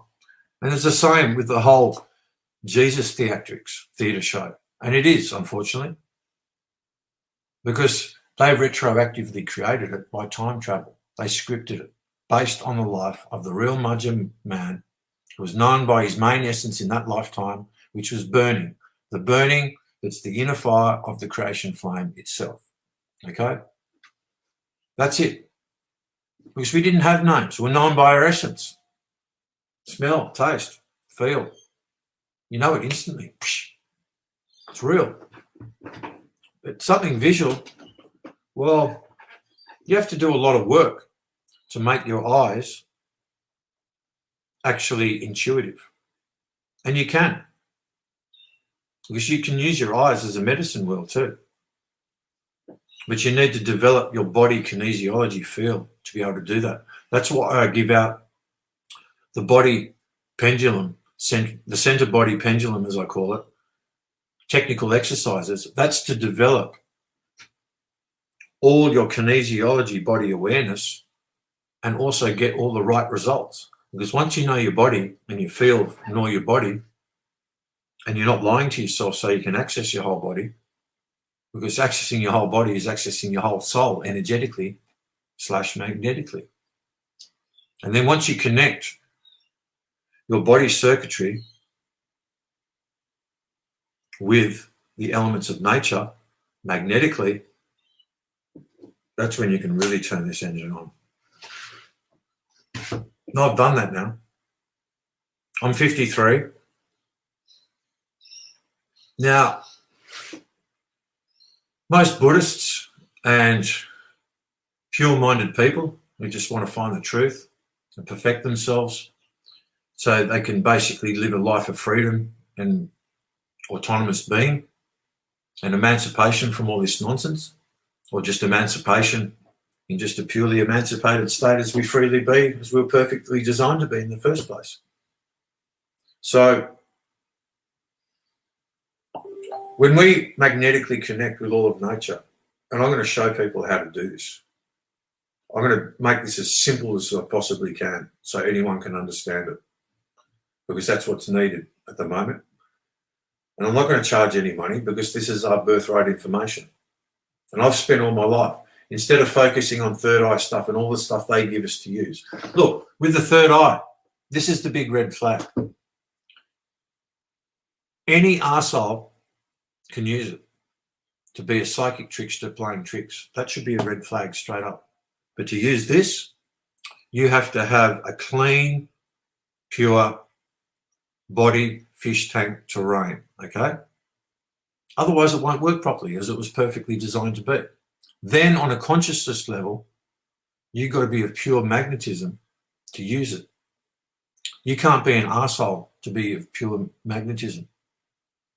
That's why they sit around Tavistock all day going, how can we screw these fuckers even further?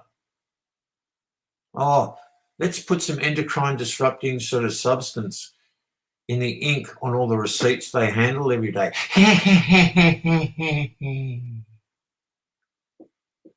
That's how these people really are. They've got nothing better else to do, sit around all day. Because they own everything already. They own the infrastructure of everything. Rothschild owns the infrastructure of government, the corporate infrastructure, the whole everything. So they're exempt from the law because they own it. It's bullshit. Okay? It's not just Rothschild either, but in particular, Rothschild has basically got a strong arm on that sort of facilitation of things. They're sending other people's money every day, every second of every day, through multiple trilateral corporate setups worldwide, whole AI programs of money schemes, every second of every day of other people's money that they make money off all the time, okay? And that basically program loans to this government and that, this, they've got it all matched out like that. See, they're that fucked up now. They need AI to basically run everything for them. Now, when you know how to use your body magnetically, okay, we've got 7 chakras. 1, 2, 3, 4, 5, 6, 7. Did I miss one? Whatever. 8, if you, I would say 8, the one that's right above your head, right? The 0 point, the 0 dimension chakra in which we all aspire to go into, like that stillness, right? Where it's a void, where there's no thought, there's absolutely nothing. And that's where everything is manifested from, because everything comes from nothing. So we, I do anyways, aspire to reach that. Okay. Well, the thing is, Omar, I've got to cut you there. Everything doesn't come, as I said before, everything doesn't come from nothing. That's a satanic programming that everyone has been basically inserted with. Now, because the omniverse has always been physical and non-physical, okay, in some symbiosis, because the spiritual is experiencing, well, I should say the soul and the spirit is experiencing through the physical what it's not, and vice versa in symbiosis. Does that make sense, Omar? Yeah, I'm listening. Yeah. So while you were saying that, I'm just thinking back on what I've been talking about with the 0 point. And, yeah, no, I realise that. I just sort of bring that. I'm taking notes here. Yeah, go on, please. Is intrinsically wrong, but this is just part of the heavy indoctrination that all the catchphrases and everything that we've been given, you know, it's all Tavistock. Like, that's what Tavistock do. That's what they did with the whole 60s beat generation sort of hippie movement and everything. They literally went, okay, we're now going to insert into the world in certain demographics all these hip phrases and words and things like this that people are going to catch on and start to use in fads. Yeah, they create all the fads, okay? But then how they also create fads is that they watch what all the natural people are doing in the world, that original mudgers don't know who they are anymore, and they copy what they're doing. They steal it and then they twist it and then they make their fads with it. They can't come up with shit themselves.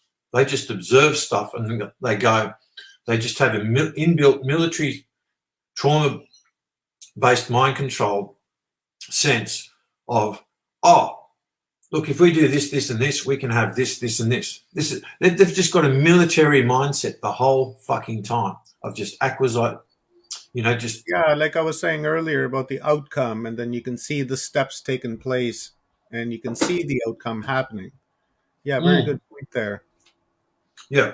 So that's all these people do.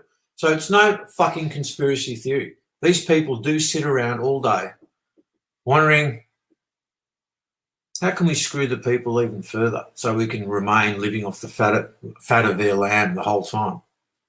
The fat of their lamb. So, and the thing is that, as I said before too, Omar, you have 8 people that have been controlling the entire interdimensional realm. We're talking about all the senior Dracos, all the senior dark forces of that 4D realm are all controlled by 8 humans. Why? Because those 8 humans know that what happens in the physical determines the bottom line of what happens in all life. That's why the physical is important. Because put it this way, Omar. As above, so below. As within, outwards. Well, the thing is that I'm buzzed up too. You've got to look at that 4D reality. Those Dracos and that, they're all androgynous, right? In that realm. But they can't be androgynous in this realm, in the physical realm, to do what needs to be done so they can remain living off the fat of the lamb of their organic hosts, us, right? Is it because they can't vibrate at the same distortion as us, or to be visible to us, or well, can you clarify that a little? In the original Atlantean times, like the first take, the Dracos were living side by side with us as here on the Earth, okay? And at a certain stage in history, they all went into 4D and also underground, okay? And there was a certain event that made that to happen. And that was, Azazel was responsible for that. And Azazel is one of the lifetimes of the fake cat, otherwise known as the Christian devil. It's a Draco, yeah. So because they fucked up their New World Order plan in Atlantean times, because that's what they initially intended to do. They intended to take over in Atlantean times. But every time they get to reset time and it comes to rituals and things like that, for a lot of them, they're not big game players. The blood gets to their head and they fuck up. Despite all their fucking centuries and thousands of years of planning, okay? When it comes to the big game moments, only a few of them are good big game players. What I mean by a big game player is that a big game player, their best comes out in the heat of the pressure of the real moment when something's serious and there's shit going down. Kind of like an Olympian. Their best, kind of like an Olympian, where it's they train and they train and they train, and then when it's competition time, the best in them comes out. That's correct. That's what I'm talking about. Okay. Now these Illuminati types, they're chokers. They're big game chokers. I've seen it in rituals. I've seen it where literally the more self-disciplined, more self-mastered top secret society people have to hold back the lower sort of secret society and Freemasonic members from fucking up rituals and desecrating things because the blood's getting to their head and they're fucking ruining stuff, okay? In the sense of they're actually fucking up the ritual sacrifice victims in a way that's like, well, hold it, there's some you can kill and there's some that you can't kill. Okay, it's the same like when they have fox hunts with little children. They mark the little children with 2 identity colours. Ones that they can kill and ones that you can injure but you can't kill. The ones that you can't injure or kill, the ones that you can injure but that you can't kill are the original Mudger tribal royalty ones, okay? And there are heaps of them worldwide, just everyday people today, because that's what they've done to them. And they've all been scattered and separated, so they can't hook up, so to speak. Speaking of Now, Magi, I got a question here from Move to Be. okay, just He's quickly. asking, what's this Magi you're speaking of? Can you define just really quickly on the Magi? Yeah, I will. Now, Thanks, brother. the reason why they can't kill the core Mudger ones is because they're connected to nature so hardcore, the old ones, that if you kill them, you're going to fuck up the energetics of everything. Okay? It's that serious. There's some of them, like me, they can't kill, but they torture sadistically and injure us all our lives to make sure that we can't access our abilities and have our bodies so we can do our full potential. It's only because we're old souls, that's all.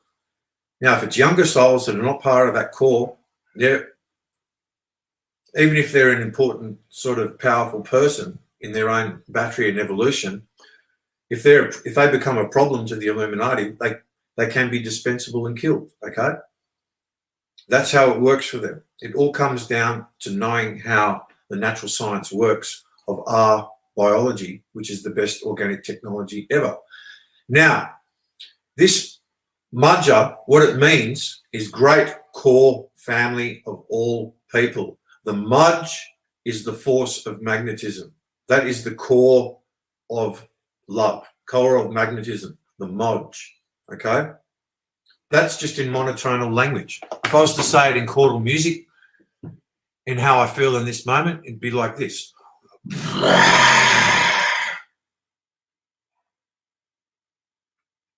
The dog agrees across the road. So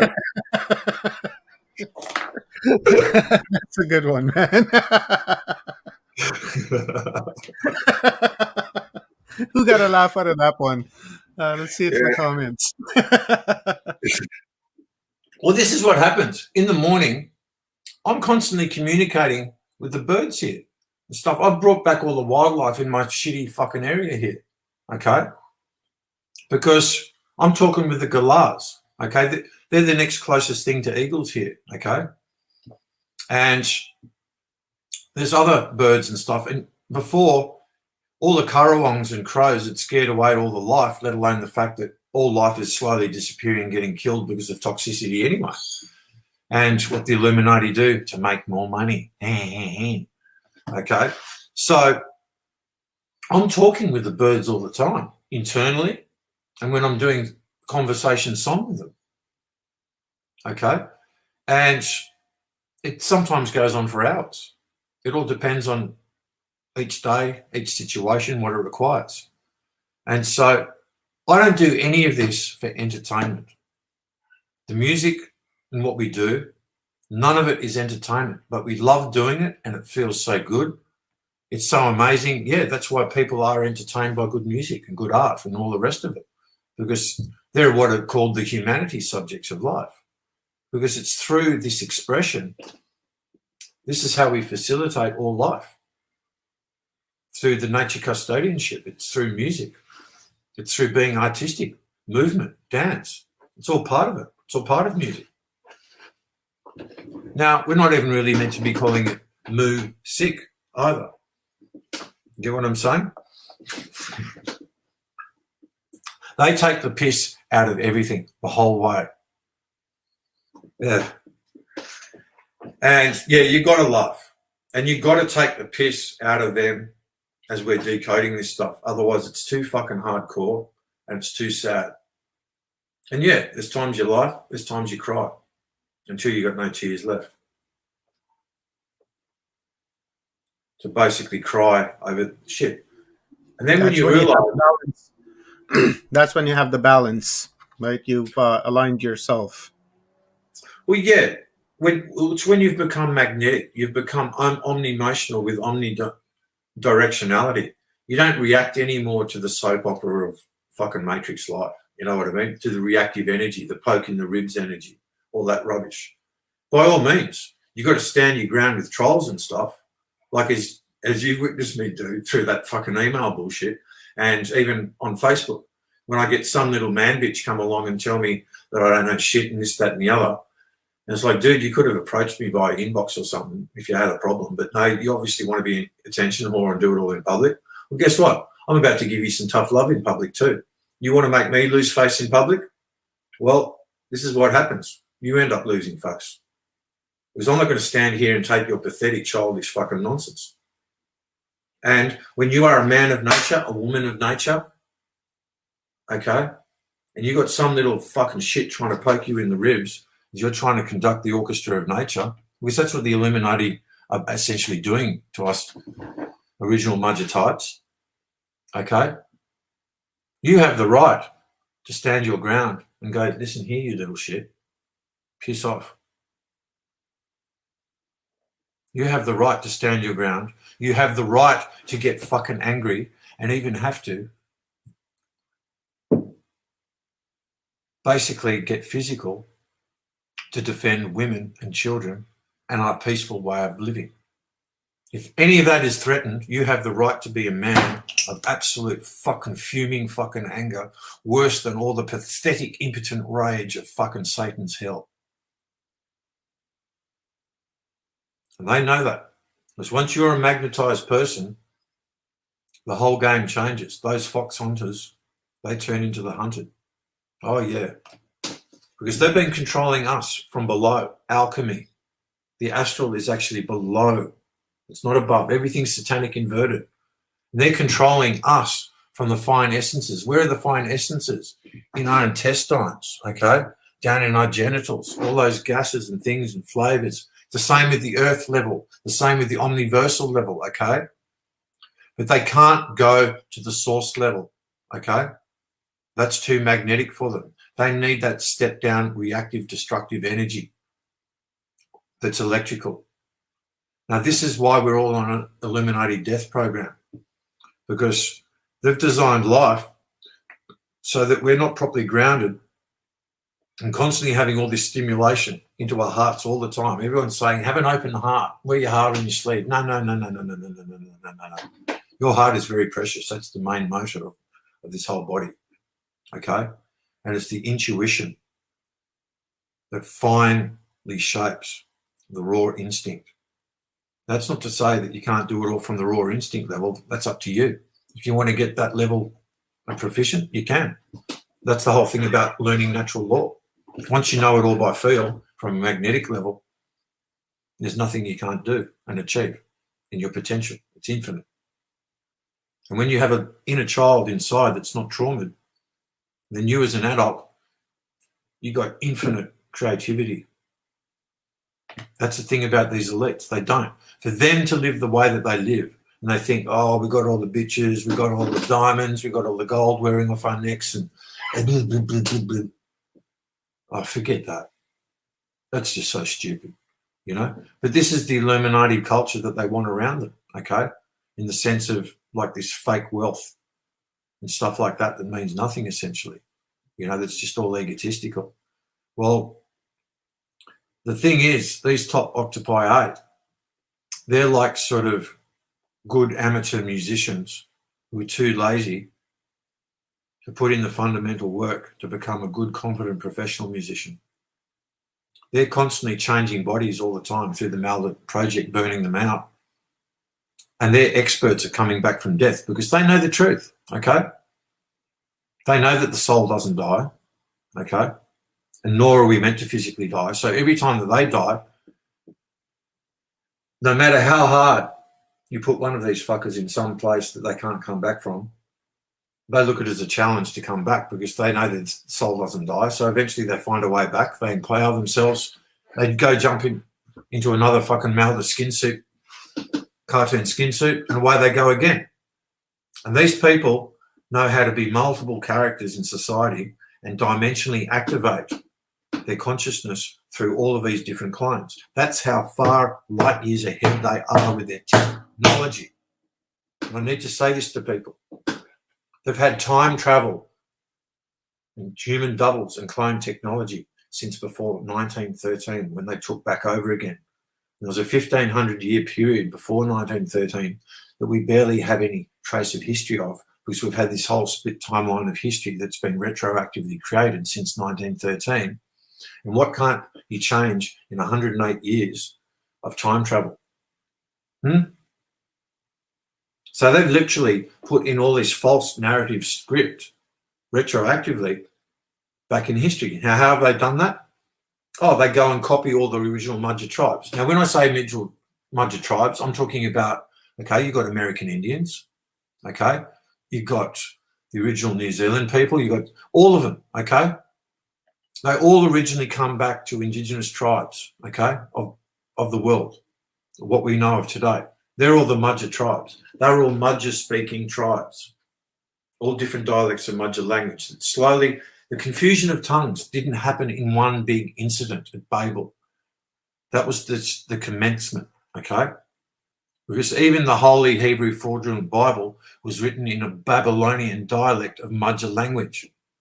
The Hebrews at the time, the Anunnaki, Amun-Naga, okay, they all spoke Assyrian. Sorry, the Anunnaki is actually a lot earlier, but they just basically repeated all the same shit in Sumerian times, you know. They keep on following the same scripts. So what do when they retroactively change history? They go back to the place in history something originally was, and they basically go and start attacking it, start taking armies and weaponry and stuff like that back into time, okay? They take the situation over. Then they start running scripts, okay? Now, there's some parts of history they weren't able to go back and defeat us, okay? So what they had to do was where they partially sort of won, they had a whole heap of movie takes called split timelines. And every time they make a new split timeline, they create a 9/11 disaster event and then copy everything across from the old split timeline onto the new one and start again, okay? So you've got the same people, but just different sort of survivor movie location studio of the Disney sort of corporation or Hollywood, okay? Where they change, they've got the same actors, change the names, different theatre costumes as in genetic wardrobe, okay? And that's what they've done with the Enki and Lil fucking story right throughout every culture in the world. Same actors, different names, like Poseidon, Neptune, for Enki, you know. And then the Enki name is taken off an original Mudger woman who was the priestess of fires, Ea. So for all those people still supporting the Sitchin bullshit out there, especially one particular person out there who's using the Mudger language to support this fucking Anunnaki fucking bullshit,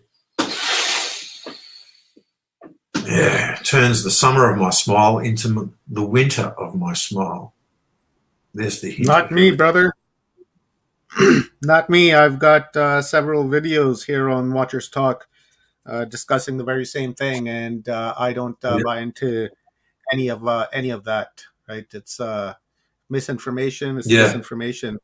Thank you very much, Jackie Burns, for the super sticker. Really appreciate it.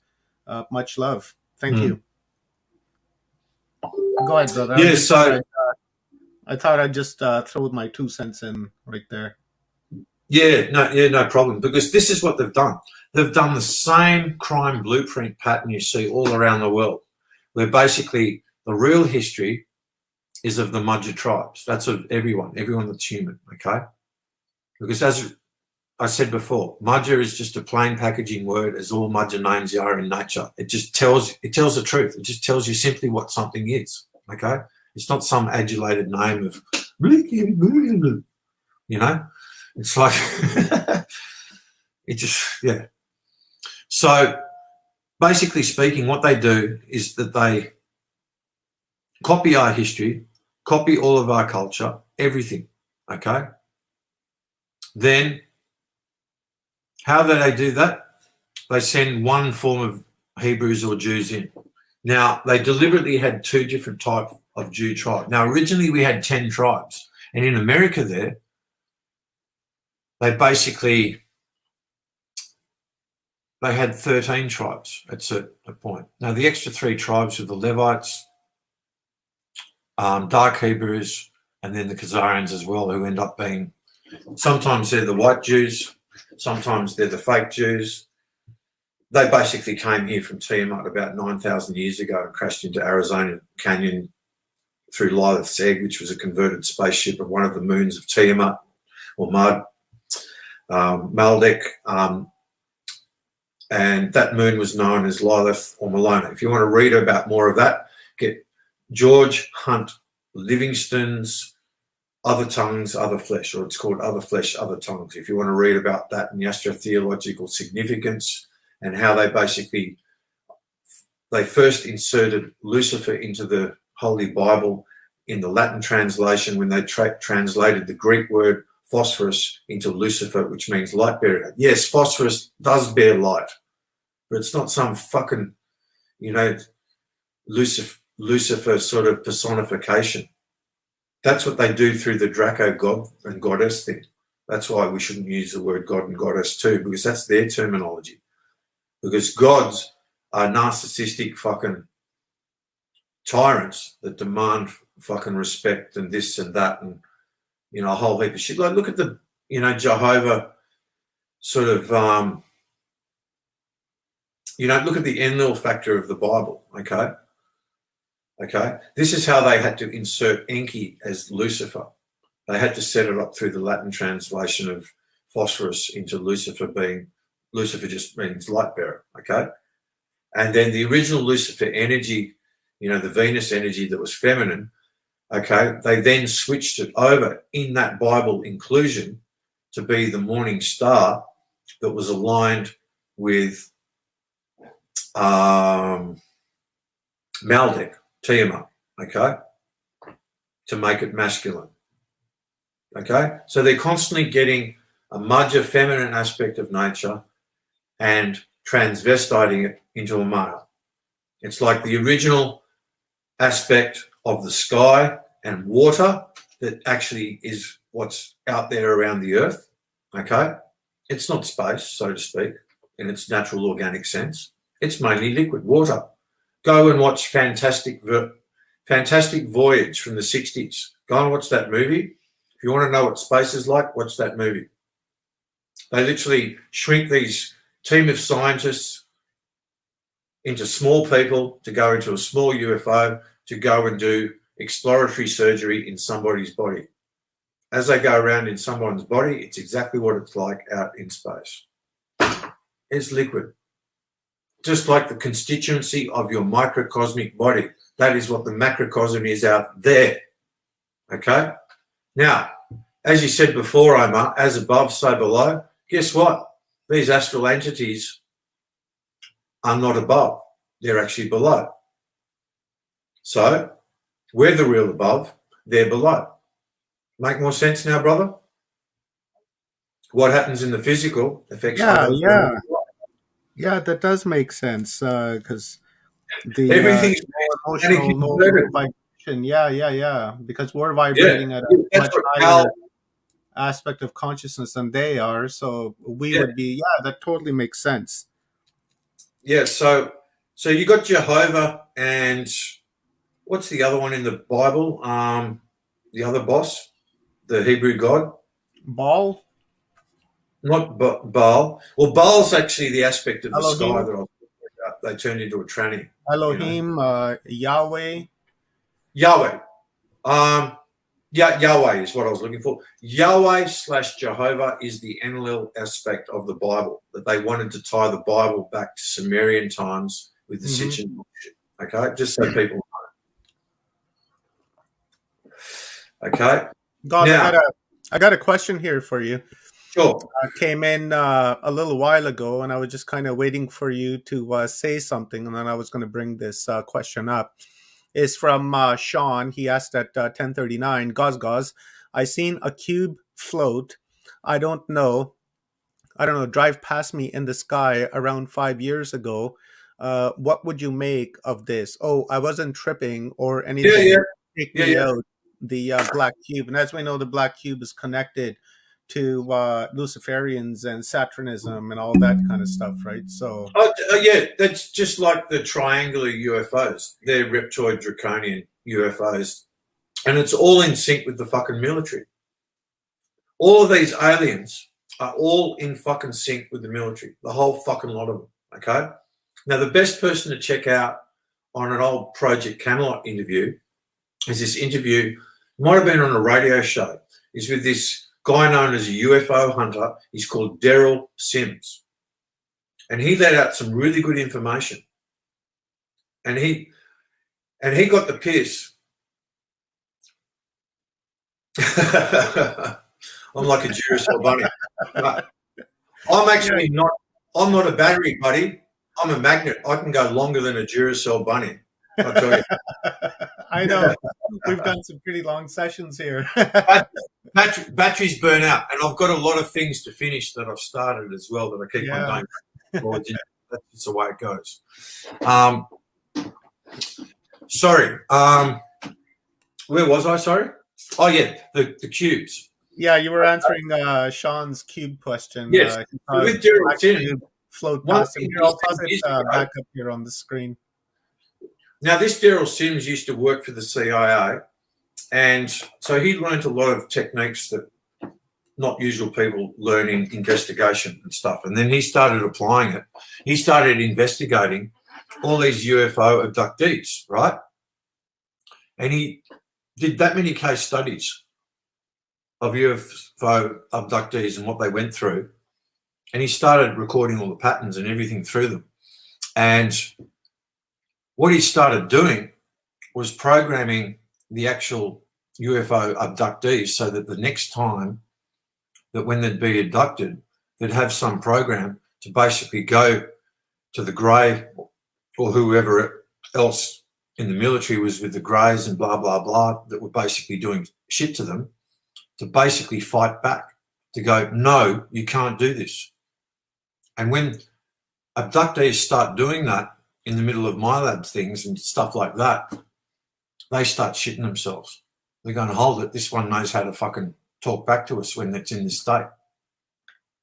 So Daryl Sims did some amazing stuff like that. But the one thing that he said is that, man, all these greys, you know, reptoids, blah, blah, blah, this being, that being, they're all working in cahoots together with the military. Now, that is the biggest red flag to people.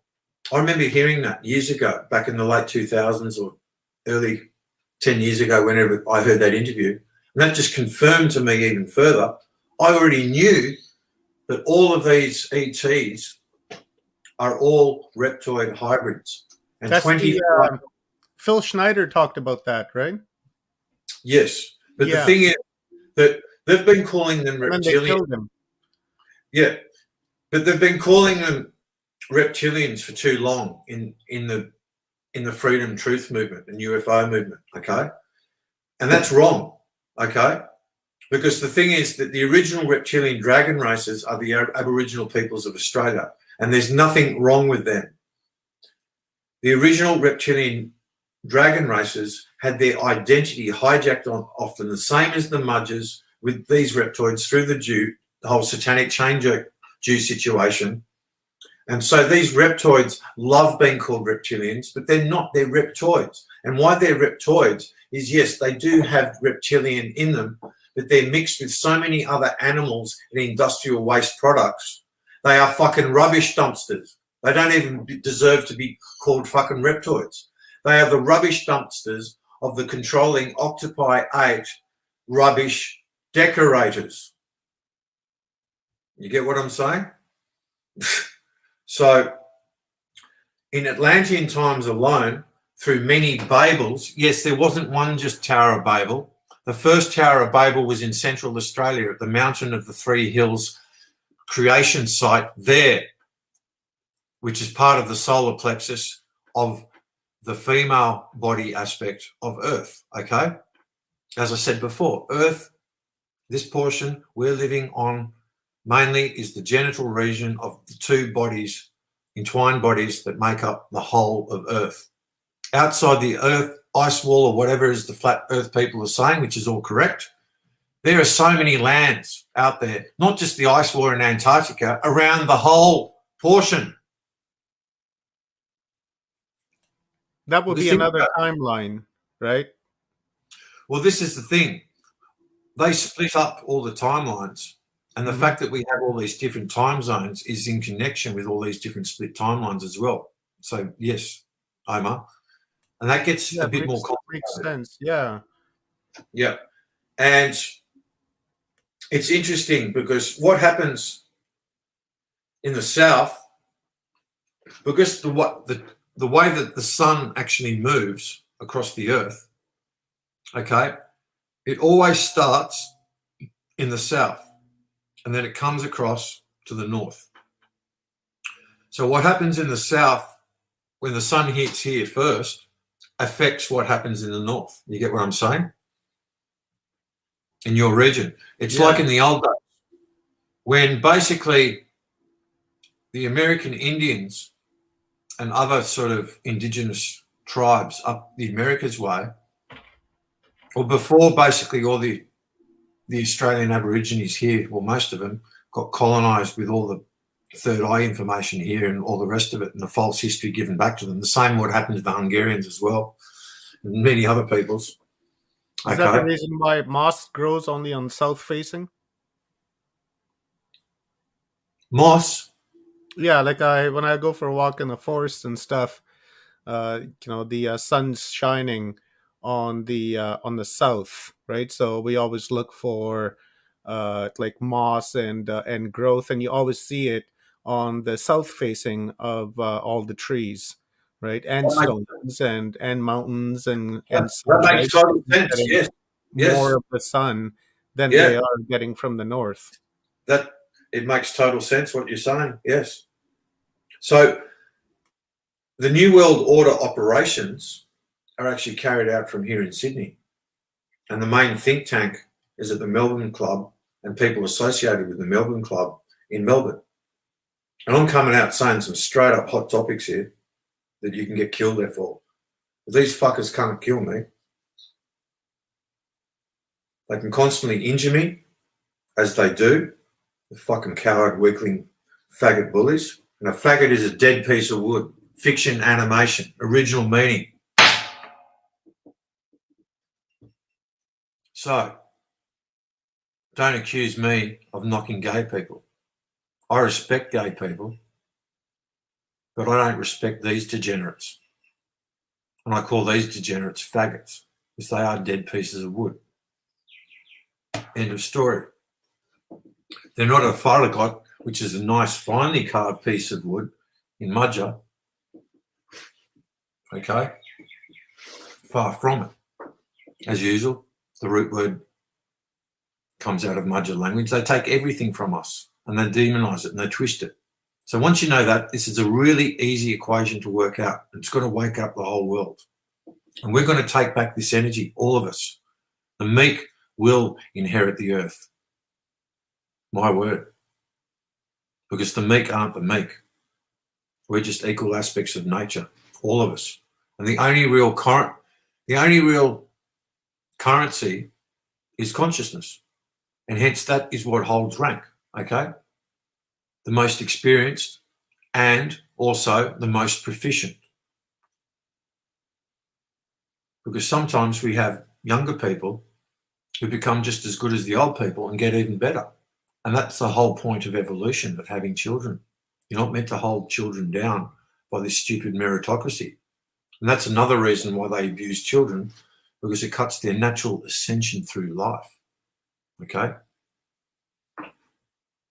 Because the child's always looking up to their elders, looking up, And when you have an elder betray them, doing pedophilia to them and even worse through satanic ritual abuse, well, that cuts that child's growth because it traumatizes them and makes them dysfunctional.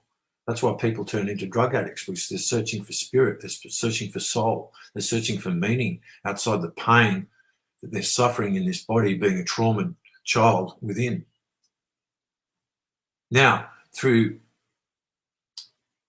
soul-centered regression, you can take all the emotional charge of that trauma out of your body.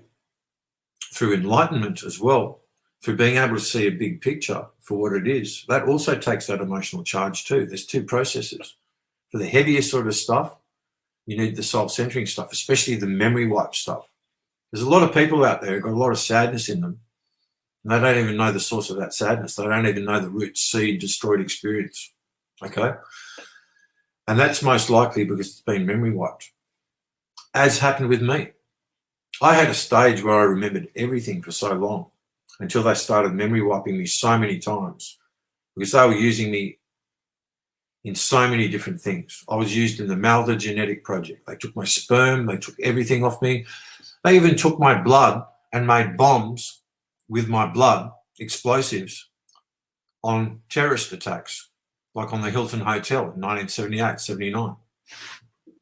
I kid you not. That's how far they go to desecrate the original Madja royal bloodlines. That's how hell-bent they are and how hateful and spiteful and nasty they are towards us, because while they're in this combobulated state of being so fucked up and endocrine disrupted, controlling everything, saying, I've got all the bitches, I've got all this, I've got all that, I've got all the things I want, and you people have got nothing because we made it that way. But yet when it really comes down to it, they're full of impotent rage, frustration, spite, envy, all the seven sins, because they want to be us, but they can't be us in here while they're like that, controlling everything. And that's a price they have to pay. And even the top 8, Octopi 8, even though they can change bodies and stuff like that, indispensable, they can only ever become as good as an amateur musician. They are talented, those top 8. But as I gave the analogy before, they'll only get to an amateur musician level.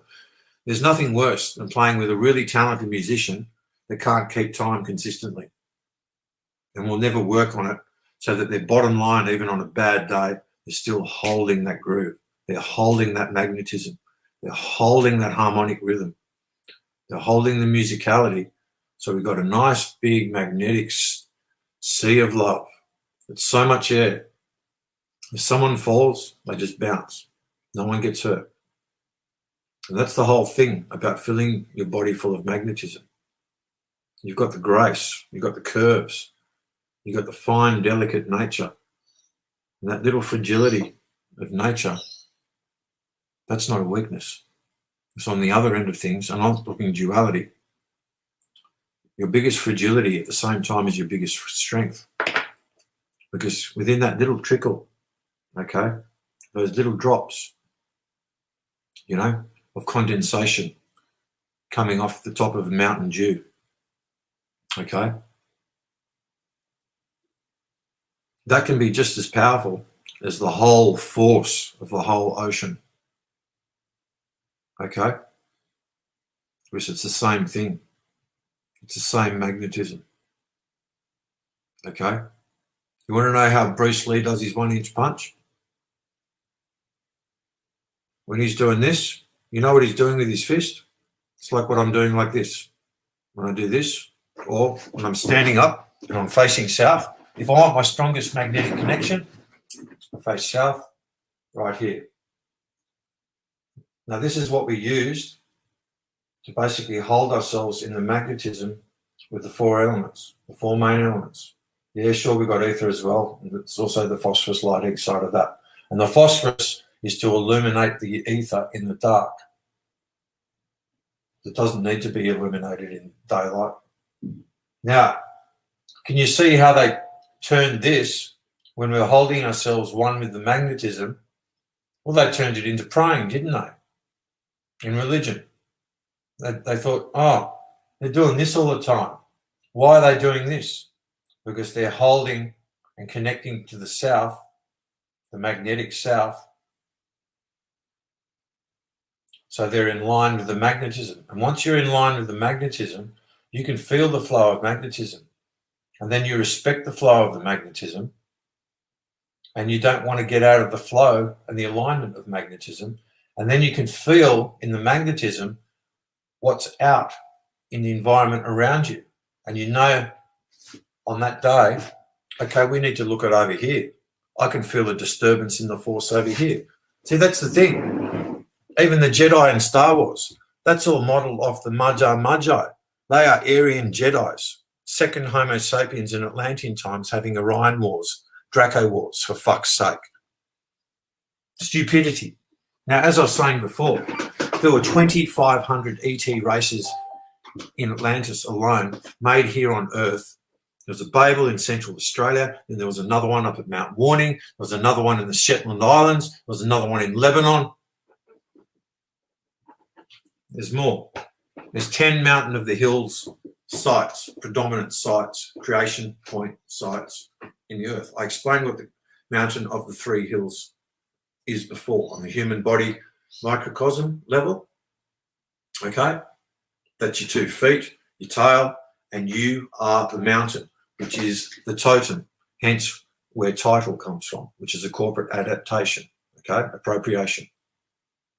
So it's like when you were saying the Mahatma thing before is a title, but you were saying it like his Mahatma is in Gandhi. That's actually like his soul totem spirit nature aspect, actually. But I understood what you were saying in the sense of the title, you know.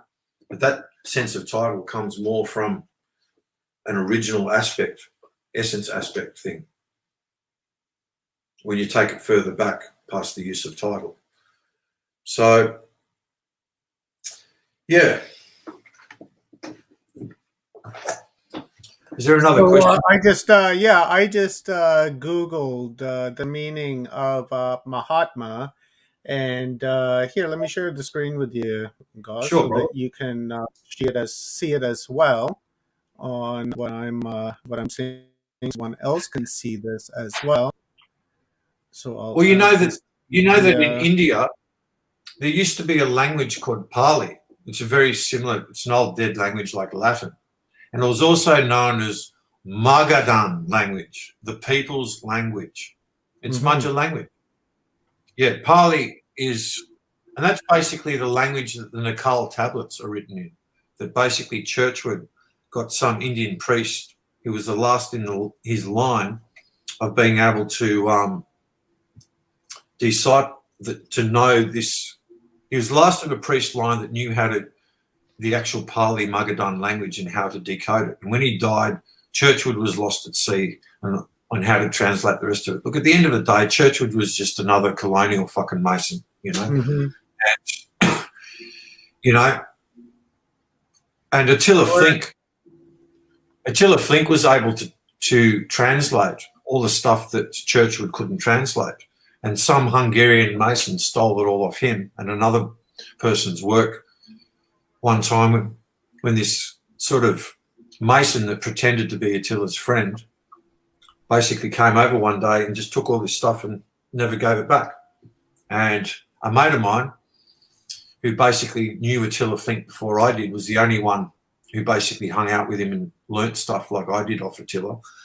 And basically speaking, he said, yeah, I had all my research with some of Attila's stuff on the table, and that fuckwit Mason, Andy, stole it.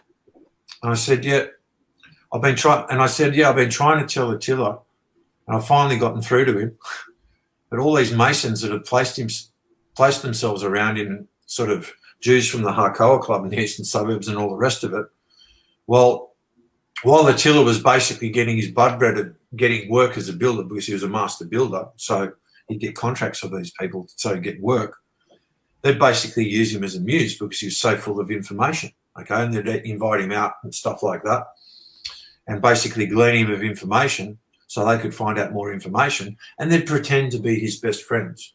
But the whole time they were usurping him like this.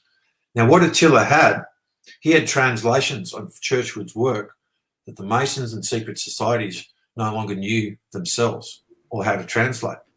But if they'd only knocked on the door of the Levite priests, who are the head of the Marine Admiralty law legal sort of franchise worldwide, that's where the magistrates and the courts get their real authority from, you know, not queens or prime ministers or anything like that, the Levite priests who are out of public view, trolling the whole legal establishment from the shadows because they're out of view, because they're black magic sorcerers, Kabbalah sorcerers, and they are the language holders who have the Levite priest code book that has all the confusion of the tongues math formulas. Kind of like a Rosetta Stone. Oh, yeah. Now, why have those fuckwits got a code book of math formulas for confusion of the tongues when supposedly God confused the tongues according Mm-hmm. to the Hebrew Bible full of holes? Because why I say, see, look at the word holy, Holy.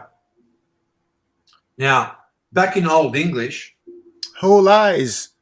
that's right. Now, back in early English, if you look in the Webster's dictionary, I found this the other day actually, just I had nothing better else to do, of course, and look up a thesaurus dictionary. But I find interest in these things. When I was looking up the letter I was looking up all these odd things just to see if they're going to have an explanation for it, okay? There's an 1828 version you can get on an app, but there's a 1913 one online you can just go straight to. And basically speaking, what they did, we've got the 5 vowels, right? But they also sneak in using the consonant Y as a vowel at times in Old English, right? Mm-hmm. Okay. And legalese and stuff like that. So when they wrote holy, they were taking the piss. Because that holy to them in an occult sense was saying whole, H-O-L-E, taking the piss out of the fact. Also, look at the word W-H-O-L-E in English. Why the fuck has it got an H-O-L-E in it if it's whole? You get what I'm saying? Mm-hmm. So the people who put English language together in particular, It's derived off the cube, the English language.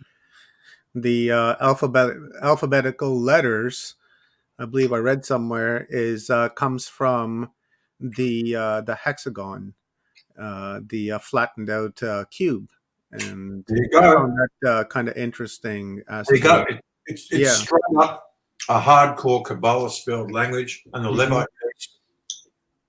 Levite priests literally have all the code book math formulas for it. Fuckers.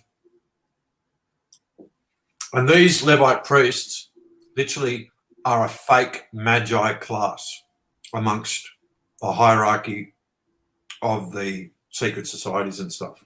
Mm-hmm. They have a fake magi because they copy everything. I remember one time this guy online saying, hold it, he's going, the magi are this really fucking full-on degenerate, secret society. They've got Rockefellers and this, that, and the other. And I go, yeah, that's right. They fucking copied us. They took our thing and then demonized it into, instead of the best organic cleaners, they're the best fucking diarrhea fucking, yeah, let's make some technology out of diarrhea. Yeah, no shit, right? No pun intended there. No pun intended.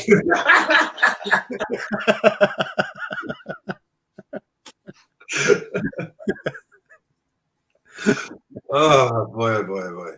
All right, brother. We are hitting our 4-hour marker, and I think already. Yeah, I think that's okay. a good download for okay. today. Okay, just on that mark, just let me assess any loose ends that I haven't tied up yet that I've started. Yes, the E. coli, how you heal the cat shit E. coli component of the Morgellons. Now, what they do with the E. coli is actually weaponized fiction animation that holds the nanoparticles and technology of all sorts of shit that literally freely moves amongst the black goo and liquid crystals, okay? How I said the liquid crystals is actually the insulation for the black goo. Mm-hmm. Okay? So to get rid of the E. coli, there's a few things. I found on the Australian government, agriculture website, I was sniffing around one day a few years ago, and I went, what are they using in the customs to detect salmonella and E. coli there? Okay. Like in airports, you know, when people come through with foods and things like that. Yeah. And I went, I bet they use colloidal gold to detect it. It just came to me. So I put in colloidal gold, and lo and behold, I found a fucking paper of the Department of Agriculture site where, yes, indeed, the customs people do use colloidal gold to detect and eliminate, you know, E. coli, salmonella. Well, that's Mhm. right. And I'm going, hold it. The government's using colloidal gold to get rid of that stuff, but yet the Why medical isn't it industry. using it for us? Yeah. Exactly. That was Yeah. my immediate thought. And just like yours then. I'm going, hold it, but they won't allow the allopathic medical industry to condone to put pure colloidal gold into our bodies. Mm-hmm. No, we can't have the humans doing that. It's like, you know, the best type of iodine you can buy that's 100%? Tell us. Horse equine iodine. Oh. Yeah. The racehorses have got to be treated better than us Mm-hmm. because they've got to have fucking racehorses to bet on. Now, when the pandemic started, right? Oh, less easy with that. Yep. I don't They want to could get only have right. essential. Yep. I'm not talking about that, but an aspect I can talk about is that the government said that only essential industries can actually stay open, right? Yeah. Now, it's very interesting, you find it not, what they consider essential industries, inverted commas. Liquor stores, pot shops, right? McDonald's. and Um, and just to highlight my point right now about the horse equine being the best iodine you can find, that's 100%. So if you want to get 100% iodine, get horse equine iodine, okay? And you don't get any of this step down sort of iodine stuff. I got a big bottle of it. It cost me $60 from Melbourne. It's lasted me 3 years, and I've barely touched any of it because it's so strong. You only needed, you know, a drop or 2 or 3 at the most. mhm. Now, the TAB here in Australia and the horse racing has not stopped the whole time from the beginning of the pandemic.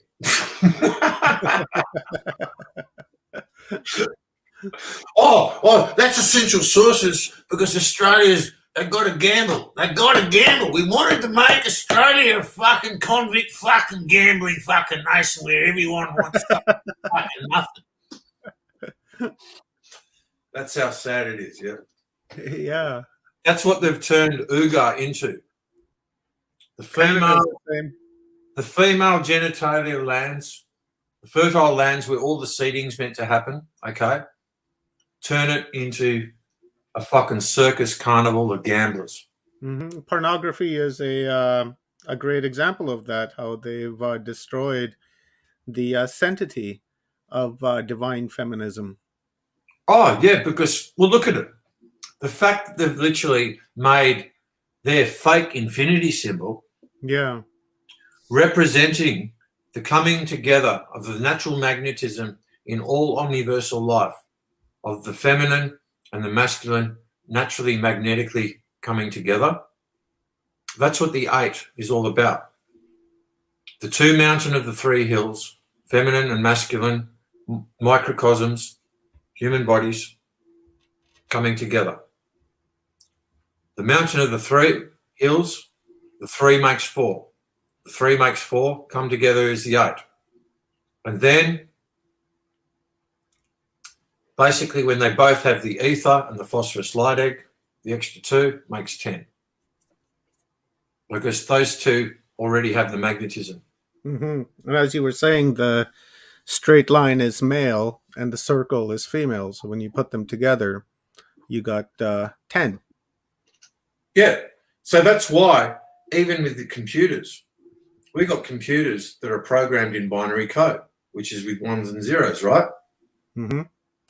However, when you use ones and zeros in separation, it's still inorganic, okay? That's why it's okay to use a frequency and vibration of music, of tone, pitch, Humming. yep, that literally has a frequency that's measured in numerical digits that adds up to 10, because you do have that equal amount of feminine and masculine components in that frequency, because the frequency itself is a whole frequency. So it's okay to basically categorize and see that frequency as a whole source code frequency. Well, it's not actually a code, but I'm saying code. Yeah, yeah, I guess what you're saying. Code, you know, Yeah. code, numerical digits and rubbish. But because numerical digits, we never had numerical digits until the confusion of the tongues started. Okay, numerical digits came in for money and fake. Yeah, which was fully introduced. Yeah, fully introduced and to when the. money came in, when money came in, it put the status of the woman. Okay, isn't it funny how in money culture the zero means nothing, right? Yeah. Okay, in a satanically inverted world, let's have a look in the real world. If in a satanic inverted world, at zero, the feminine means nothing, that means in the original real reality, the feminine meant everything. Yeah. So what they did, by introducing money, they reduced the status of the feminine in nature to fucking nothing. And what did they do to nothing? They folded it into a circle and tortured it in satanic rituals. And they got the central soul aspect of the original mother in human form. They split into two for ritual purposes, okay, into Ishtar and Inanna. So they can kill her in rituals every time they need to do a 9/11 reset event, because that's how they get their power to do it. I see. It's heavy stuff. Yeah. It's what they know. And that's why they've got two of them, okay? And then they make more, because every time they split another timeline off and copy us all across with what's called this Aleph technology, okay, it reduces us and makes us smaller and smaller and smaller. So what they've done, they've taken the giant pineapple, the omni pineapple of here and now timeless reality, and literally the original children of the ancient world of C, they literally fucked up, okay?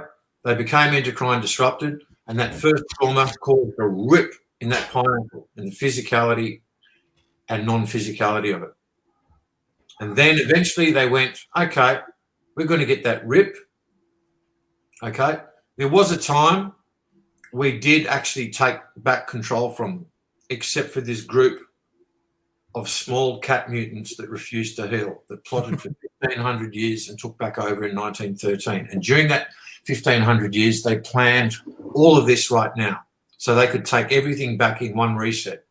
Interesting. It was during World War One, so they're using that as a time marker essentially to copy timelines, and then to World War II, and so on and so on. Well, the marker in particular, the significant marker, is the creation of the Federal Reserve in the US, because they traded that US Federal Reserve and fraudulent fractional reserve system of debt to literally hyperinflate within 100 to 100 years, hence why they only took out a 99-year lease with the government that they controlled at the time. So they could literally, they knew in that time that their plan of retroactively changing history over, 108 years or so, as it's been now, would literally hyperinflate everything in the world. And hence they could buy up every company in the world and control everything, as they do right now through Vanguard and BlackRock companies. That all the elites are private listed, owned, shared in both of those companies. So that's insider trading. We should be convicting these fuckers in an open people's court of fucking grand larceny of everything, okay? They are the thieves of original creation, and they need to be held accountable under natural law. And I'm a man of natural law, and I will prosecute the fuck out of these fuckers. And I mean every word I say. What is the point going into their marine admiralty law fucking bullshit? It's as corrupt as fucking hell, okay?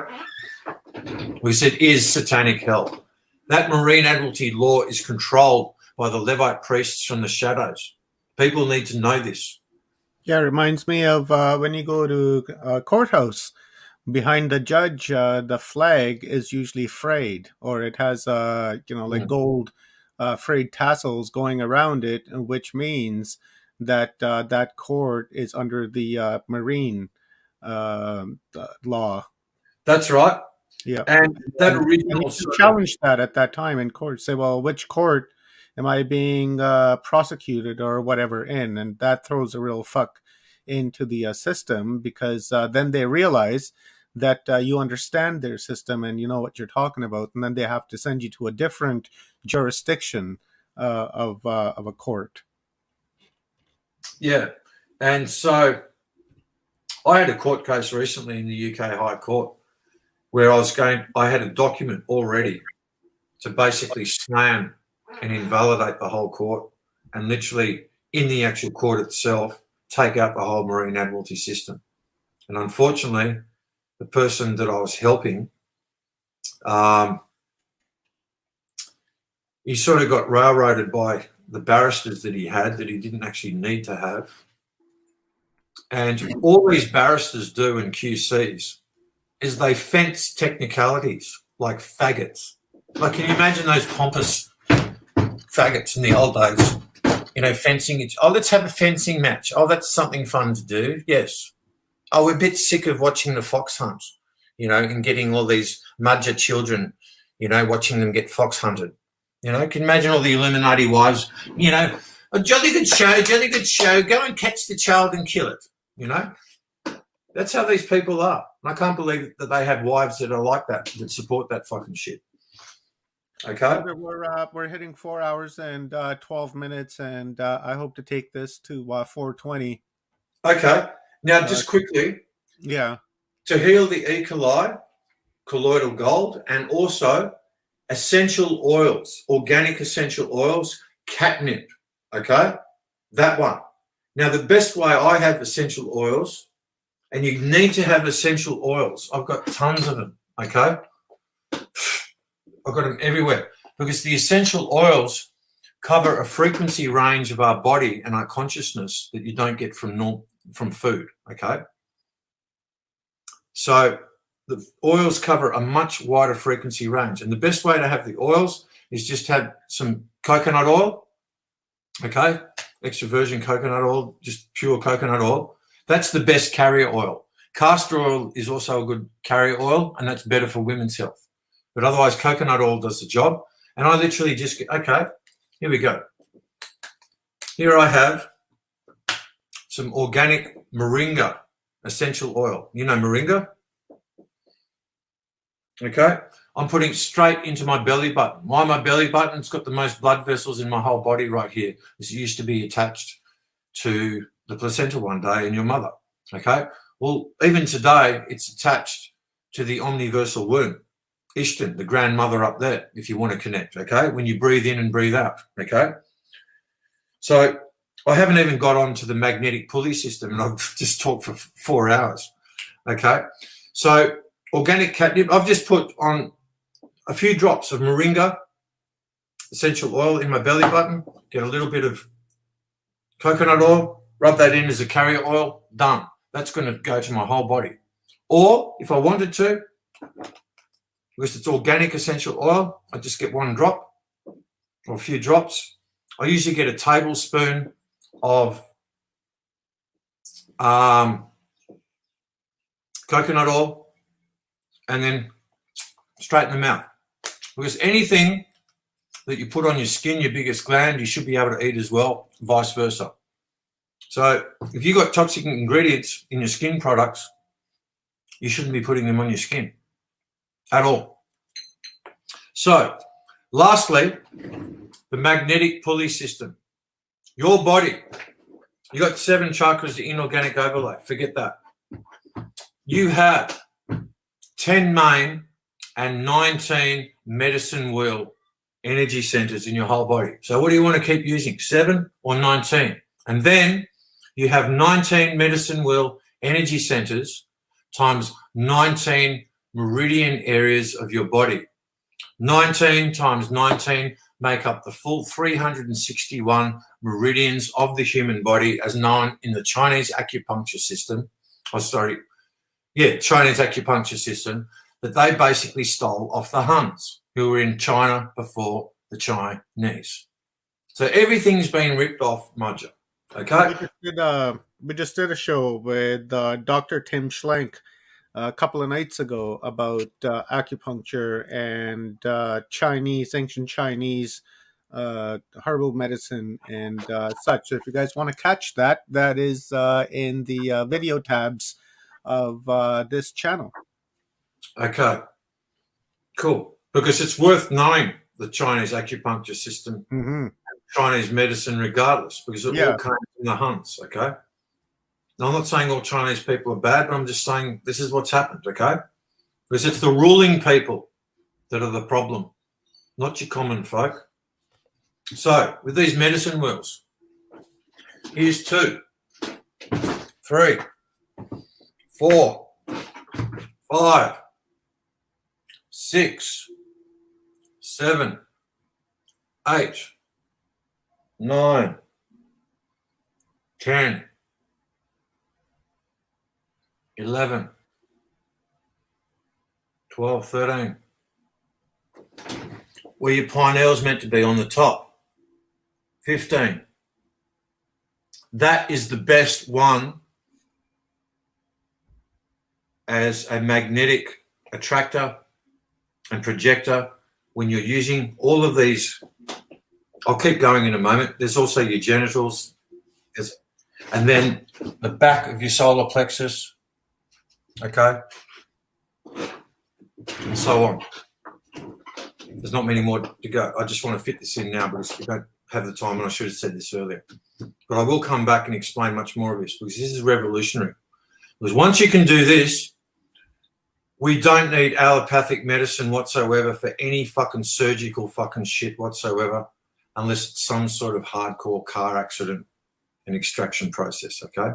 If you've got something, if you need to operate or something like that, you can do it yourself. Because if you've got something toxic in your body, or like some exosome, you know, body cell that's gone rancid because some toxicity of some form has made it like that, it's easy to clean out your fish tank with the right sort of natural medicine process, whether it's homeopathic, naturopathic, okay? It's easy, okay? Or with the things that we've talked about before, the hydrogen peroxide, 35% food grade, chlorine dioxide, that gets stuff out of you. Blah. Easy, quick, done. However, when you're using the magnetics in your body to literally, say your hips have collapsed and you need to put your hips back into shape, or in my case, I had my ass cheeks literally turned inside out and inverted, and I literally had to turn them back the other way and put them back the other way. That's how much they've fucked with me my whole life and hitting me with weapons and the whole everything. I've got some pretty nasty stuff to sort out. But anyway, now, this one at the top can cover any angle when the pineal's on the top of the head. Now, I've rewired my pineal in my head to be on top of here so I can do this work. Why? Because I fucking can, and anyone can too. Yeah, I've done the same thing. She works magnetically, electrically, the whole everything. You can make changes and you can heal this body in any way you want once you're magnetized, and you do not have to die a physical death this life. Sure, it takes work. You've got to get rid of all the fear and the fear of death to do it. Because when you're moving around big body parts, you can't have fear. You can't run into your head and go, oh, shit, I'm out of control, because that's going to make things bad. That's right. That's creating an intention and then canceling that intention by creating another one. by saying Okay. you can't. So if you've got something, because at times when you release certain things, say if you've got some scrunched up flesh and skin layers that have been like that for years, like I had in my groin, okay, when I mentioned I got ritually smacked by my mother with a Hollywood stick with a silver end on it, encasing 21 times in 1975 on the first sort of Arcana ritual up at Port Macquarie, the biggest ritual in the Illuminati history, because they time traveled people in from fucking everywhere. And how's this? They added 1,000 years to the timeline and they lost 200, mainly through their fuckery in the 70s with the time travel rituals that they did then, okay? Because they did a lot of fucked up shit. And I'm going to cover that another time. But back to the pulleys. So when you're moving stuff around and when you unscrunch stuff, okay, yeah, I do play drums. You got to know. Yeah. Now, the thing is, I play all instruments. I spent my life at music. Okay. When you're moving certain stuff around and something's been unscrunched in a bad position, or been scrunched in a bad position for a while, and you're starting to get that opened up again, whoa, your body starts moving very fucking fast. You know, it's like a roller coaster. Literally, it's like a stream cascading, like a waterfall. Now, in order to hold that from going too fast, you use all of these pulleys, okay? All these medicine wheels, okay, as magnetic projectors and attractors, right? So literally, something starts moving too quick, okay? We slow everything up. Now notice how I'm just holding poise right now. I'm not even moving except for my stupid mouth. Now, I haven't done Tai Chi or any of that stuff in this lifetime in a regular sense because it's too technical, too boring without the music inside of you to basically do it with. Because it's the groove that you do it with. Now, I'm moving at the moment with stuff that's got to heal in my body that I've put on hold for this talk. A couple of big things came through a bit earlier. Well, I've got a way of putting things on hold. But basically, at the moment, I've finally got the opportunity, the first time since I got attacked with voice to skull and multiple psyops and energy weapons like no tomorrow since the middle of 2018. They had another period in 2015 and 16. They were doing it to me as well until they rendered me useless in 2017 and poisoned me. But ever since I got back on track from that in 2018, they've been hitting me with everything under the sun and injuring my body to make sure that I can't center and I can't do. Because when you can center properly and use that center body pendulum, there's nothing you can't find out.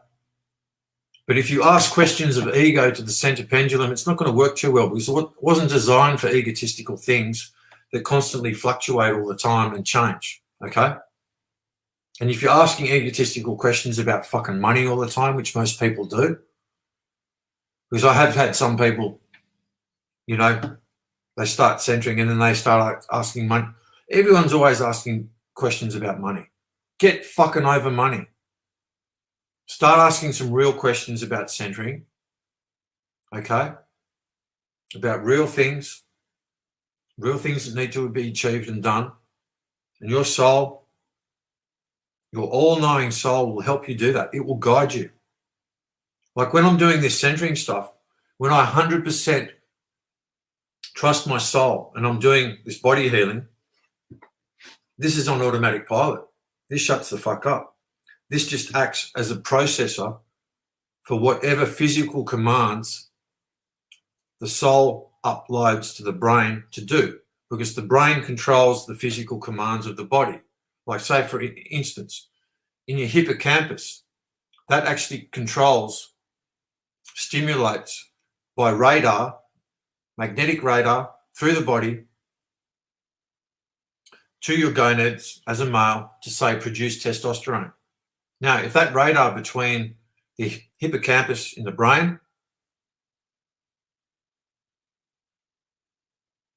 and your gonads is basically stuck because there's too much fibrin, sticky fibrin in your body that's been created from all the microwaves in the environment, from the hot energy and stuff like that, and all the toxic pollution, okay, let alone everything else they're doing to turn males feminized now and not have the strength to stand up for women and children now against these governments, let alone all the fluoride in the water and stuff like that, that makes the Freemasons a fucking killing for life as the silent business partners in government, okay?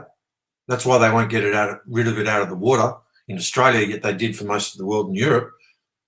And they deliberately kept it in Australia all this time, despite some of us people having the evidence and campaigning, but just getting this blanket no, because all the top deans of universities and science places and stuff like that, well, they're all Masons. They're all infiltrated by Masons.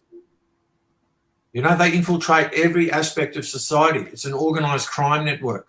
How can we make another problem and make some more money? Yeah, right. Australia seems to be the testing ground for what's going to happen in the rest of the world, right? That's right. I've been saying this new world order state here. And on the Deagle website, that Deagle military website, before they shut it down, before some of us started getting onto it, it said the population by 2025, which is their big fucking year, of Australia is projected to be 16 million. That's a third less, okay? Almost a third less than what it is at the moment, 24, 25 million.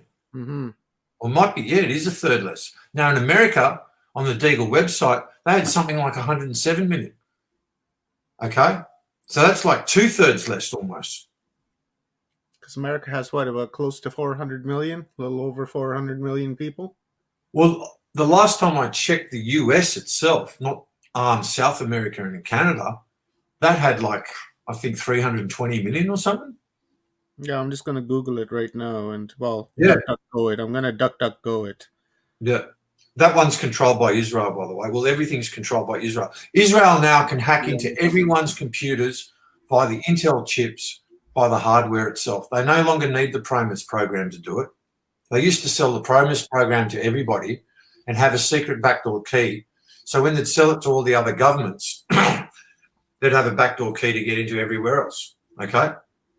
So the Rothschild control state that is Israel is what's controlling the New World Order. That's why they built up Israel. Because the Jewish people... 329.5 million people in the United States. Okay, so it's gone up 9 million since I last checked. I don't know how many years ago. Yeah, so the thing is that the Jewish people were already given an autonomous state 100 years ago. It's called Birobidzhan, and it's known as Stalin's Forgotten Zion, okay? And basically speaking, the Jews were given a homeland in where is it, northern Manchuria, basically between Russia and China. And they deliberately don't list it on the United Nations Charter of Nations, because if the greater sort of masses of people, especially Muslims, found out that the Jewish people already had a homeland given to them, and most of them just left there anyway because they just decided to, you know, because I think they were all just spoiled and didn't like it. I don't know. But they basically... I got a quick question here for you, bro. It's from, it's about what we're talking about. Cirrus, Imbala, Nordic. What about DMSO? I just got some spray on magnetism oil with DMSO in it. The DMSO takes whatever's mixed in it deep in the body. Yeah, that's a good thing. DMSO is good. And another thing that takes things very deep into the body, okay, to the extremities, is Hypernicum, St. John's wort, okay? And I use St. John's wort, say for instance, this is some Aboriginal bush tucker stuff. if you got some really bad injuries and sprains and you're in pain, okay, get some tea tree oil, some wintergreen oil, mix them together, make a bit of a paste, salve, sort of lotion, okay? These are essential oils, by the way. And put some Hypernicum St. John's wort in it so it gets into the bones. This is the problem with balms, like with Tiger Balm and topical balms. They don't get in deep enough and they're ripping us off, okay? And when you get Hypernicum, okay, if you've got something you bought from the chemist or this or that and it's not getting in deep enough, get some St. John's wort, okay? Some liquid version, you know, like.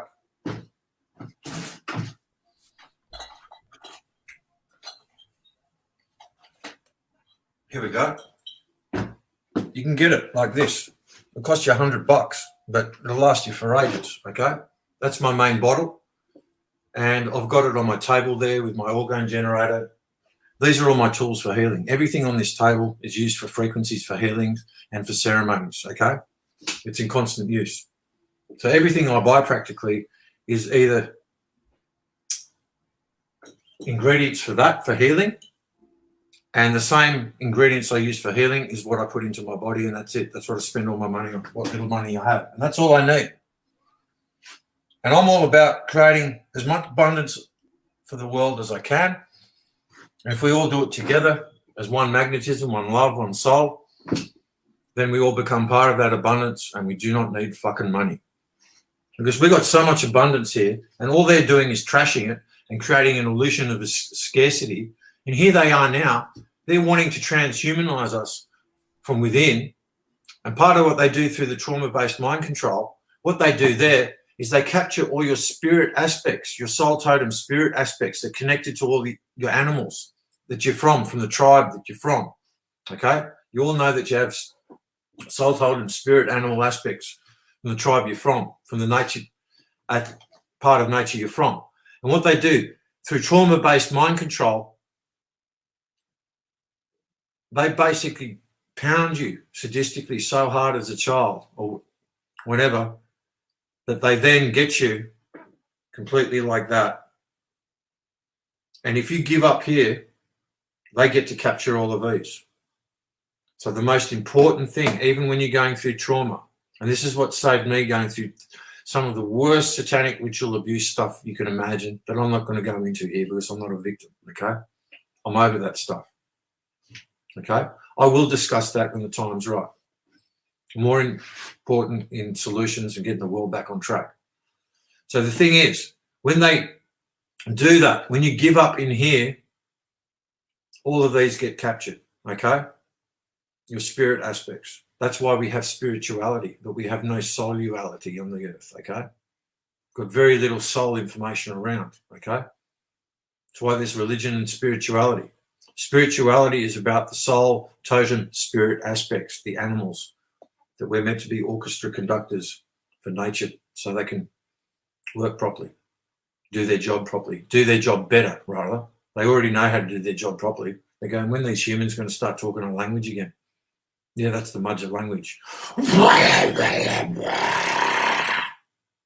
So they imprison all of those spirit aspects of us and put them into little cube cages. And then they turn them into, and what they do, they create what's called altered personalities or personality alters. And they're all in cages. And all of these animals, they all become merged as one when you're centered, okay? As I said in that carry-on, as it shows on that carry-on lift site.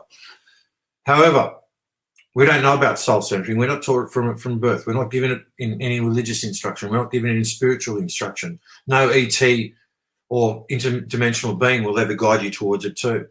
That should tell you something straight away.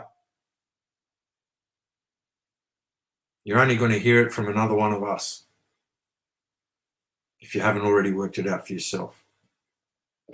So with these spirit totem, soul totem spirit aspects all imprisoned, they don't know the existence of each other anymore because they're all shut off from each other. So the main person who's been MK Ultra trauma-based mind control into a Manchurian candidate or a monarch sex slave, which they do for women, Okay?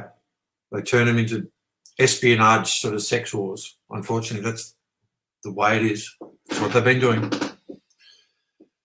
Literally, they have a main personality.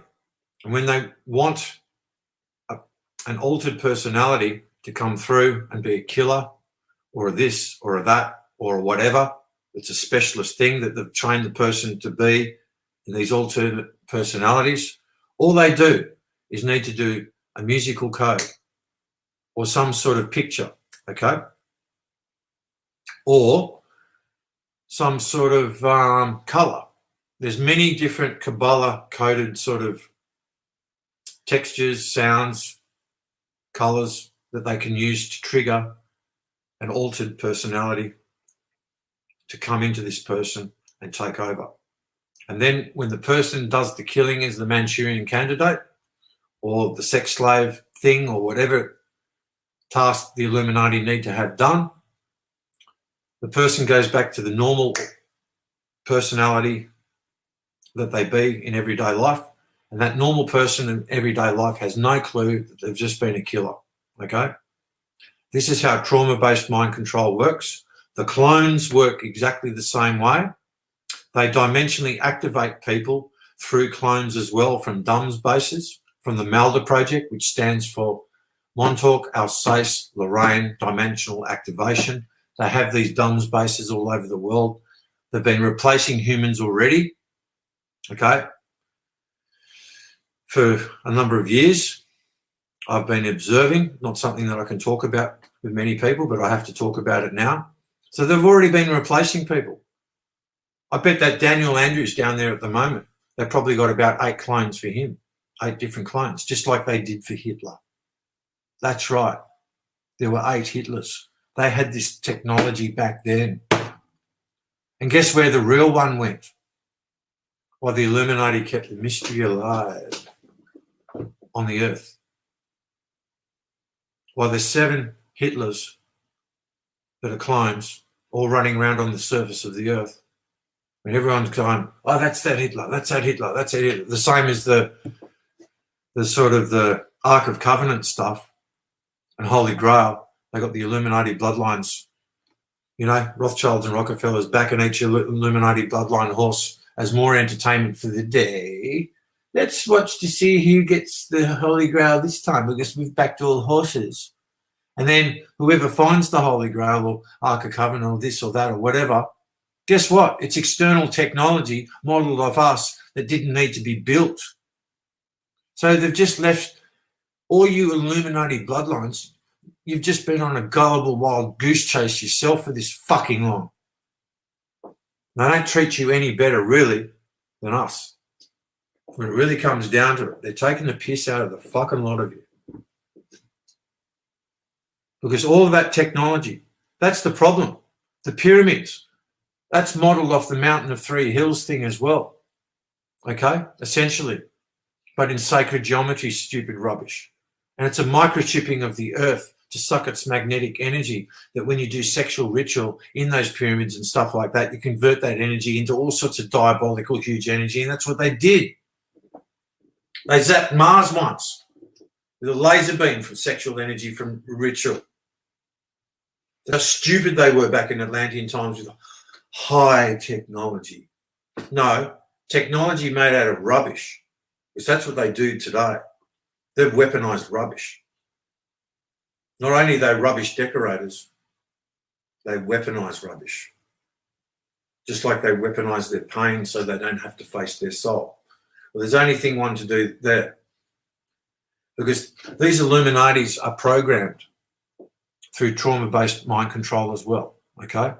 So the only thing you can really do with them is consciously extract their heads out of their asses, because that's where they've been programmed to be. Egotistic, narcissistic little fucking prats. Shits, okay? Extract that head out of its ass consciously and shove it straight into its gut. And the only thing that you can do that with is the sword of truth, consciousness. And when you hit them this hard with truth, this direct, this straight on, it can't be balked, distracted, subterfuged, diverted. So that's what they do. They just deny, deny, deny. I call them recalcitrant denial specialists. Well, guess what? I've worked out the organic magnetic pulley system of the whole body. And by the time I finished healing, I'm going to be a living example. Some people know how serious my injuries have been over the years and the mess that it's left my body. I should be dead by now. Well, I'm not. Why? Because I never give up. Even when I was being beaten as a young child in those rituals, you know how I got through the pain? Like I did before I even started active, fully conscious soul centering in this life, you know, from about 10 years ago. Once I'd worked out all the bits and pieces, you know, 20, 25 years before that, it took me, is you go deep into your center. If someone's torturing you, someone's doing something bad, just go deep into your center and write it out. The deeper you go into yourself, the more you connect with everything else around you too. Go deep into yourself and connect with that magnetism. And that way, if someone's beating you, the blows just bounce off more. Yeah, you get injured, you get hurt. But if you remain in your brain while you're getting tortured, you're going to feel the pain and experience it even worse. Because when you're in the pain, that's when the fear comes in. It's magnified. If you just go deep into your body and go, okay, I'm being beaten, whatever, just go in as deep as possible and find a place.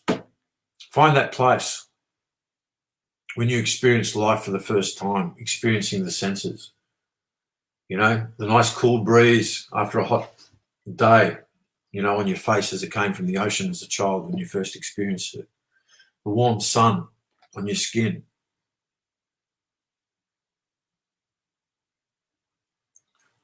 Remember that. Because that's what's going to remind you of what is you, of your experience of life in that innocent sense. Just going, wow, look at that.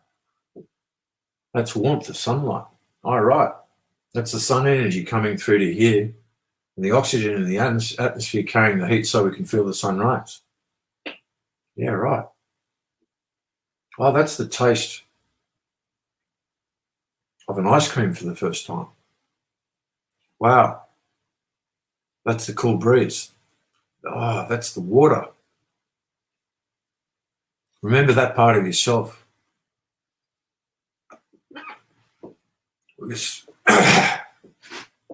That'll get you past trauma. That'll remember who you are. If you've got trauma in the way still that happened to you as a child.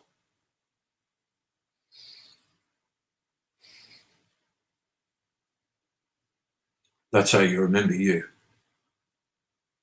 So you can get through. Just never give up. And if you never give up, you won't lose all those spirit aspects of yourself that's up here.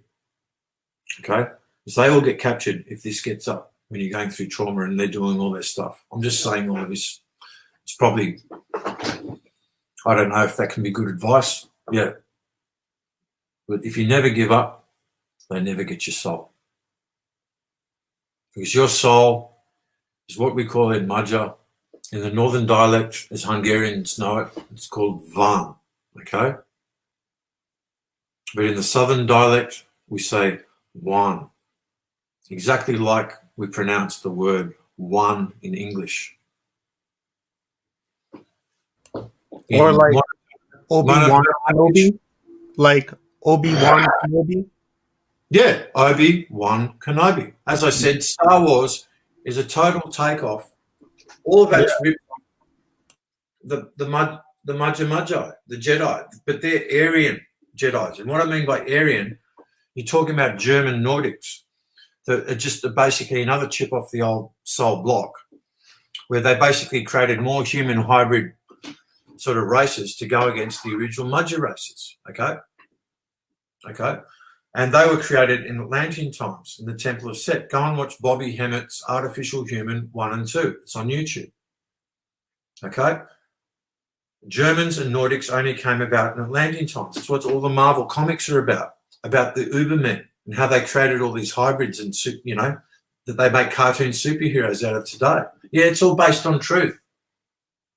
the more out there sort of truth is in the fiction. Because as we know, they're not smart enough to come up with this stuff. Only when they're basically involved with stupid sort of technology that's animated fiction that creates more harm to the omniverse and all of life in the long run. Or collaborators. Yeah, exactly. And the thing is that not only that, when they stuff up and they don't know how to fix their problems, they hijack us offline, put us in different bodies, fix the problems, and then they throw us back into these bodies, back into the matrix at the exact time and the exact place they took us from so that we will never fucking notice. Now, the only way to notice this subtlety is when you start to soul center. Now, I've been naturally soul-centered most of my life. I've been a naturally magnetized person. It's been my nature.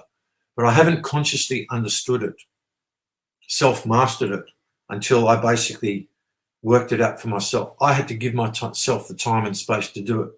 Over 20 years ago, I quit the music industry. I was a very proficient instrumentalist. I was a session guitarist, bass player. I was a sound engineer. I played in lots of bands. You know, sound production, the whole everything. But by the age of 30, I'd already achieved all my personal things I needed to achieve with coming from a white bread sort of eastern suburbs background here in Sydney that was as unfunky as fucking hell, I tell you that.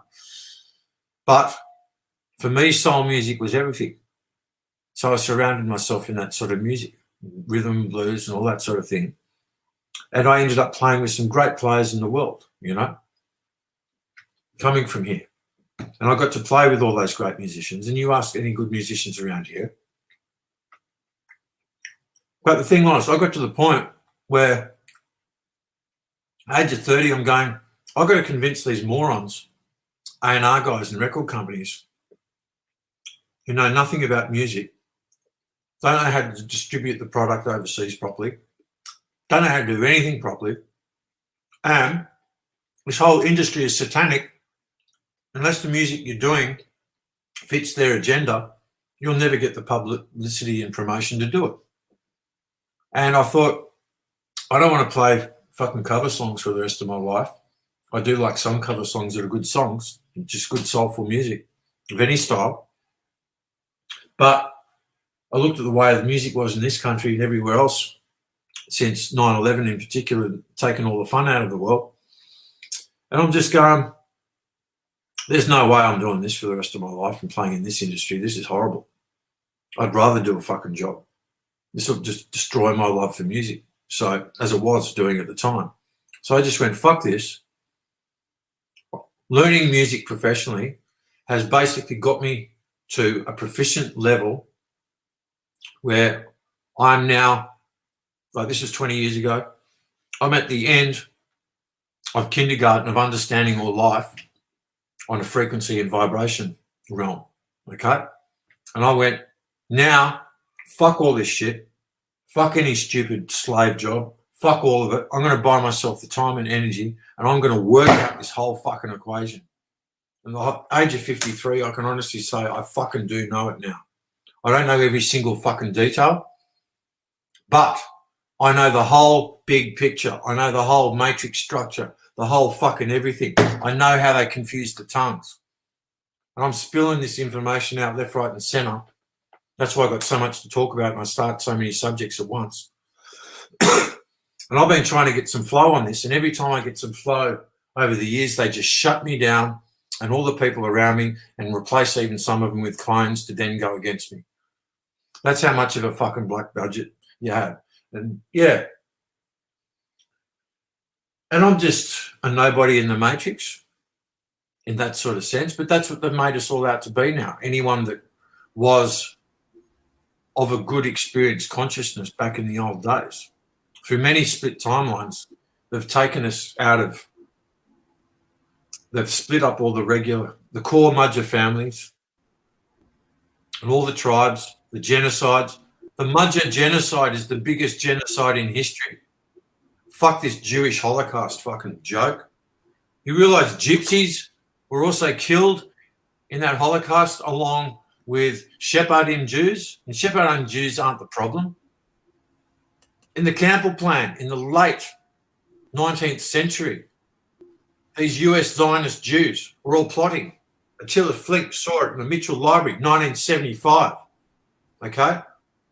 And he said, these US Zionist Jews consider themselves bigger, stronger, more superior Jews than to the weak, pathetic European Jews, as they called them. So we're going to use them as a burnt sacrifice. That's what Holocaust means. Along with the standard everyday homosexuals and gypsies. Guess who the hit gypsies are? Mudgers. They don't mention them as mudgers, do they? Oh, we'll just call them gypsies. Originally from Egypt.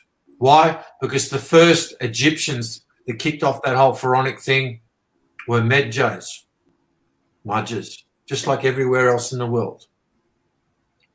They take over the culture, make it all Jewish. It's all satanic change-work as the veil to hide the Satanism. Okay?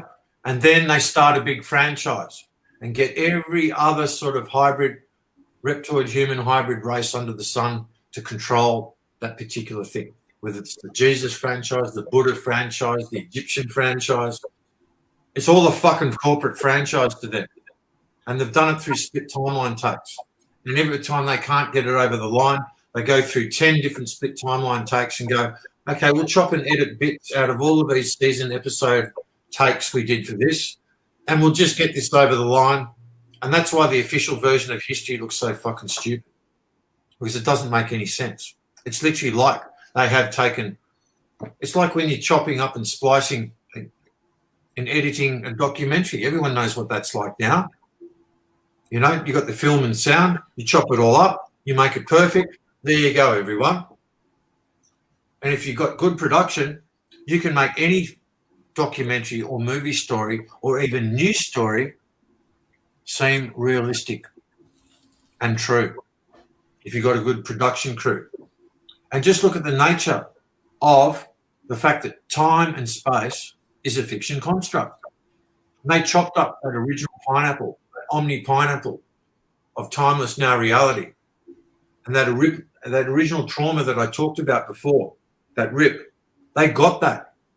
And during that 1,500-year piece before 1913, what memory wipe to everyone now that will come back once this split timeline, retroactive time travel, cheating of reality has been fully exposed, as people will get to know and start to see, this actually makes more sense of all the fucked up chronology through history no one can work out. Through this event, this event, this event. Because as they retroactively changed history, do you think they did it chronologically? No. They did it in different, they went from one era to another. Because in the real reality, it's just now, this present moment of now. But if you chop up this big pineapple into a mincemeter, as they planned in this 1,500-year piece, and turn it into mincemeat entrails, now we're going to put it all into one big long linear sort of line and make a whole heap of parallel ones. So we've got all these parallel split timelines. Well, then these people, eventually, they're going to accept this new reality that, you know, time and linear and cyclical time is their real reality, and that you have to travel through all of it. Like you got the cyclical time, like the seasons and shit like that. We never used to have all those 4 seasons, as I explained earlier. But there's cyclical cycles that happen, okay, through that linear time. Well, originally we didn't need any of that. We didn't have any of that because they just chopped the now reality up into mincemeat pieces like you see on that Pink Floyd, Another Brick in the Wall. That's what they've done to the whole of nature, including us. And every time they keep on splitting a timeline and copying and pasting it with the left technology onto the next one, they're making us smaller and smaller and smaller and smaller. Yeah, we used to be giants. We used to have the whole Rome of the whole earth, not just living as small little, you know, fleas at the moment compared to what we used to be just in the genital region, okay? Think about it, Omar. When we're big, huge, 100-foot giants, there's enough room in the whole earth, isn't there? You know? Oh, yeah. Yeah. I'm just, coincidentally, I posted something this morning about a giant in the artwork being found in the Nubian pyramids. And I'm just gonna bring that up. And Yeah. this dude is totally huge. Yeah, because And there used to be more. There used to be more sort of oxygen, more carbon, more everything, and they've just chopped it all down. Now they're sucking all the orgone, okay, out of the energy in the environment, right? mhm, All the beautiful aspects of the magnetism and the nitrogen. Like, if you look at that video that Zacchaeus did, up at Niagara Falls, and he was there at a generator, and he was using some smart. He just made a quick homemade grounding device out of a few crystal and a couple of wires to ground the generators at Niagara Falls, because they were sucking all the orgone out of the environment there, okay, with 0 point death energy. Because 0 point energy is actually death energy. Not many people realize this. If it doesn't have a frequency, it's not alive, it's dead. It's like when you see that line, when someone dies in a hospital, on the heart meter, and it just flatlines, that flat line is 0 point, okay? That's death energy. And the nature of that death energy is what's used in this hot, not properly grounded energy that's used in all the microwave towers.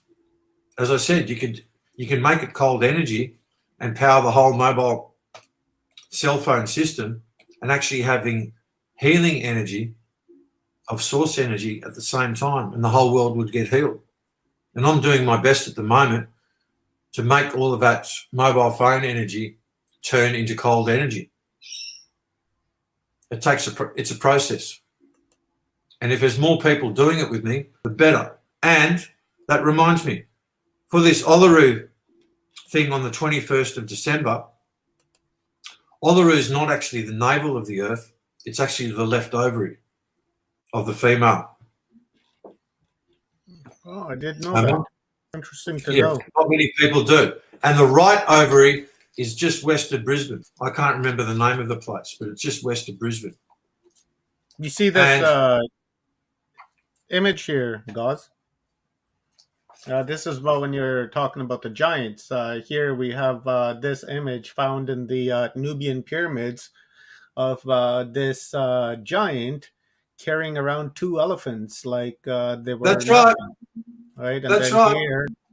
And then here we have Sumerian Anunnaki holding on to a lion like it's just a kitty, just like a little cat, like my Lord Gilbert. That's right. That's Little exactly Daisy. right, brother. Right, so these people were mega, but this is profound right here. There's a guy walking around with two elephants. Well, what they've done is they've Makes reduced. You think about that stick, right? Oh yeah, man. That's what kind of stick is that? That's an incredible find, because what they've literally reduced us down from that size, right? Put us in the center region of Earth, where the genitals are, where we're existing as fleas around the genitals. I'm serious. Mm-hmm. In comparison to the full stretch and realm of Earth that we used to have. Okay? Now, this should be huge, because I don't know who anyone out there has basically said. Now, I said before, there's one video of Dr. Phil Valentine where he basically found a full omniversal map, this old map, and he got it from Central Australia somewhere. And when I find the video, I'm going to show it to everyone, okay? Because when I saw that map, it triggered my memory of the star maps that basically hold it, astrological configurations and astrological constellations and astronomical configurations denote land and seas below. Hold it. If that's an omniversal map, that means the Earth is that big. That's how much a bigger fucking lie it all is. We are not just a dot in the middle of fucking nowhere in the whole of fucking NASA, space and planets. Suck my fucking ass cheeks. You can suck me, sir. Fucking hell. It's like, no. See, we're all made to feel like that we're just some insignificant dot in space. We're sorry, Earth is the whole physical roots of the whole omniverse. If it all fucks up on Earth, it fucks up everywhere else too. And the real astral is liquid. Now, I dare say they've hacked out of the real astral their fucking fake space and planets so they can have their big fucking Star Wars poofter parade forever until they literally obliterate the whole of the omniverse with this particular low-rent consciousness attitudinal mentality that they're taking the piss all the way on their road to nowhere, highway to hell, until literally the way that they look at it is, well, if you're so much smarter than us with the real consciousness, well, if you don't stop us by the time we obliterate everything, then we win. We were right. Because their whole way of looking at it is that they're so fucked up and they know that they can never face their soul again. So they think that the only peace that they're going to have from the hell of their own self-infliction and self-hubris, insolent pride creation is literally they think that they're going to have peace when everything's all obliterated. Okay? They're finally going to get that. Is this the guy you're talking about? Yeah, that's the dude. Now, I recommend people. Now, he's a doctor of hygienic science, okay? So this guy knows a lot about organic cleaning, okay? Now, the thing is, he's even taught Masons and stuff like that. And he teaches, he's got a Kemet school of teaching stuff, the Egyptian stuff. And the only stuff that I have bones about with his stuff is the fact that he doesn't know what I've found out. That's all.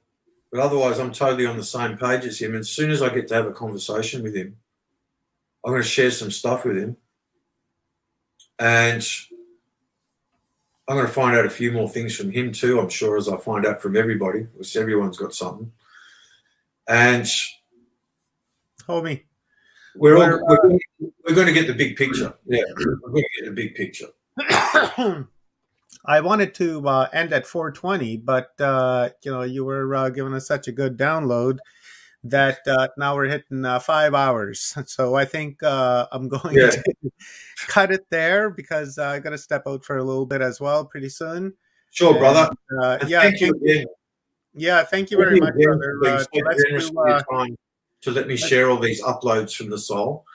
And let's do another download next weekend. And well, you know what? In that one, I can do a more detailed thing on the body healing with the magnetic pulley system, because just lastly, the other area of our body, the thing on our body that enables this magnetism. Now, how you use this magnetism when you're actually musically sort of moving around, using your natural momentum of movement to work through the injuries and fix things and magnetically pull things with your pulleys through your armpits and your nose and your teeth. And you can use anything in your body. Is the endocannabinoid receptors. We've got so many endocannabinoid receptors all over our whole body, more than any other system in the body, whether it be the pulmonary system, nervous system, so on, lymphatic system, okay? Now, they say that there's approximately 5,200 endocannabinoid receptors, but on my experience in using my whole body, I reckon there's even more than that, because literally there's no place in my whole body that I can't basically use magnetism. Now, the thing is that you can use also other parts of your body to smooth out parts of your body to round the corners. So when you're fixing it, say like if you've got tennis elbow and you've got fluid build up on your elbow, right? And your whole elbow slipped out of alignment and it's been that way for years and you want to get it back into place. Well, basically speaking, you can use parts of your hand and your other arm, even your leg, to basically round over the injuries, and your soul will guide you and show you how to do it, because it's most likely done it before in the past. And you can get your past life muscle memory from the bodies you've been in, because the soul has got that. And I was going to say, your appendix is the real Akashic records. That's your access to the real Akashic records. So your soul is going to get the information on how to heal your body from the Akashic records itself. And the only way you can get access to that appendix Akashic records magnetically / energetically is through soul centering. The third eye, Akashic records up here, that's a big Draco fucking fake one. There are some true aspects in there, as there has to be. But unfortunately, the one, Andrew Bartzis, the one that you've basically connected, that's the wrong one. Not saying that there's not true information in basically some of the information there, because they have to have some true information as magnet carrots to get people interested, just like they did in the Bible script. There is true information in there, okay? But it's the way the whole picture is put together. That's what they've done. Even to our heads, they've turned our brain by putting our pineal that used to be on top of our heads into our brain as a linear film projector. Bing! That linear projects stuff onto our third eye plasma screen. It's one big fucking Disney Hollywood fucking movie studio they've turned our heads into. It wasn't like that as first Homo sapiens. Our heads had enough room so we could feel our whole body, because our head brain was used just to process simply what was uploaded from our soul, so the body commands would do its right thing. The head is not the controller. The sight in particular is the last in the line of senses after all the other ones. And basically speaking, if you're soul blind, your sight's useless anyway. And that's just the way it is. And what they've done, our focus in life, our center in life used to be from, this is the main control unit right here, the gut. Here's the PlayStation controller right here. See, they've got people playing PlayStation, right? Not realizing they're sitting in front of the PlayStation like this, with the game controller. Yeah, good call on that. Now look at this. Yeah. You see what that is? That is what the Dorje in Buddhism is modeled off. This double-handed mudra here, this is what the Dorje, external technology, Dorje and the Gunta. You know how they use that to basically move boulders up mountains with all their Tibetan rituals and this and that, what they used to be able to do? Well, guess what? Originally, we didn't even need a Gunta and a Dorje, because where is it? Here's our Gunta, the gut. This is the bell, the belly. This is what the Nazi Bell Project was modeled off. This is what Bay Bell, Sky Bell was modeled off. It's our technology, us. We are the technology. We are the cell phones. We are the GPS. Nature is the internet. Why have we got all this rubbish technology? It's literally weaponized fucking junk. Now, once we look at it like that, we realize we don't even need him. But yeah, we'll use it to the best means so we can communicate right now, you know, to liberate our world, and should say, take what is rightfully ours back. These thieves of original creation have no fucking right doing what they're doing, turning Earth and us, the human race, into one big fucking abattoir to be experimented in, so they can have little fucking cyborg fucking human slave robot toys to fucking serve them. And they're going to experiment to see which of the best new toys they can get in their Toy Story 4, so to speak. I'm just taking the piss. They experiment with us right now, as they showed us in Utopia 2013 from the UK version, how all of that is basically going, okay, we'll try a little bit of this ingredient in that race of people, that race of people, that race of people. We're going to test out the models. And out of all the testing out models, as we kill everybody off in the global Jonestown, then we're going to work out the best models to have left when we have our 500 million left over to serve us as human cyborg robots. Now, guess what? Creation doesn't have the legs. The original mother and the original father can't put up with all this fucking bullshit any further. because the original father and the original mother that are the two on earth, okay, that are embraced, that is the earth, okay? There are two central soul aspects in humanity today that are connected to those two bodies. And they've chopped them down as well, okay? Now, they won't be able to put up with much of this any longer. And I'm connected to one of them. And it just is what it is. And All right, brother. I gotta end the stream. yeah. But this is it. This is where we're at. And it's all about energy. So we take back our energy. And every woman and every man out there is a soul aspect of the original mother Ishtan and the original father Jabba. Okay? Every one of you. Whether you've been sliced off later as new life to be made toy soldiers against the original family, or your old souls. You all come back to this original mother and father. And you all have the magnetism and the power to take yourself and everybody else back home by taking control of your own magnetism and connecting to nature's magnetism and taking back the energy. Now, the hard work has been done at a certain level already by people who are literally dedicated their lives like myself to doing so, like yourself too, Omar, you know, doing what you're doing, because we all have a different role to do, interconnected together.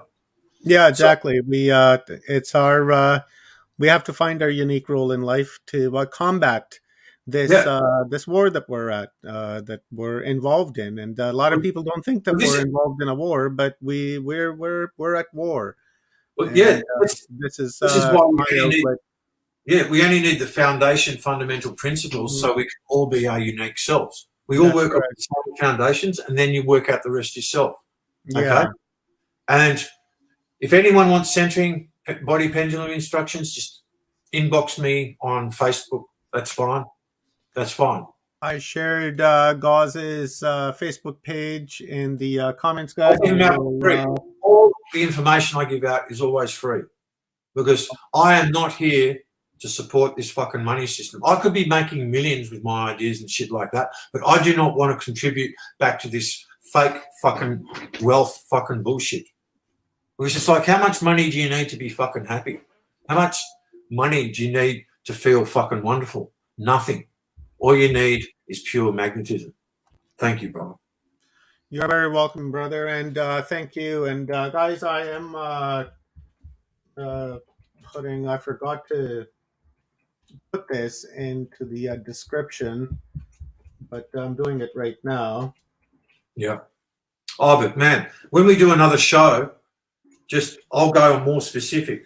And what I'll be doing is that when I do my body healing, the hardcore stuff with ceremony, I'm actually naked most of the time, because I have to be, because I've got injuries everywhere and I've got to have unrestricted access. And quite often when you're doing your best shamanic work and songline work and singing, you're quite often in that state too, because let's face it, once upon a time, we were pretty much naked all the time because it wasn't embarrassing to be naked. It wasn't something to be embarrassed about. They created that taboo so they could have their perverted little fucking world. Guys, connect with Gauze on Facebook. I've added his profile page here in the comments, as well in the description of this video. So feel free, if you use Facebook, I'd like to shoot him a message.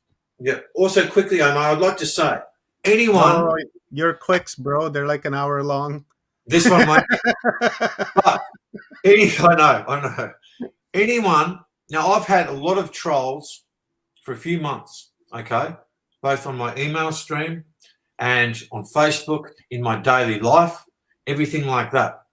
Now, none of them have the balls to come and say it to my face, okay? They're all little fucking 2D text talkers, baby text talkers and this, that, and the other. Now, I offer the challenge both to James Ovenden and Count Daniel Fogarty. If you are indeed the human ones at the moment and you haven't been replaced, I challenge both of you to an open public debate about everything that you're accusing me of, and you say that it's wrong with my stuff, that it's just shit. Now, I know it's not the real ones at all. They're fucking Mauder clones. They've got no compassion, no soul. And this goes for every single other person that's been sent into my life and then turned against me for no good reason, okay? I know it's all part of the fucking program. It's been going my whole fucking life. I'm sick of it. I've been poked in the ribs all my life. Guess what? I'm a bully's worst fucking nightmare now. So I challenge anyone to an open public debate and record it. You want to put it on with me? Come on, let's make it real. I know my stuff. I walk and talk it proactively in my life. You want to tear strips of me? You do it with me in person. You let everyone see it. You walk your talk. You don't do it from the shadows, hiding behind some veil or some Western line or something like that. Thank you, Omar. Just had to get that one out. Yeah, all good. And we'll do it right here on Watchers Talk if they got the jam. Yep. We are a platform for open discussion, no censorship, and Yep. we do what. If anyone disagrees with me, have if anyone to. says I'm fundamentally wrong, you tell me. Yeah. Tell me to my face straight up. And if you're right, I will give you gratitude and say thank you very much. I will add this to my equation. Mm-hmm. Yeah, for sure. That's how I'll be we the first one to become say, better. yeah, no mistake. But I do not make many mistakes. And the mistakes I do make is usually through something that's really complicated, work in progress, because I'm just trying to detangle some mess that some little Illuminati toddler has made that we got to clean up because no one else will clean it up. Yeah, I hear you there. Yeah. All right, guys. Thank you very much, and thank you to Gauze for this fantastic download. And if you guys want to see more from Gauze, check out the playlist under the Watchers Talk playlist tab. And with that being said, I don't know if there's any more to say. I was showing some of the conferences that we got coming up, and I've added the URL links in the comments of this chat.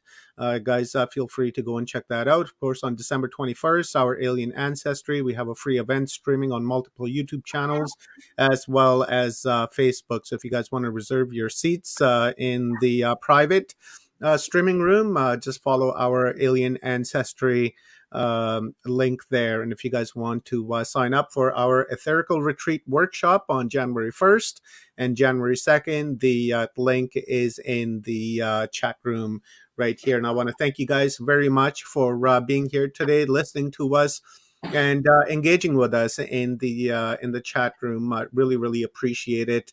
And thank you for all of your support. Please give this video a like and give it a share with friends and family with whom you think will benefit from this stream. My name is Omar, and I'm a host here at Watchers Talk, coming at you guys from West Coast, British Columbia. Be safe out there, be well, keep your DNA intact, and please don't live in fear, and be the seed of consciousness in your community, and spread the message of love, because love is the only answer. Everything else is just an illusion, and we can battle anything with love. I love you guys very much, and I love you guys' support, and I really appreciate it. And, we'll check you guys next time. Keep an eye out on the community tab of Watchers Talk. I post a lot of stuff there as well. And join me in the Telegram chat room. I'm pretty active there as well, posting a lot of conscious-based contents and memes and stuff like that there. So I'll see you guys in the chat room. And stay safe out there. I love you guys. And we'll catch you guys next time. Bye for now.